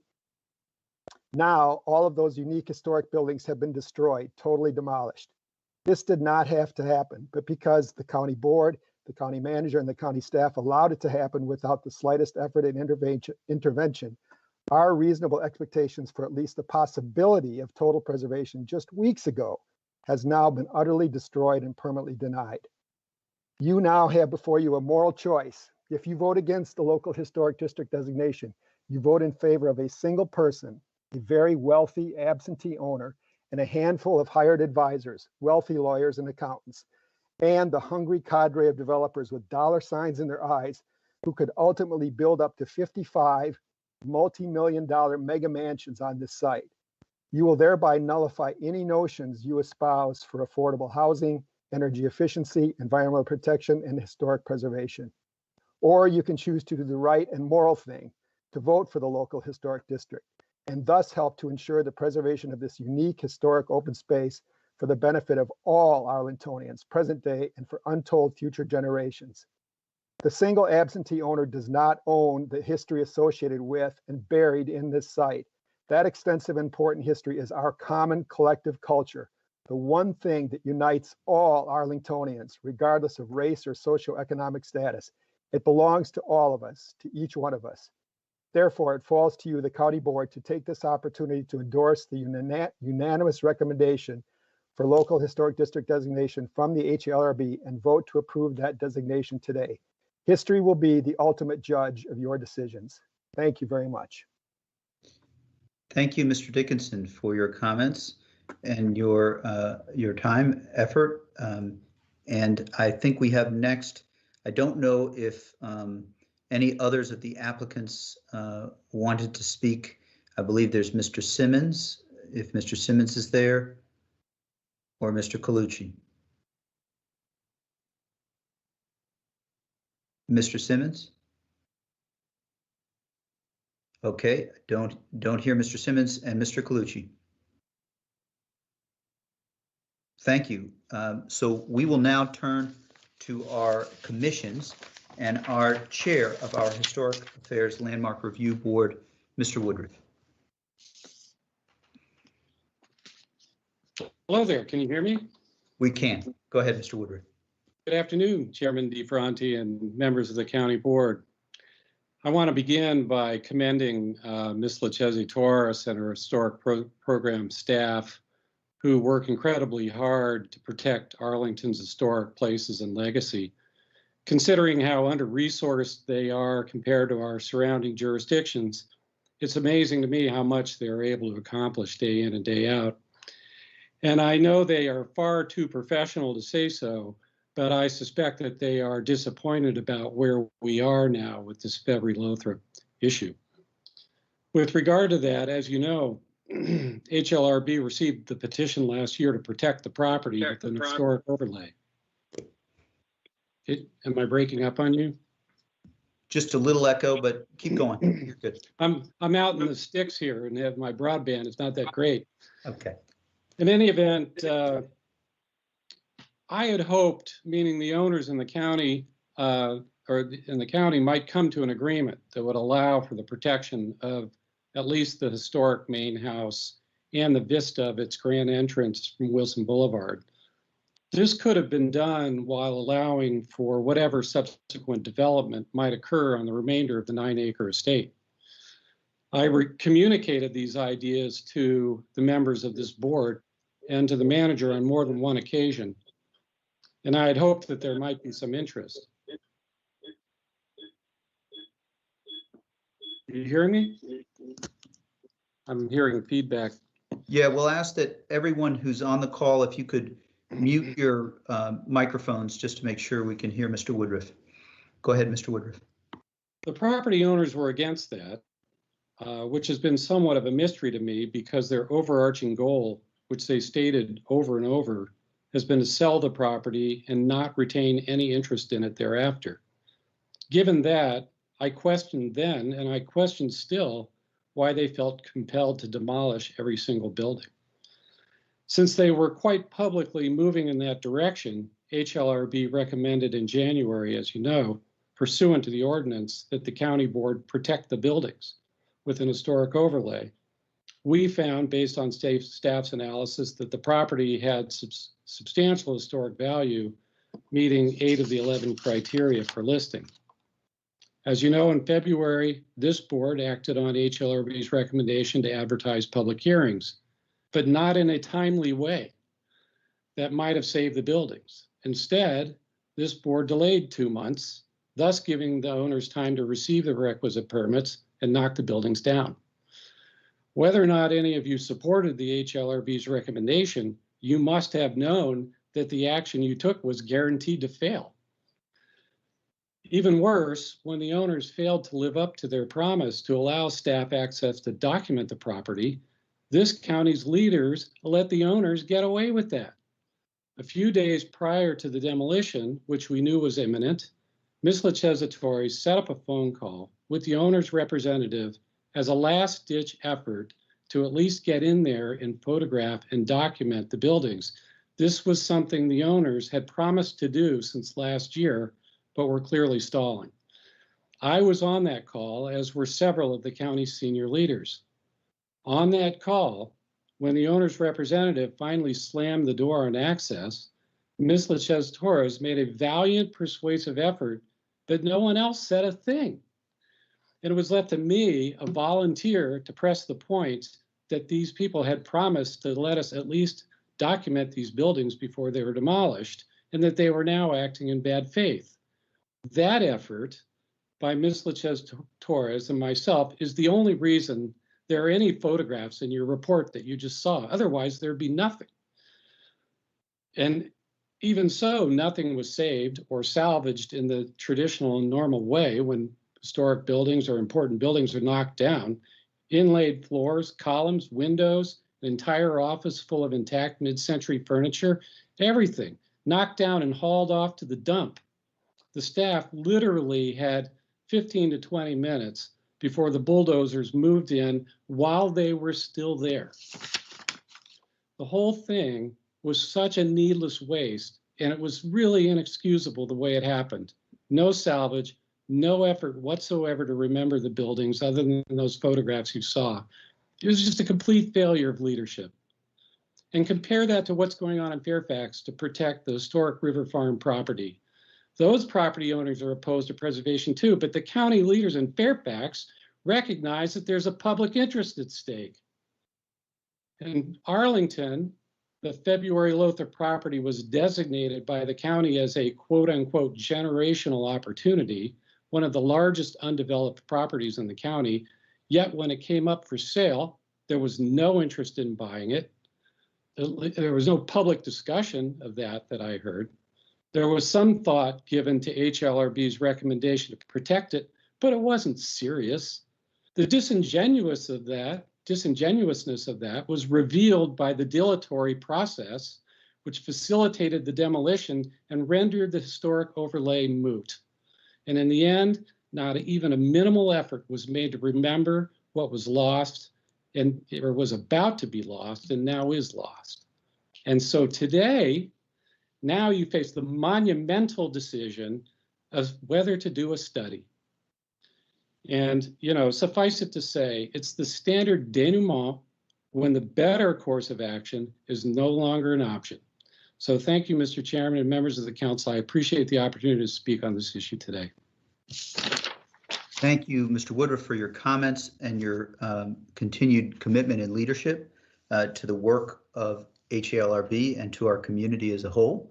Now we will go to public testimony. Madam Clerk, do we have public speakers on? Mr. Chairman. Yes. The Planning Commission also heard this matter. Oh, thank you. I apologize, Mr. Schroll. You saved me twice today. So, Mr. Schroll, okay. Go ahead.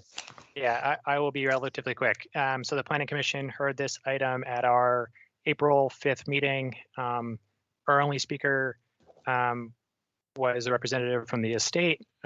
We also heard and received a commission report from Chairman Woodruff of HLRB expressing concern about the failure to act quickly enough to save the property, and also the inability to document the building's design and kind of further salvage or save any of the building materials, similar to the concerns he shared moments ago. During our discussion, commissioners expressed regret for the loss of the building and noted a desire to avoid situations like this in the future. Commissioners mentioned that the staff's evaluation and case study though would be valuable moving forward. Several members noted that the proposed R6 zoning for the site is really not the highest and best use, and several agree that further study could help identify another use that would be preferable. Commission members also noted, as Mr. Woodruff just did, the generational opportunity that this site presents, and stated that the county does have an opportunity, if it wishes to do so, to purchase this property to realize that generational opportunity. In addition, the commission raised a question about whether the proposed study that staff would complete by October of this year would really be timely and would allow the board to kind of prevent any by right development of the property in the intervening months. Given that the buildings historic buildings have been torn down, and there is no basis for the historic designation. The Planning Commission concurred with the staff recommendation and recommends that the County Board deny the proposed local historic designation of this portion of the estate as recommended by HLRB. In addition, the Planning Commission recommends that the County Board direct staff to explore and report to the County Board by October 2021 of the potential planning study and schedule of this site in support of furthering the historic preservation master plan and affordable housing, historic preservation master plan and affordable housing master plan objectives. This concludes my remarks, Mr. Chairman, and certainly happy to answer any questions. Thank you, Mr. Schroll, for your comments and for flagging, making sure that we heard from our Planning Commission. Now we will turn to Madam Clerk and see if we have any public speakers on this item.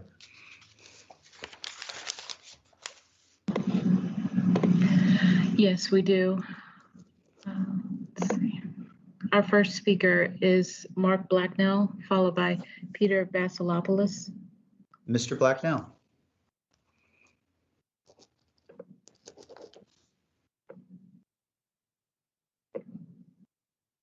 Mr. Blacknell, are you there? Okay. We will.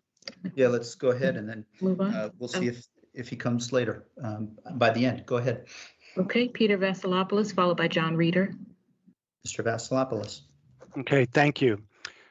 This week marked the 160th anniversary of the start of the Civil War.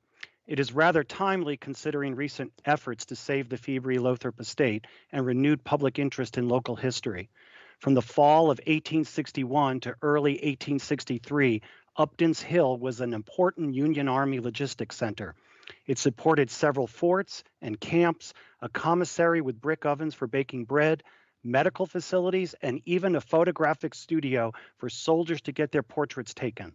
Finally, at the base of the hill at 4 Mile Run, there was a train depot that provided supplies for over 35,000 Union soldiers that camped there during the Civil War. Every day, local historians are discovering new information about Upton's Hill. Greater access to online digital collections, including official documents, diaries, letters, and regimental histories, are providing a new perspective on what happened there. Today, the February-Lothrop estate is the last undeveloped section of Upton's Hill. Last month's demolition of the February house increased Arlington citizens' awareness of how important it is to preserve history. Today, I am urging the board to designate a portion of the existing 9.5 acres as a local historic district so a public park can be created. This park would serve multiple purposes. It would provide the necessary space for historic preservation and interpretation. It would conserve some needed open space and assist with water drainage and retention. As we look back 160 years and remember the sacrifices that Union soldiers made on Upton's Hill, preserving a few of the remaining acres of the February estate is a relatively small price to pay to honor their memory. Thank you for the time. Thank you, Mr. Vasilopoulos. Our next speaker is John Reeder, followed by Audrey Clement. Mr. Reeder. Can you hear me? We can. Go ahead, Mr. Reeder.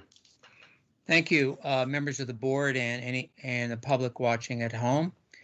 I also emailed a 3-page memorandum going into some of the legal aspects of historic designation that I would appreciate. I hope you've read. I'm here to support local historic designation of the February-Lothrop estate, all 9 acres. Despite the sad loss of the 170-year-old house last month, land is a wonderful and historic point in Arlington that needs to be preserved as open land with historic elements added as needed. This drawing that is up on the screen is from 1861 from a Civil War Union soldier stationed there for several years. As you can see, there were a lot of tents and temporary log cabins. The property, despite the loss of the houses, still meets at least 6 of the 11 criteria. Only 2 criteria are needed for the county board to affirm the Historic Review Board's recommendation. A word of thanks to the County Historic Review Board led by Dick Woodruff for their diligent work, as well as their unanimous recommendation that the estate met 8 historic criteria. My thanks to County Historic staff as well, and to County Board Chair DeFerranti and Board Member Taranconis, who met with us last December and January. The County Board should follow the county ordinance, which indicates that only the 11 specific criteria can be used to make a decision. Nothing in the ordinance indicates that a property owner must agree. The board must only use the criteria in the ordinance to decide and cannot use other factors, since these would be arbitrary and abuse of discretion under state historic law. As was mentioned, 1,500 people signed a MoveOn.org petition urging historic preservation. The Arlington Historic Society and the Arlington Parks and Rec Commission support the preservation of the estate as a park. There is broad community support to keep it open land and add to our parkland.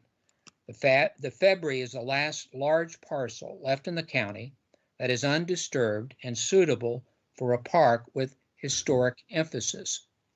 I would also like to speak to the role, and I've mentioned that in my memorandum, the role of the Planning Commission and the county manager and county staff in recommending making comments about historic preservation. Our county ordinance only mentions the Historic Review Board as having any power to make recommendations. The state law is very clear. Only a local Historic Review Board has any role, along with yourself, of course. So I would recommend only accepting the HALRB's recommendation. Thank you. Thank you, Mr. Reeder. We'll go back, Madam Clerk. There's one speaker we didn't get yet. I wondered if he was here. Is that Mark Blacknell? Yes. Mr. Blacknell.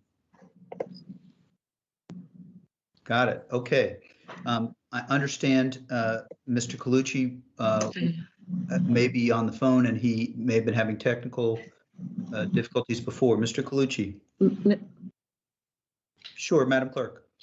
I was going to say, do you want to finish up the 3-minute speakers on our list before we go? Oh my goodness, I apologize. Thank you for keeping me long day, and I do want to go here. We have our next speaker. Go ahead, Madam Clerk. Okay, we just have 2 more, Audrey Clement, followed by Bernard Byrne. Ms. Clement. Yes, welcome members of the board and the county manager. I'm Audrey Clement, the independent candidate for county board. Those who witnessed the recent demolition of the historic landmark Rouse Estate were overwhelmed with shock, awe, and a tremendous sense of loss. Many Northern Virginia residents no doubt wonder how a county that boasts Arlington Cemetery, the Eternal Flame, and the Iwo Jima Memorial could have so little regard for Civil War history embedded in the 166-year-old Rouse Estate. At a January 27th meeting of the Arlington Historic Affairs and Landmark Review Board, Tom Colucci, who represents the trust that governs the estate, explained that historic preservation was off the table. He said, quote, "The trustees of this property have a fiduciary duty to sell the property for the highest price that they can get. So they are adamantly opposed to any designation of the property. The intention, candidly, is to demolish the structures and then proceed with the sale," end of quote. Such arguments have been rejected by countless jurisdictions throughout Virginia, which have opted to preserve their heritage rather than desecrate it in the name of profit. Why then was County Board swayed by the greed of a few rather than the enlightened citizens appointed to its own boards and commissions? Consider that Tom Dickinson, one of the principal proponents of preserving the estate, has served on the board of directors of the Arlington Historical Society and the Arlington Heritage Alliance since 2003, was a founding director of Preservation Arlington, and is a member of the Wisconsin Trust for Historic Preservation. Not only did County Board reject Tom's plea to save the Rouse Estate, he was actually denied the right to speak on the subject at the March 20th, 2021 board meeting. That's not all. The county sat for almost a year on Tom's petition to designate the property historic, a designation that would have spared it from demolition. The county also sat for 12 years on a recommendation by its own paid consultant to declare the Rouse Estate historic. Now, after the matter is conveniently moot, it has acceded to a hearing. As a parting shot to historic preservationists, staff recommends against preserving the grounds of the Rouse Estate because the owners oppose it. Once again, developers say jump, and the county asks how high. It is clear that the county's embarrassing cultural deficit is exceeded only by its egregious bad faith. Thank you. Thank you, Ms. Clement. Our next speaker is Bernard Byrne. Mr. Byrne. Hello again. First of all, years ago, I was thinking about nominating myself. However, I realized staff has a real shortage of people and funds to do these things.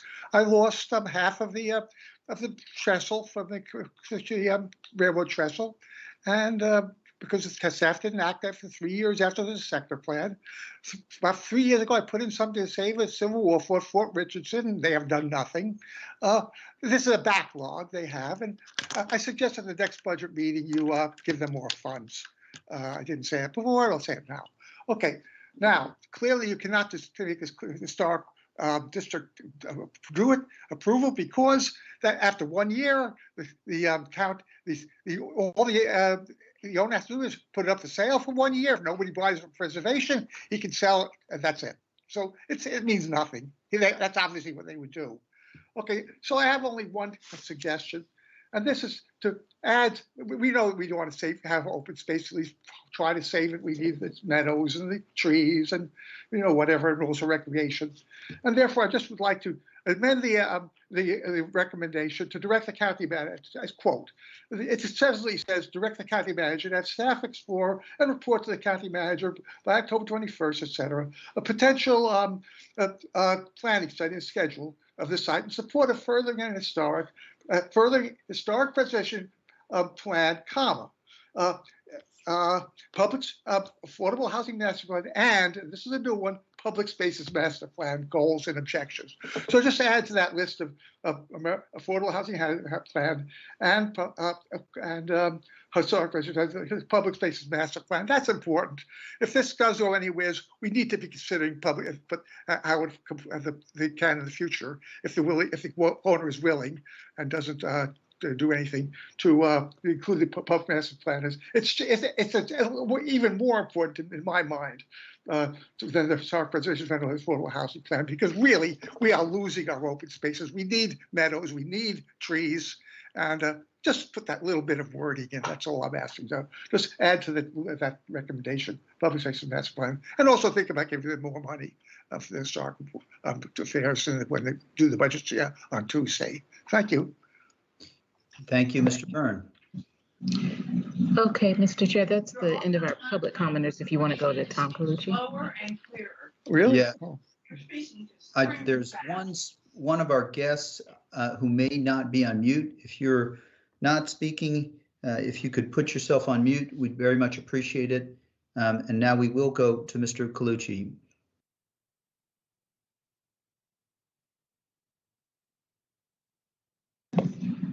Mr. Colucci, do *6 to unmute yourself. Oops. Mr. Colucci? He may just be having difficulty with the unmuting. That's Okay. *6 on your phone keypad, Mr. Colucci. We have heard from the applicant, and we've heard from our public speakers. I know that the applicant for the historic designation, of course, is Mr. Dickinson, and so we will proceed.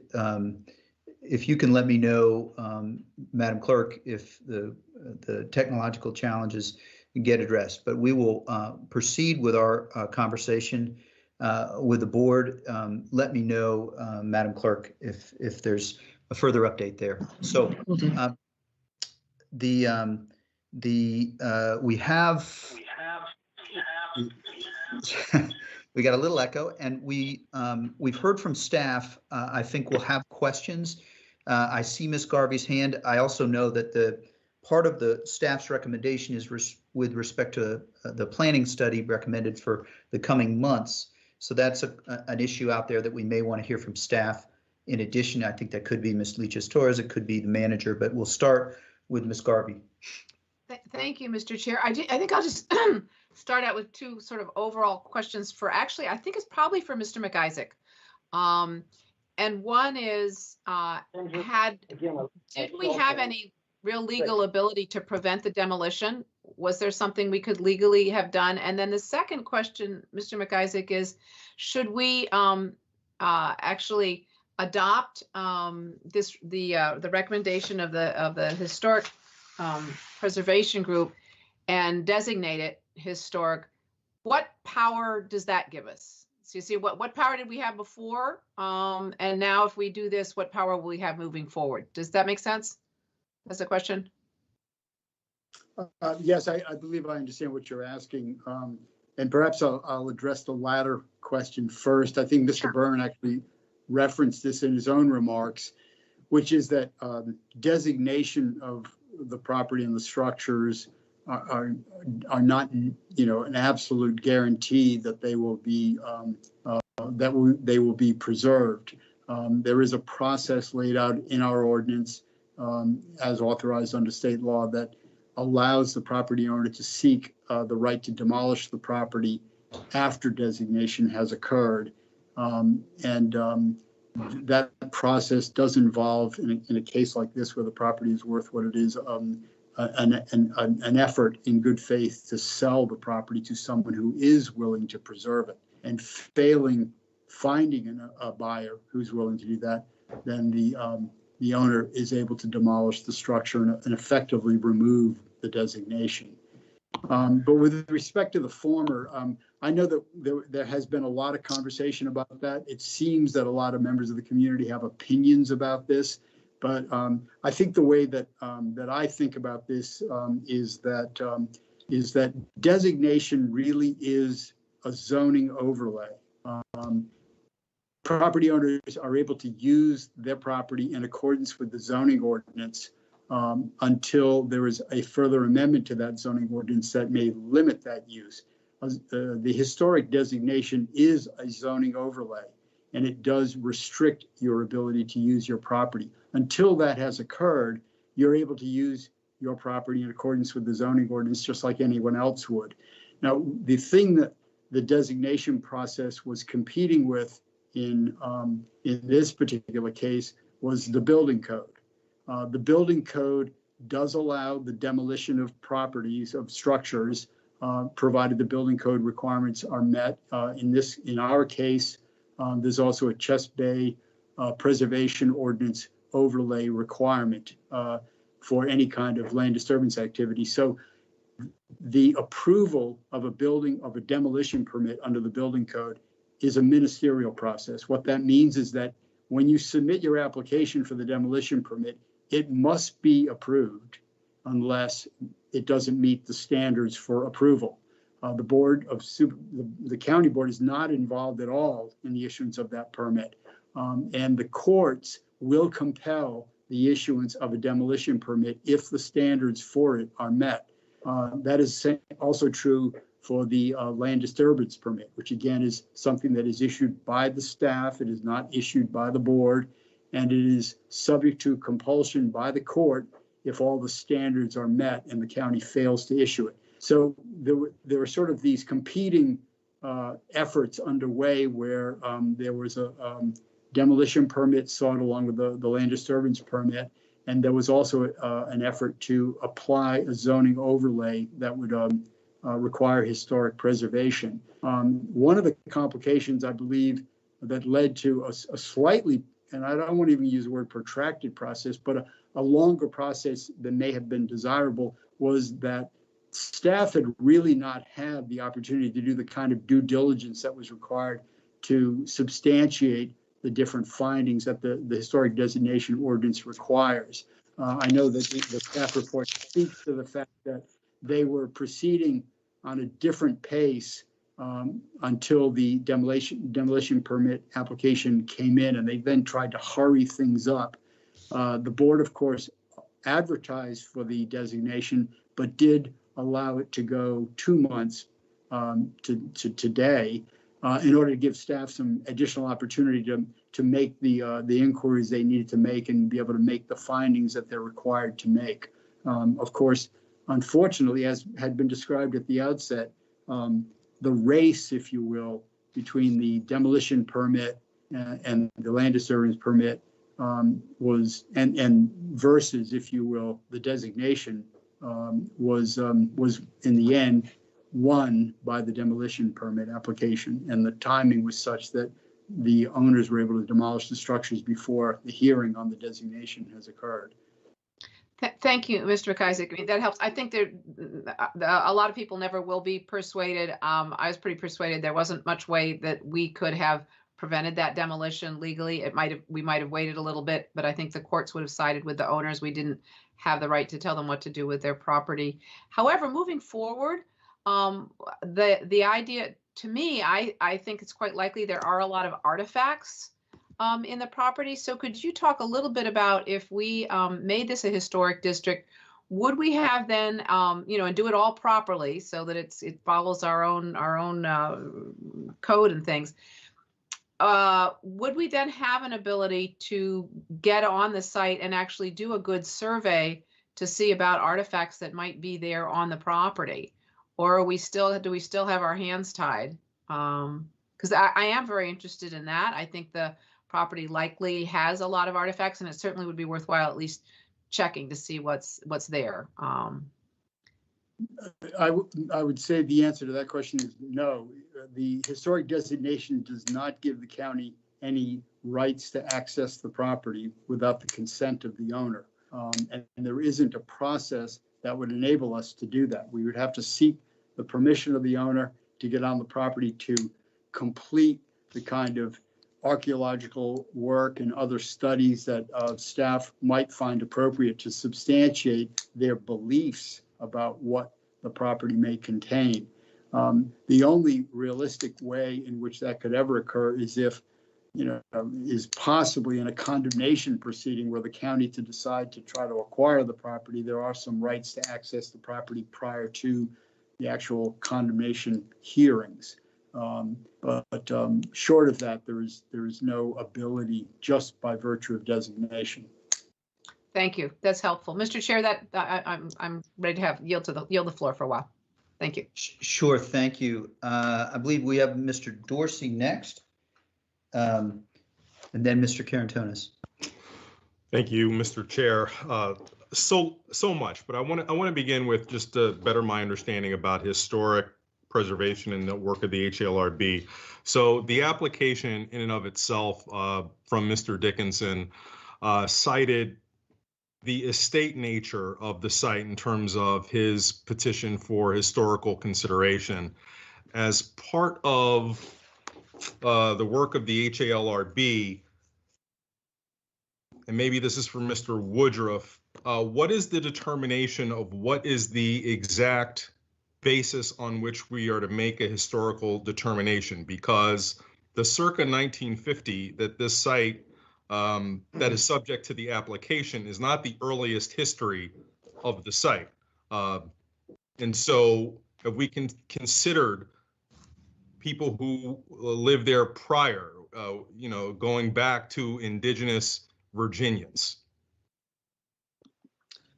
Mr. Dorsey, it's all of the above, and probably Ms. Lachese Torres can explain better, but there are many factors that stem from the Department of Interior's list for guidance in listing properties on the National Historic Register that are duplicated in our statute, and all of those factors can be considered. But I think she's a more appropriate person to answer your question in full. Ms. Lachese Torres. Sure. Thank you, Mr. Woodruff. Thank you for your question, Mr. Dorsey.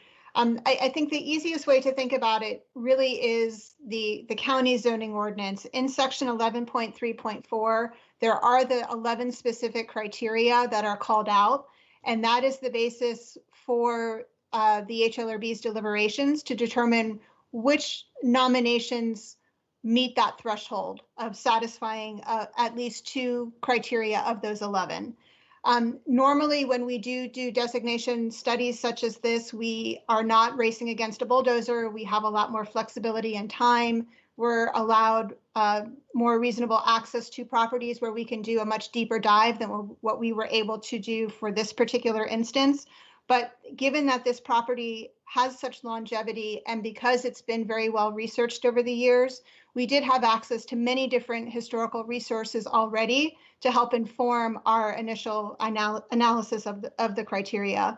And then as you'll see from the staff report, once the buildings were demolished, we did do a reevaluation of those criteria to give you a better indication of what our professional recommendations are now that the buildings are no longer on the site. So it really can range from anything within those 11, whether it's related to buildings and architecture, to potential for archaeology, affiliation with people, and there's a whole range. So that's really the best guidance that we use to make these determinations. I appreciate that, Ms. Lucchese Torres. Is it fair to say in summation that at least most of the historic value is articulated from the community and as evaluated by staff was predominantly, though not exclusively, about the structures that existed above ground and the people who lived there during the period after 1865? That is a correct summation, yes. Thank you. Thank you, Mr. Dorsey. Mr. Karantonis.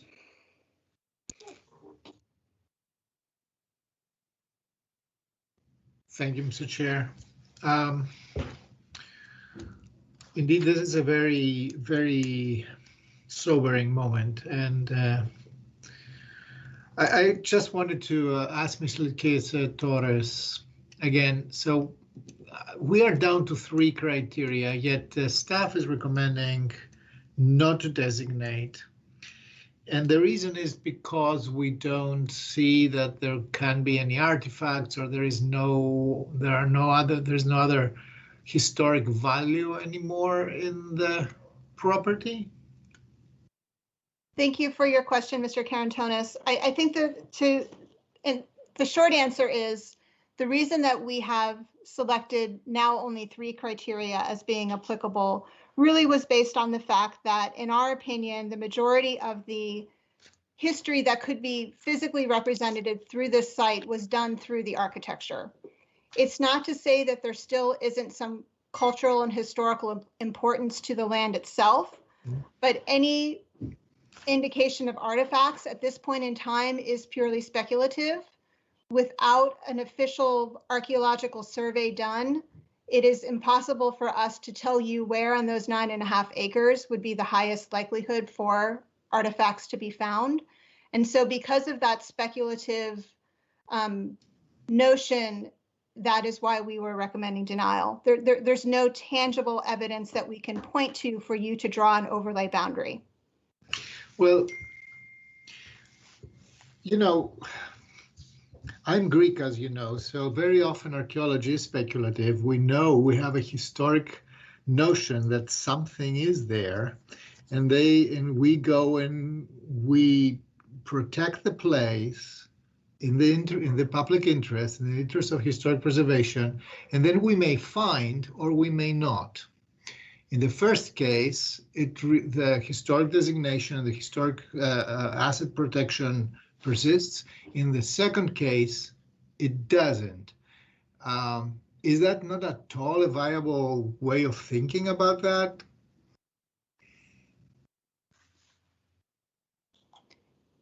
Yes, I agree. I think that is a logical way of thinking about it, but I also think that this particular site is quite different than other designation requests that we have put through the process and that you as a body have approved. And what I mean by that is the sheer size of these parcels.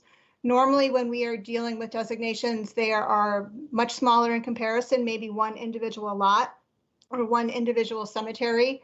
This is 9.5 acres that it included buildings as well as outbuildings. And there's, absent having any official land survey or archaeological report or other types of investigations, such as ground penetrating radar or shovel test pits or actual retrieval of artifacts in certain locations, it's very difficult for us to be able to suggest an overlay of such a large parcel. So and this may be a question for Mr. McIsaac as well. So if we decided to proceed with the historic designation, would we be facing or likely facing a lawsuit for, you know, as proceeding with a frivolous, quote unquote, base, on a frivolous base, a highly speculative base or weak speculative base? Well, Mr. Karantonis, I never like to give legal advice during a public meeting, but suffice it to say that I would always be concerned when the board is considering a designation like this, whether or not the property owner would be incentivized to challenge that decision. I always have concerns about that in any case. So I think that the important thing to bear in mind is what your staff has to say about how definitively they have concluded that the property merits designation. Thank you, Mr. McIsaac. I didn't want to force you to give us legal advice in public. So, thank you, Mr. Karantonis. And we'll come around to do another round of questions. I do want to go to Ms. Crystal, and after Ms. Crystal, I see you, Mr. Dorsey. I do want to provide a brief opportunity for Mr. Colucci, who appears to have worked out the technical issues. So, but first to Ms. Crystal. I'm happy to yield to Mr. Colucci. I'm going in sort of a different line of inquiry altogether. So. Sure. Mr. Colucci, then, are you there?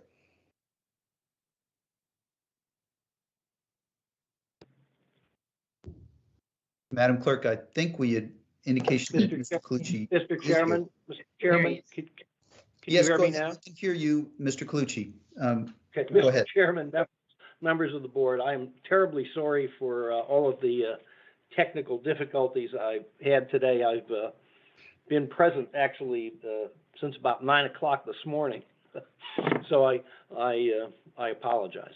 So first of all, let me identify myself. My name is Tom Colucci, and I'm an attorney at Walsh, Colucci, Lubelai, and Walsh, and we are here representing the property owners.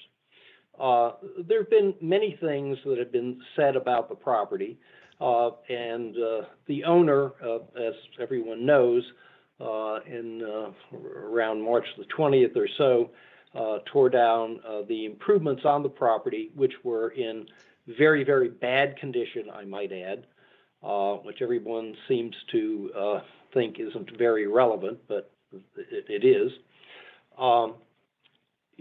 Tore down the improvements as they were entitled to do.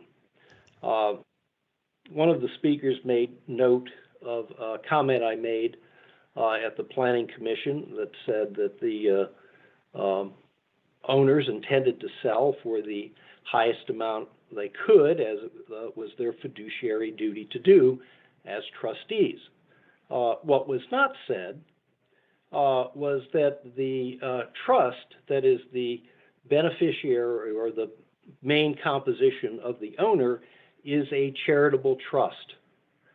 All the money they get from the sale of the property will be spent on charitable endeavors in Arlington. So to characterize the owners as a bunch of greedy people is far from the truth. The owners perceived, and it has to be based on what the owners perceived, that the overlay district, the imposition of the overlay district, would severely impair the value of the property.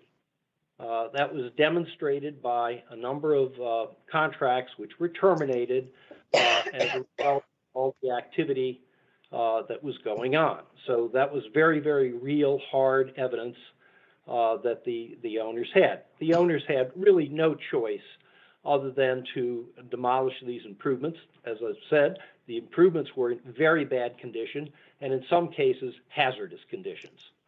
So the fact that the owner should be pumping money into these decaying structures just because they should is really kind of an invalid notion. I guess the other point is the owner is the owner. Everybody seems to have an idea about what they want to do with this property. However, no one else has an economic interest other than the owner. The owner is a trust established by Mr. Rouse prior to his death, and was the owner of the property for the longest period of any owner, as was pointed out. So just to sort of ignore the will of that owner, I think is sort of fundamentally flawed, especially when the owner was an owner of that tenure, and where the proceeds are going to end up going for other charitable purposes in Arlington. I guess the other point I noticed in the report on all of these criteria, the conclusion of staff, even with the three criteria that they say apply, I think if you look at the staff report in each one, I think they sort of say they apply, but then they say, well, that really, so I'll read from the staff report. This is on the first criteria.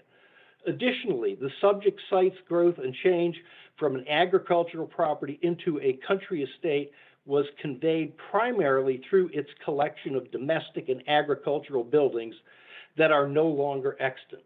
Okay, so that's the first criteria. So it really doesn't apply. The second criteria, which was criteria D. Mr. Colucci?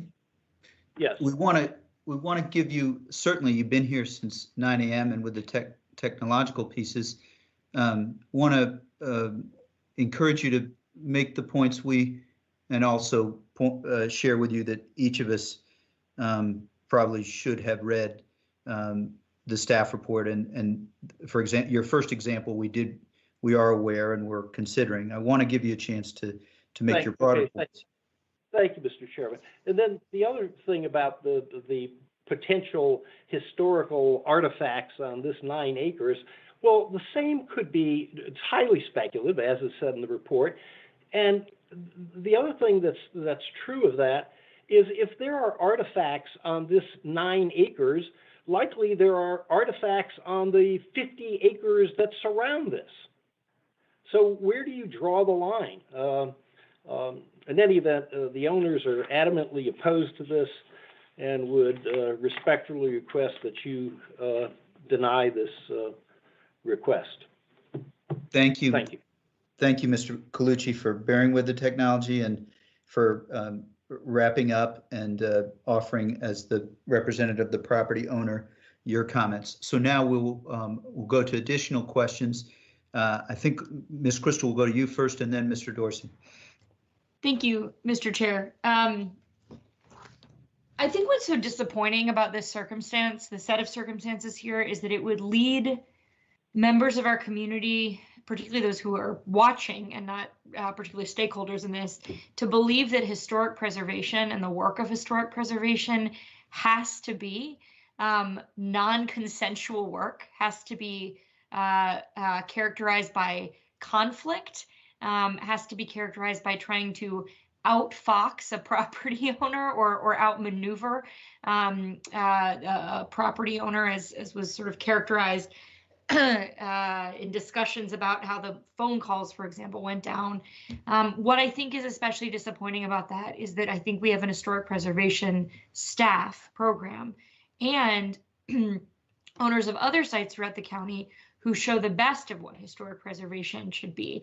I continue to return to the fact that in the same month we entertained this RTA, we also heard and in fact unanimously voted for the Mount Salvation Cemetery Historic District, which is the best of what historic preservation can be, a multi-year effort between members of one of Arlington's historically Black churches and the professionals that we have on staff to not only pass the zoning overlay, but to do the sort of deep and meaningful research that highlights the lived experiences of members of our community over the past couple of centuries. We have the opportunity to be doing so much more of that. Ms. Lisa Torres and her team have the opportunity to be doing so much more of that. And I just think, you know, belaboring this idea that the only way we can accurately do historic preservation is over the strong objections of a property owner for one site. We either do that or we don't value the historic role of sites and individuals in this county is such a false choice. So to that end, the one question I did have is that because I would like us to look forward. I think that we have seen examples throughout the county. One of them has I just read a new development partner over at Central United Methodist Church, right, where historic preservation was part of a site plan, was part of bonus density, affordable housing, a lot of other hopes we might have for this site. The way we have done that is of course not imposing anything, especially the things that may be legally questionable on an owner, but rather trying to create incentives. And so I know that's the second part of the guidance that the manager and staff have brought forward to us today, specifically asking them to explore and report back to us by October of this year on a possible planning study and schedule. And I just wanted to invite our manager, perhaps, I don't know if we have anybody from CPHD here, to just say a little more about what could be within scope, what some of the principles, I mean, obviously the direction would be to bring us a scope. So I know you can't speak to that in too much greater depth, but maybe the things you've heard from the community or the board in these two hearings so far, and what might be potentially possible to incentivize on this site if a future owner was interested in seeking additional density in exchange for some of these community values. Well, I think you summarized essentially what could come out of it, but I'm going to ask Jen Smith from CPHD to elaborate further. Jen? Thank you. Again, Jennifer Smith with the Planning Division. So candidly, we have not drilled into this detail very much. So just what you described, Ms. Crystal, is that pre-planning work, you know, that staff would do before we launch any kind of study. And that's what we would be doing over the coming months and come back with you in October. So specifically, that would include, again, the scope. You know, what do we want to look at here? Presumably, this would be for alternatives other than what the current land use plan calls for, and what, you know, by right development under the R zoning that exists there.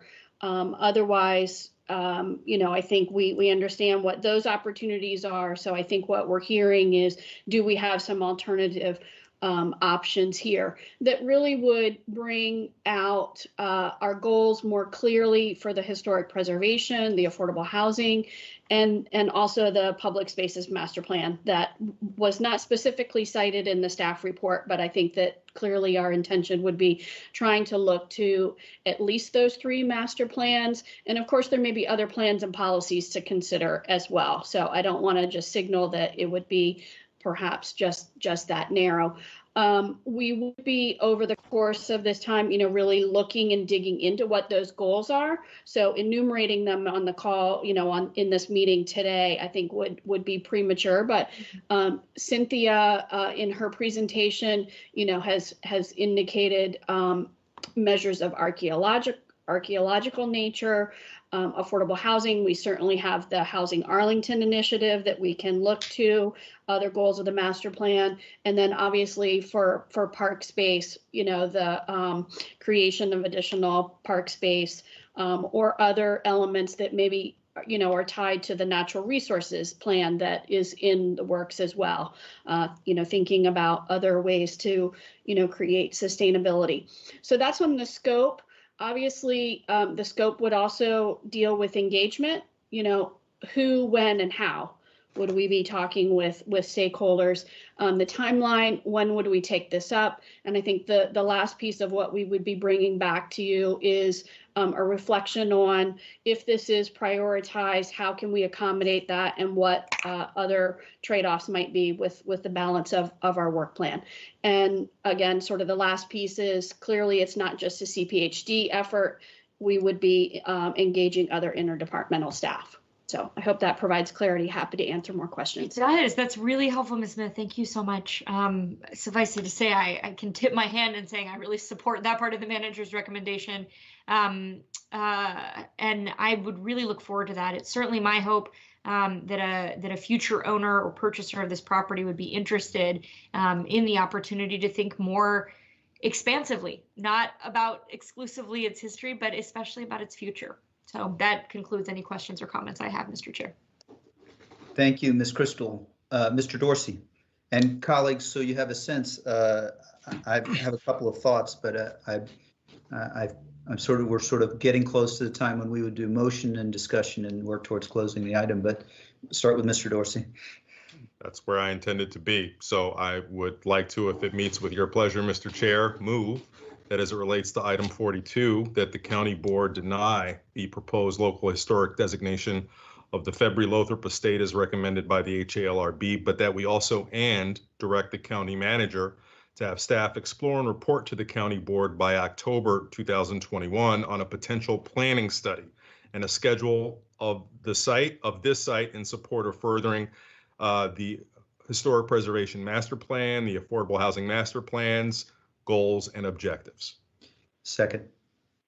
I'll go ahead and second that. The motion has been moved and seconded. We still may have folks can fashion questions and or concluding remarks. We'll start with the maker of the motion, Mr. Dorsey.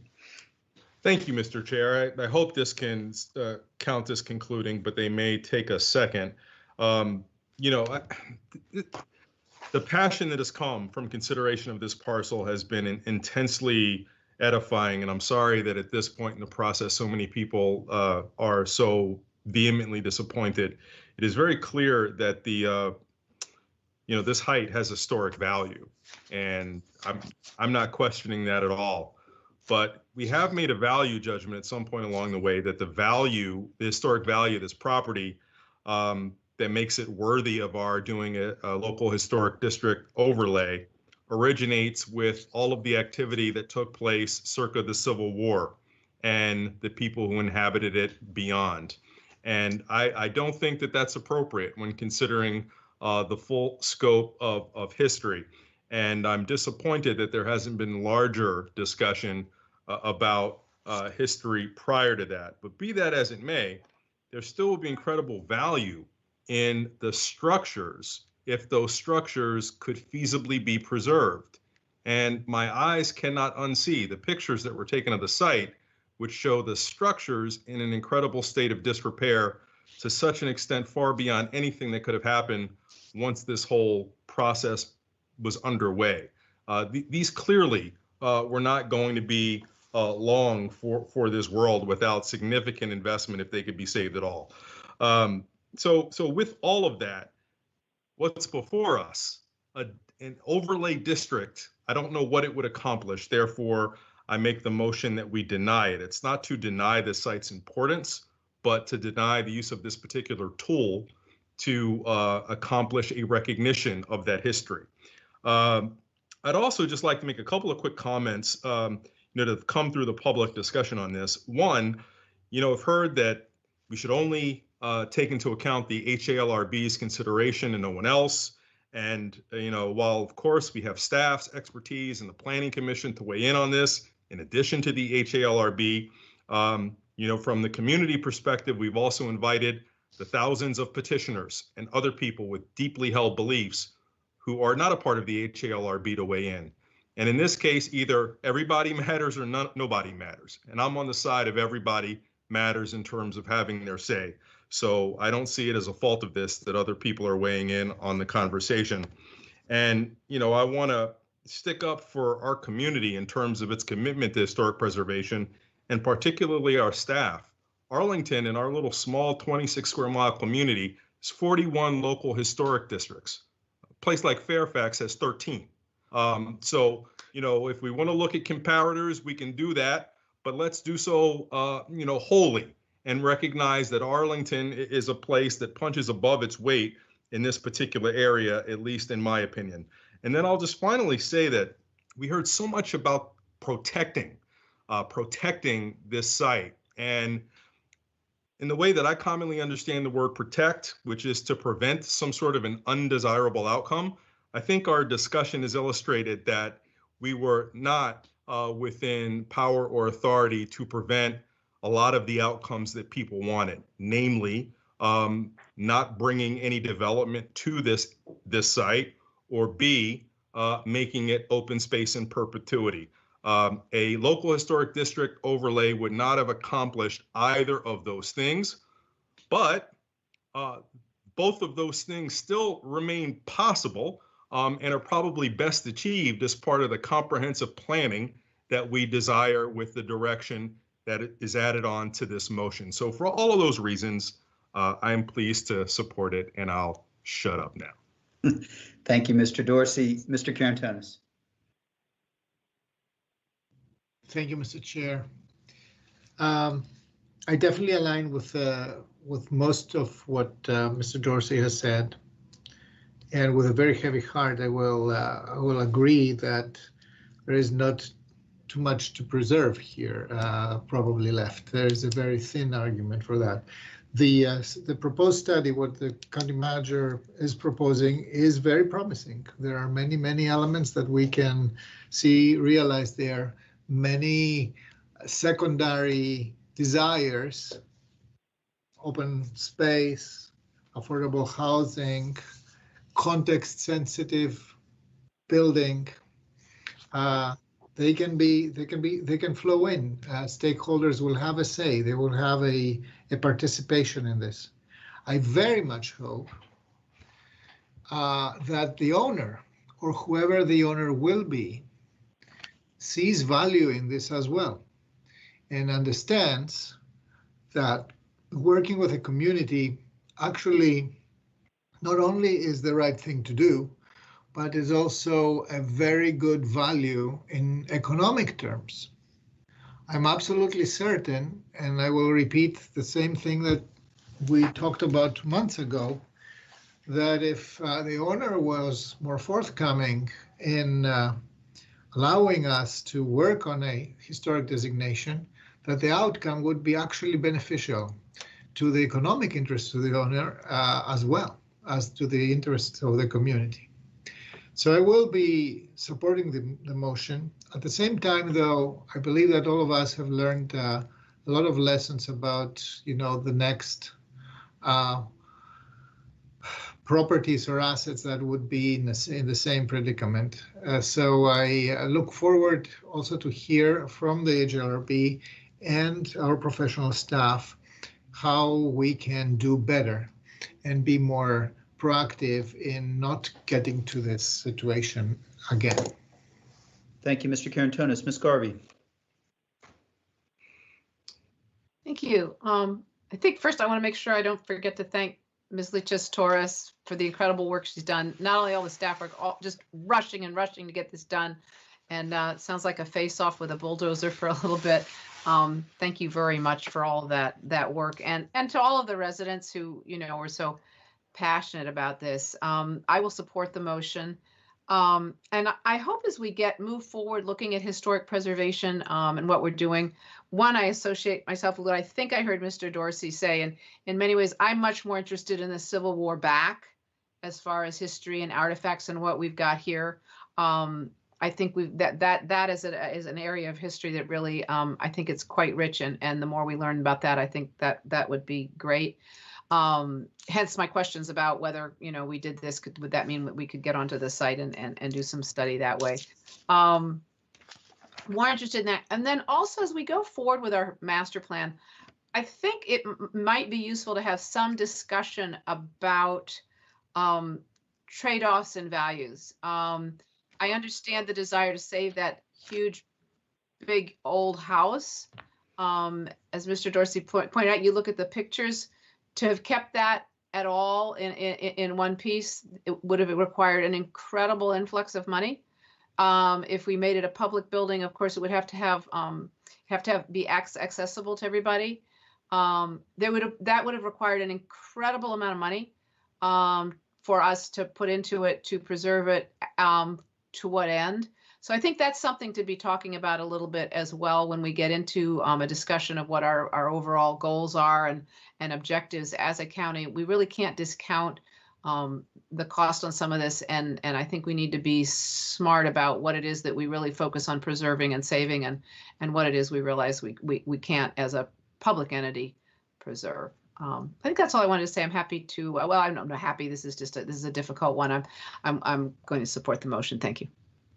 Thank you, Ms. Garvey. I will say, I'll say first that my thinking on the motion as it stands now is defined in part by page 215 of our zoning ordinance, which says the review board or for properties owned or ground leased by the county board retains the authority to not recommend designation. The same is true for the county board. So implicit in our historic overlay is that it says we shall not recommend designation unless it finds that at least two of the criteria have been met.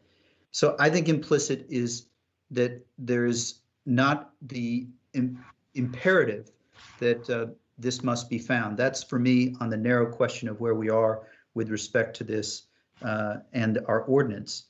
And with the buildings down, that's where I come out on this. I will say our speakers, Mr. Dickinson has been civil, even if he has strongly felt disagreements with our views. And Mr. Woodruff also has been diligent and a good leader. Grateful for your comments. I am mindful that both of you have critiques as with respect to the morality of the decision here and the leadership exhibited here.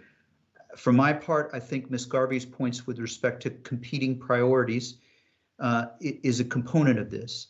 And so that is, I think that's relevant. With respect to finding designation, in almost all other cases, as I understand it from Ms. Leaches-Torres, we have had a property owner that has been inclined, been at least more open to our entreaties to work together. And so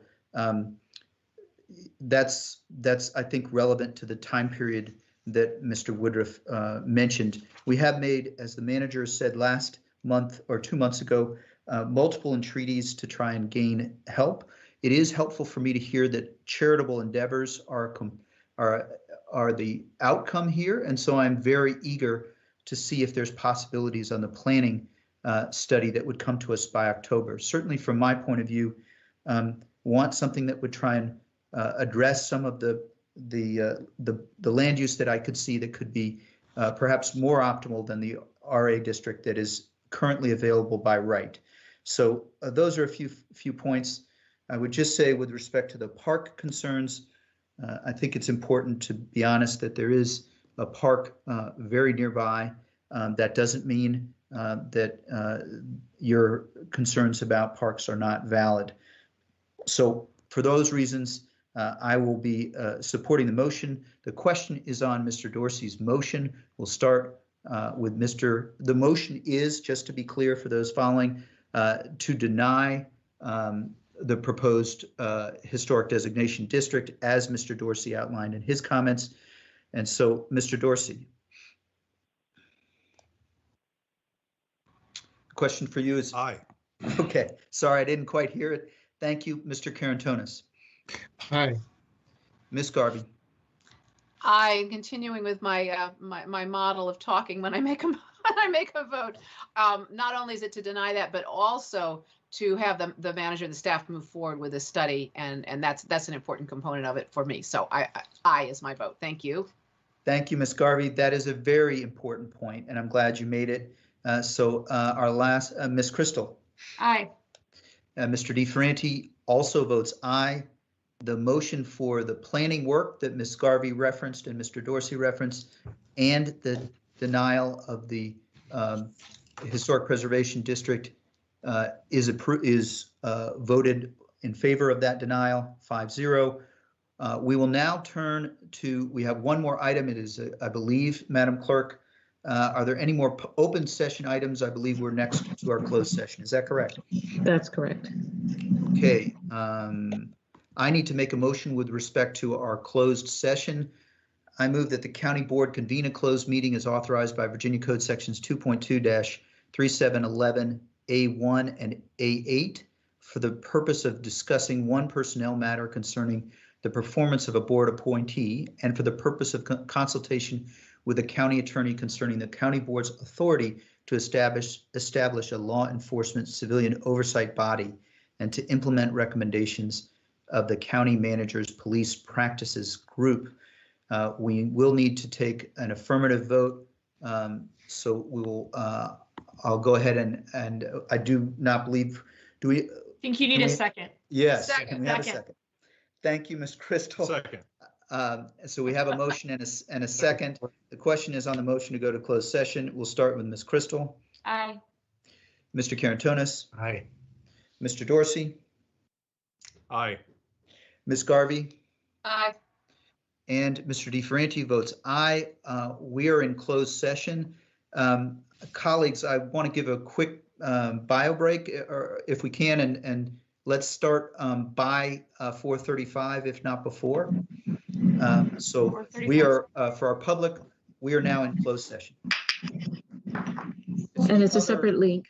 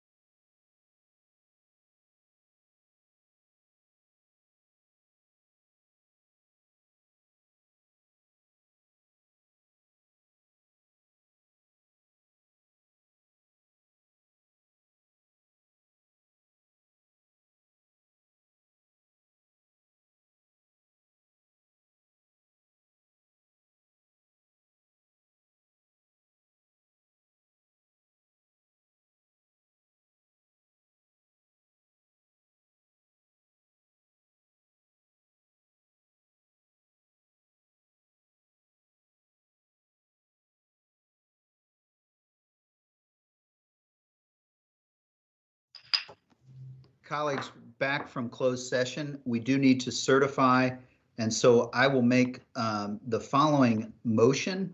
I move that the members of the county board certify that at the just concluded closed session, only public business matters lawfully exempted from open meeting requirements under Chapter 37, Title 2.2 of the Code of Virginia, and only such public business matters as were identified in the motion by which the closed meeting was convened were heard, discussed, or considered by the board. Is there a second? Second. So we'll, Madam Clerk, will you call the roll? Mr. DeFerranti, Aye. Ms. Crystal, Aye. Mr. Dorsey, Aye. Mr. Carantonis, Aye. Ms. Garvey. Aye. We have certified. Thank you, colleagues. We are recessed until 3 o'clock on Tuesday. Thanks very much, colleagues. Thank you. Everybody have a good weekend. You too. Thank you. Thank you. Bye-bye. Thank you.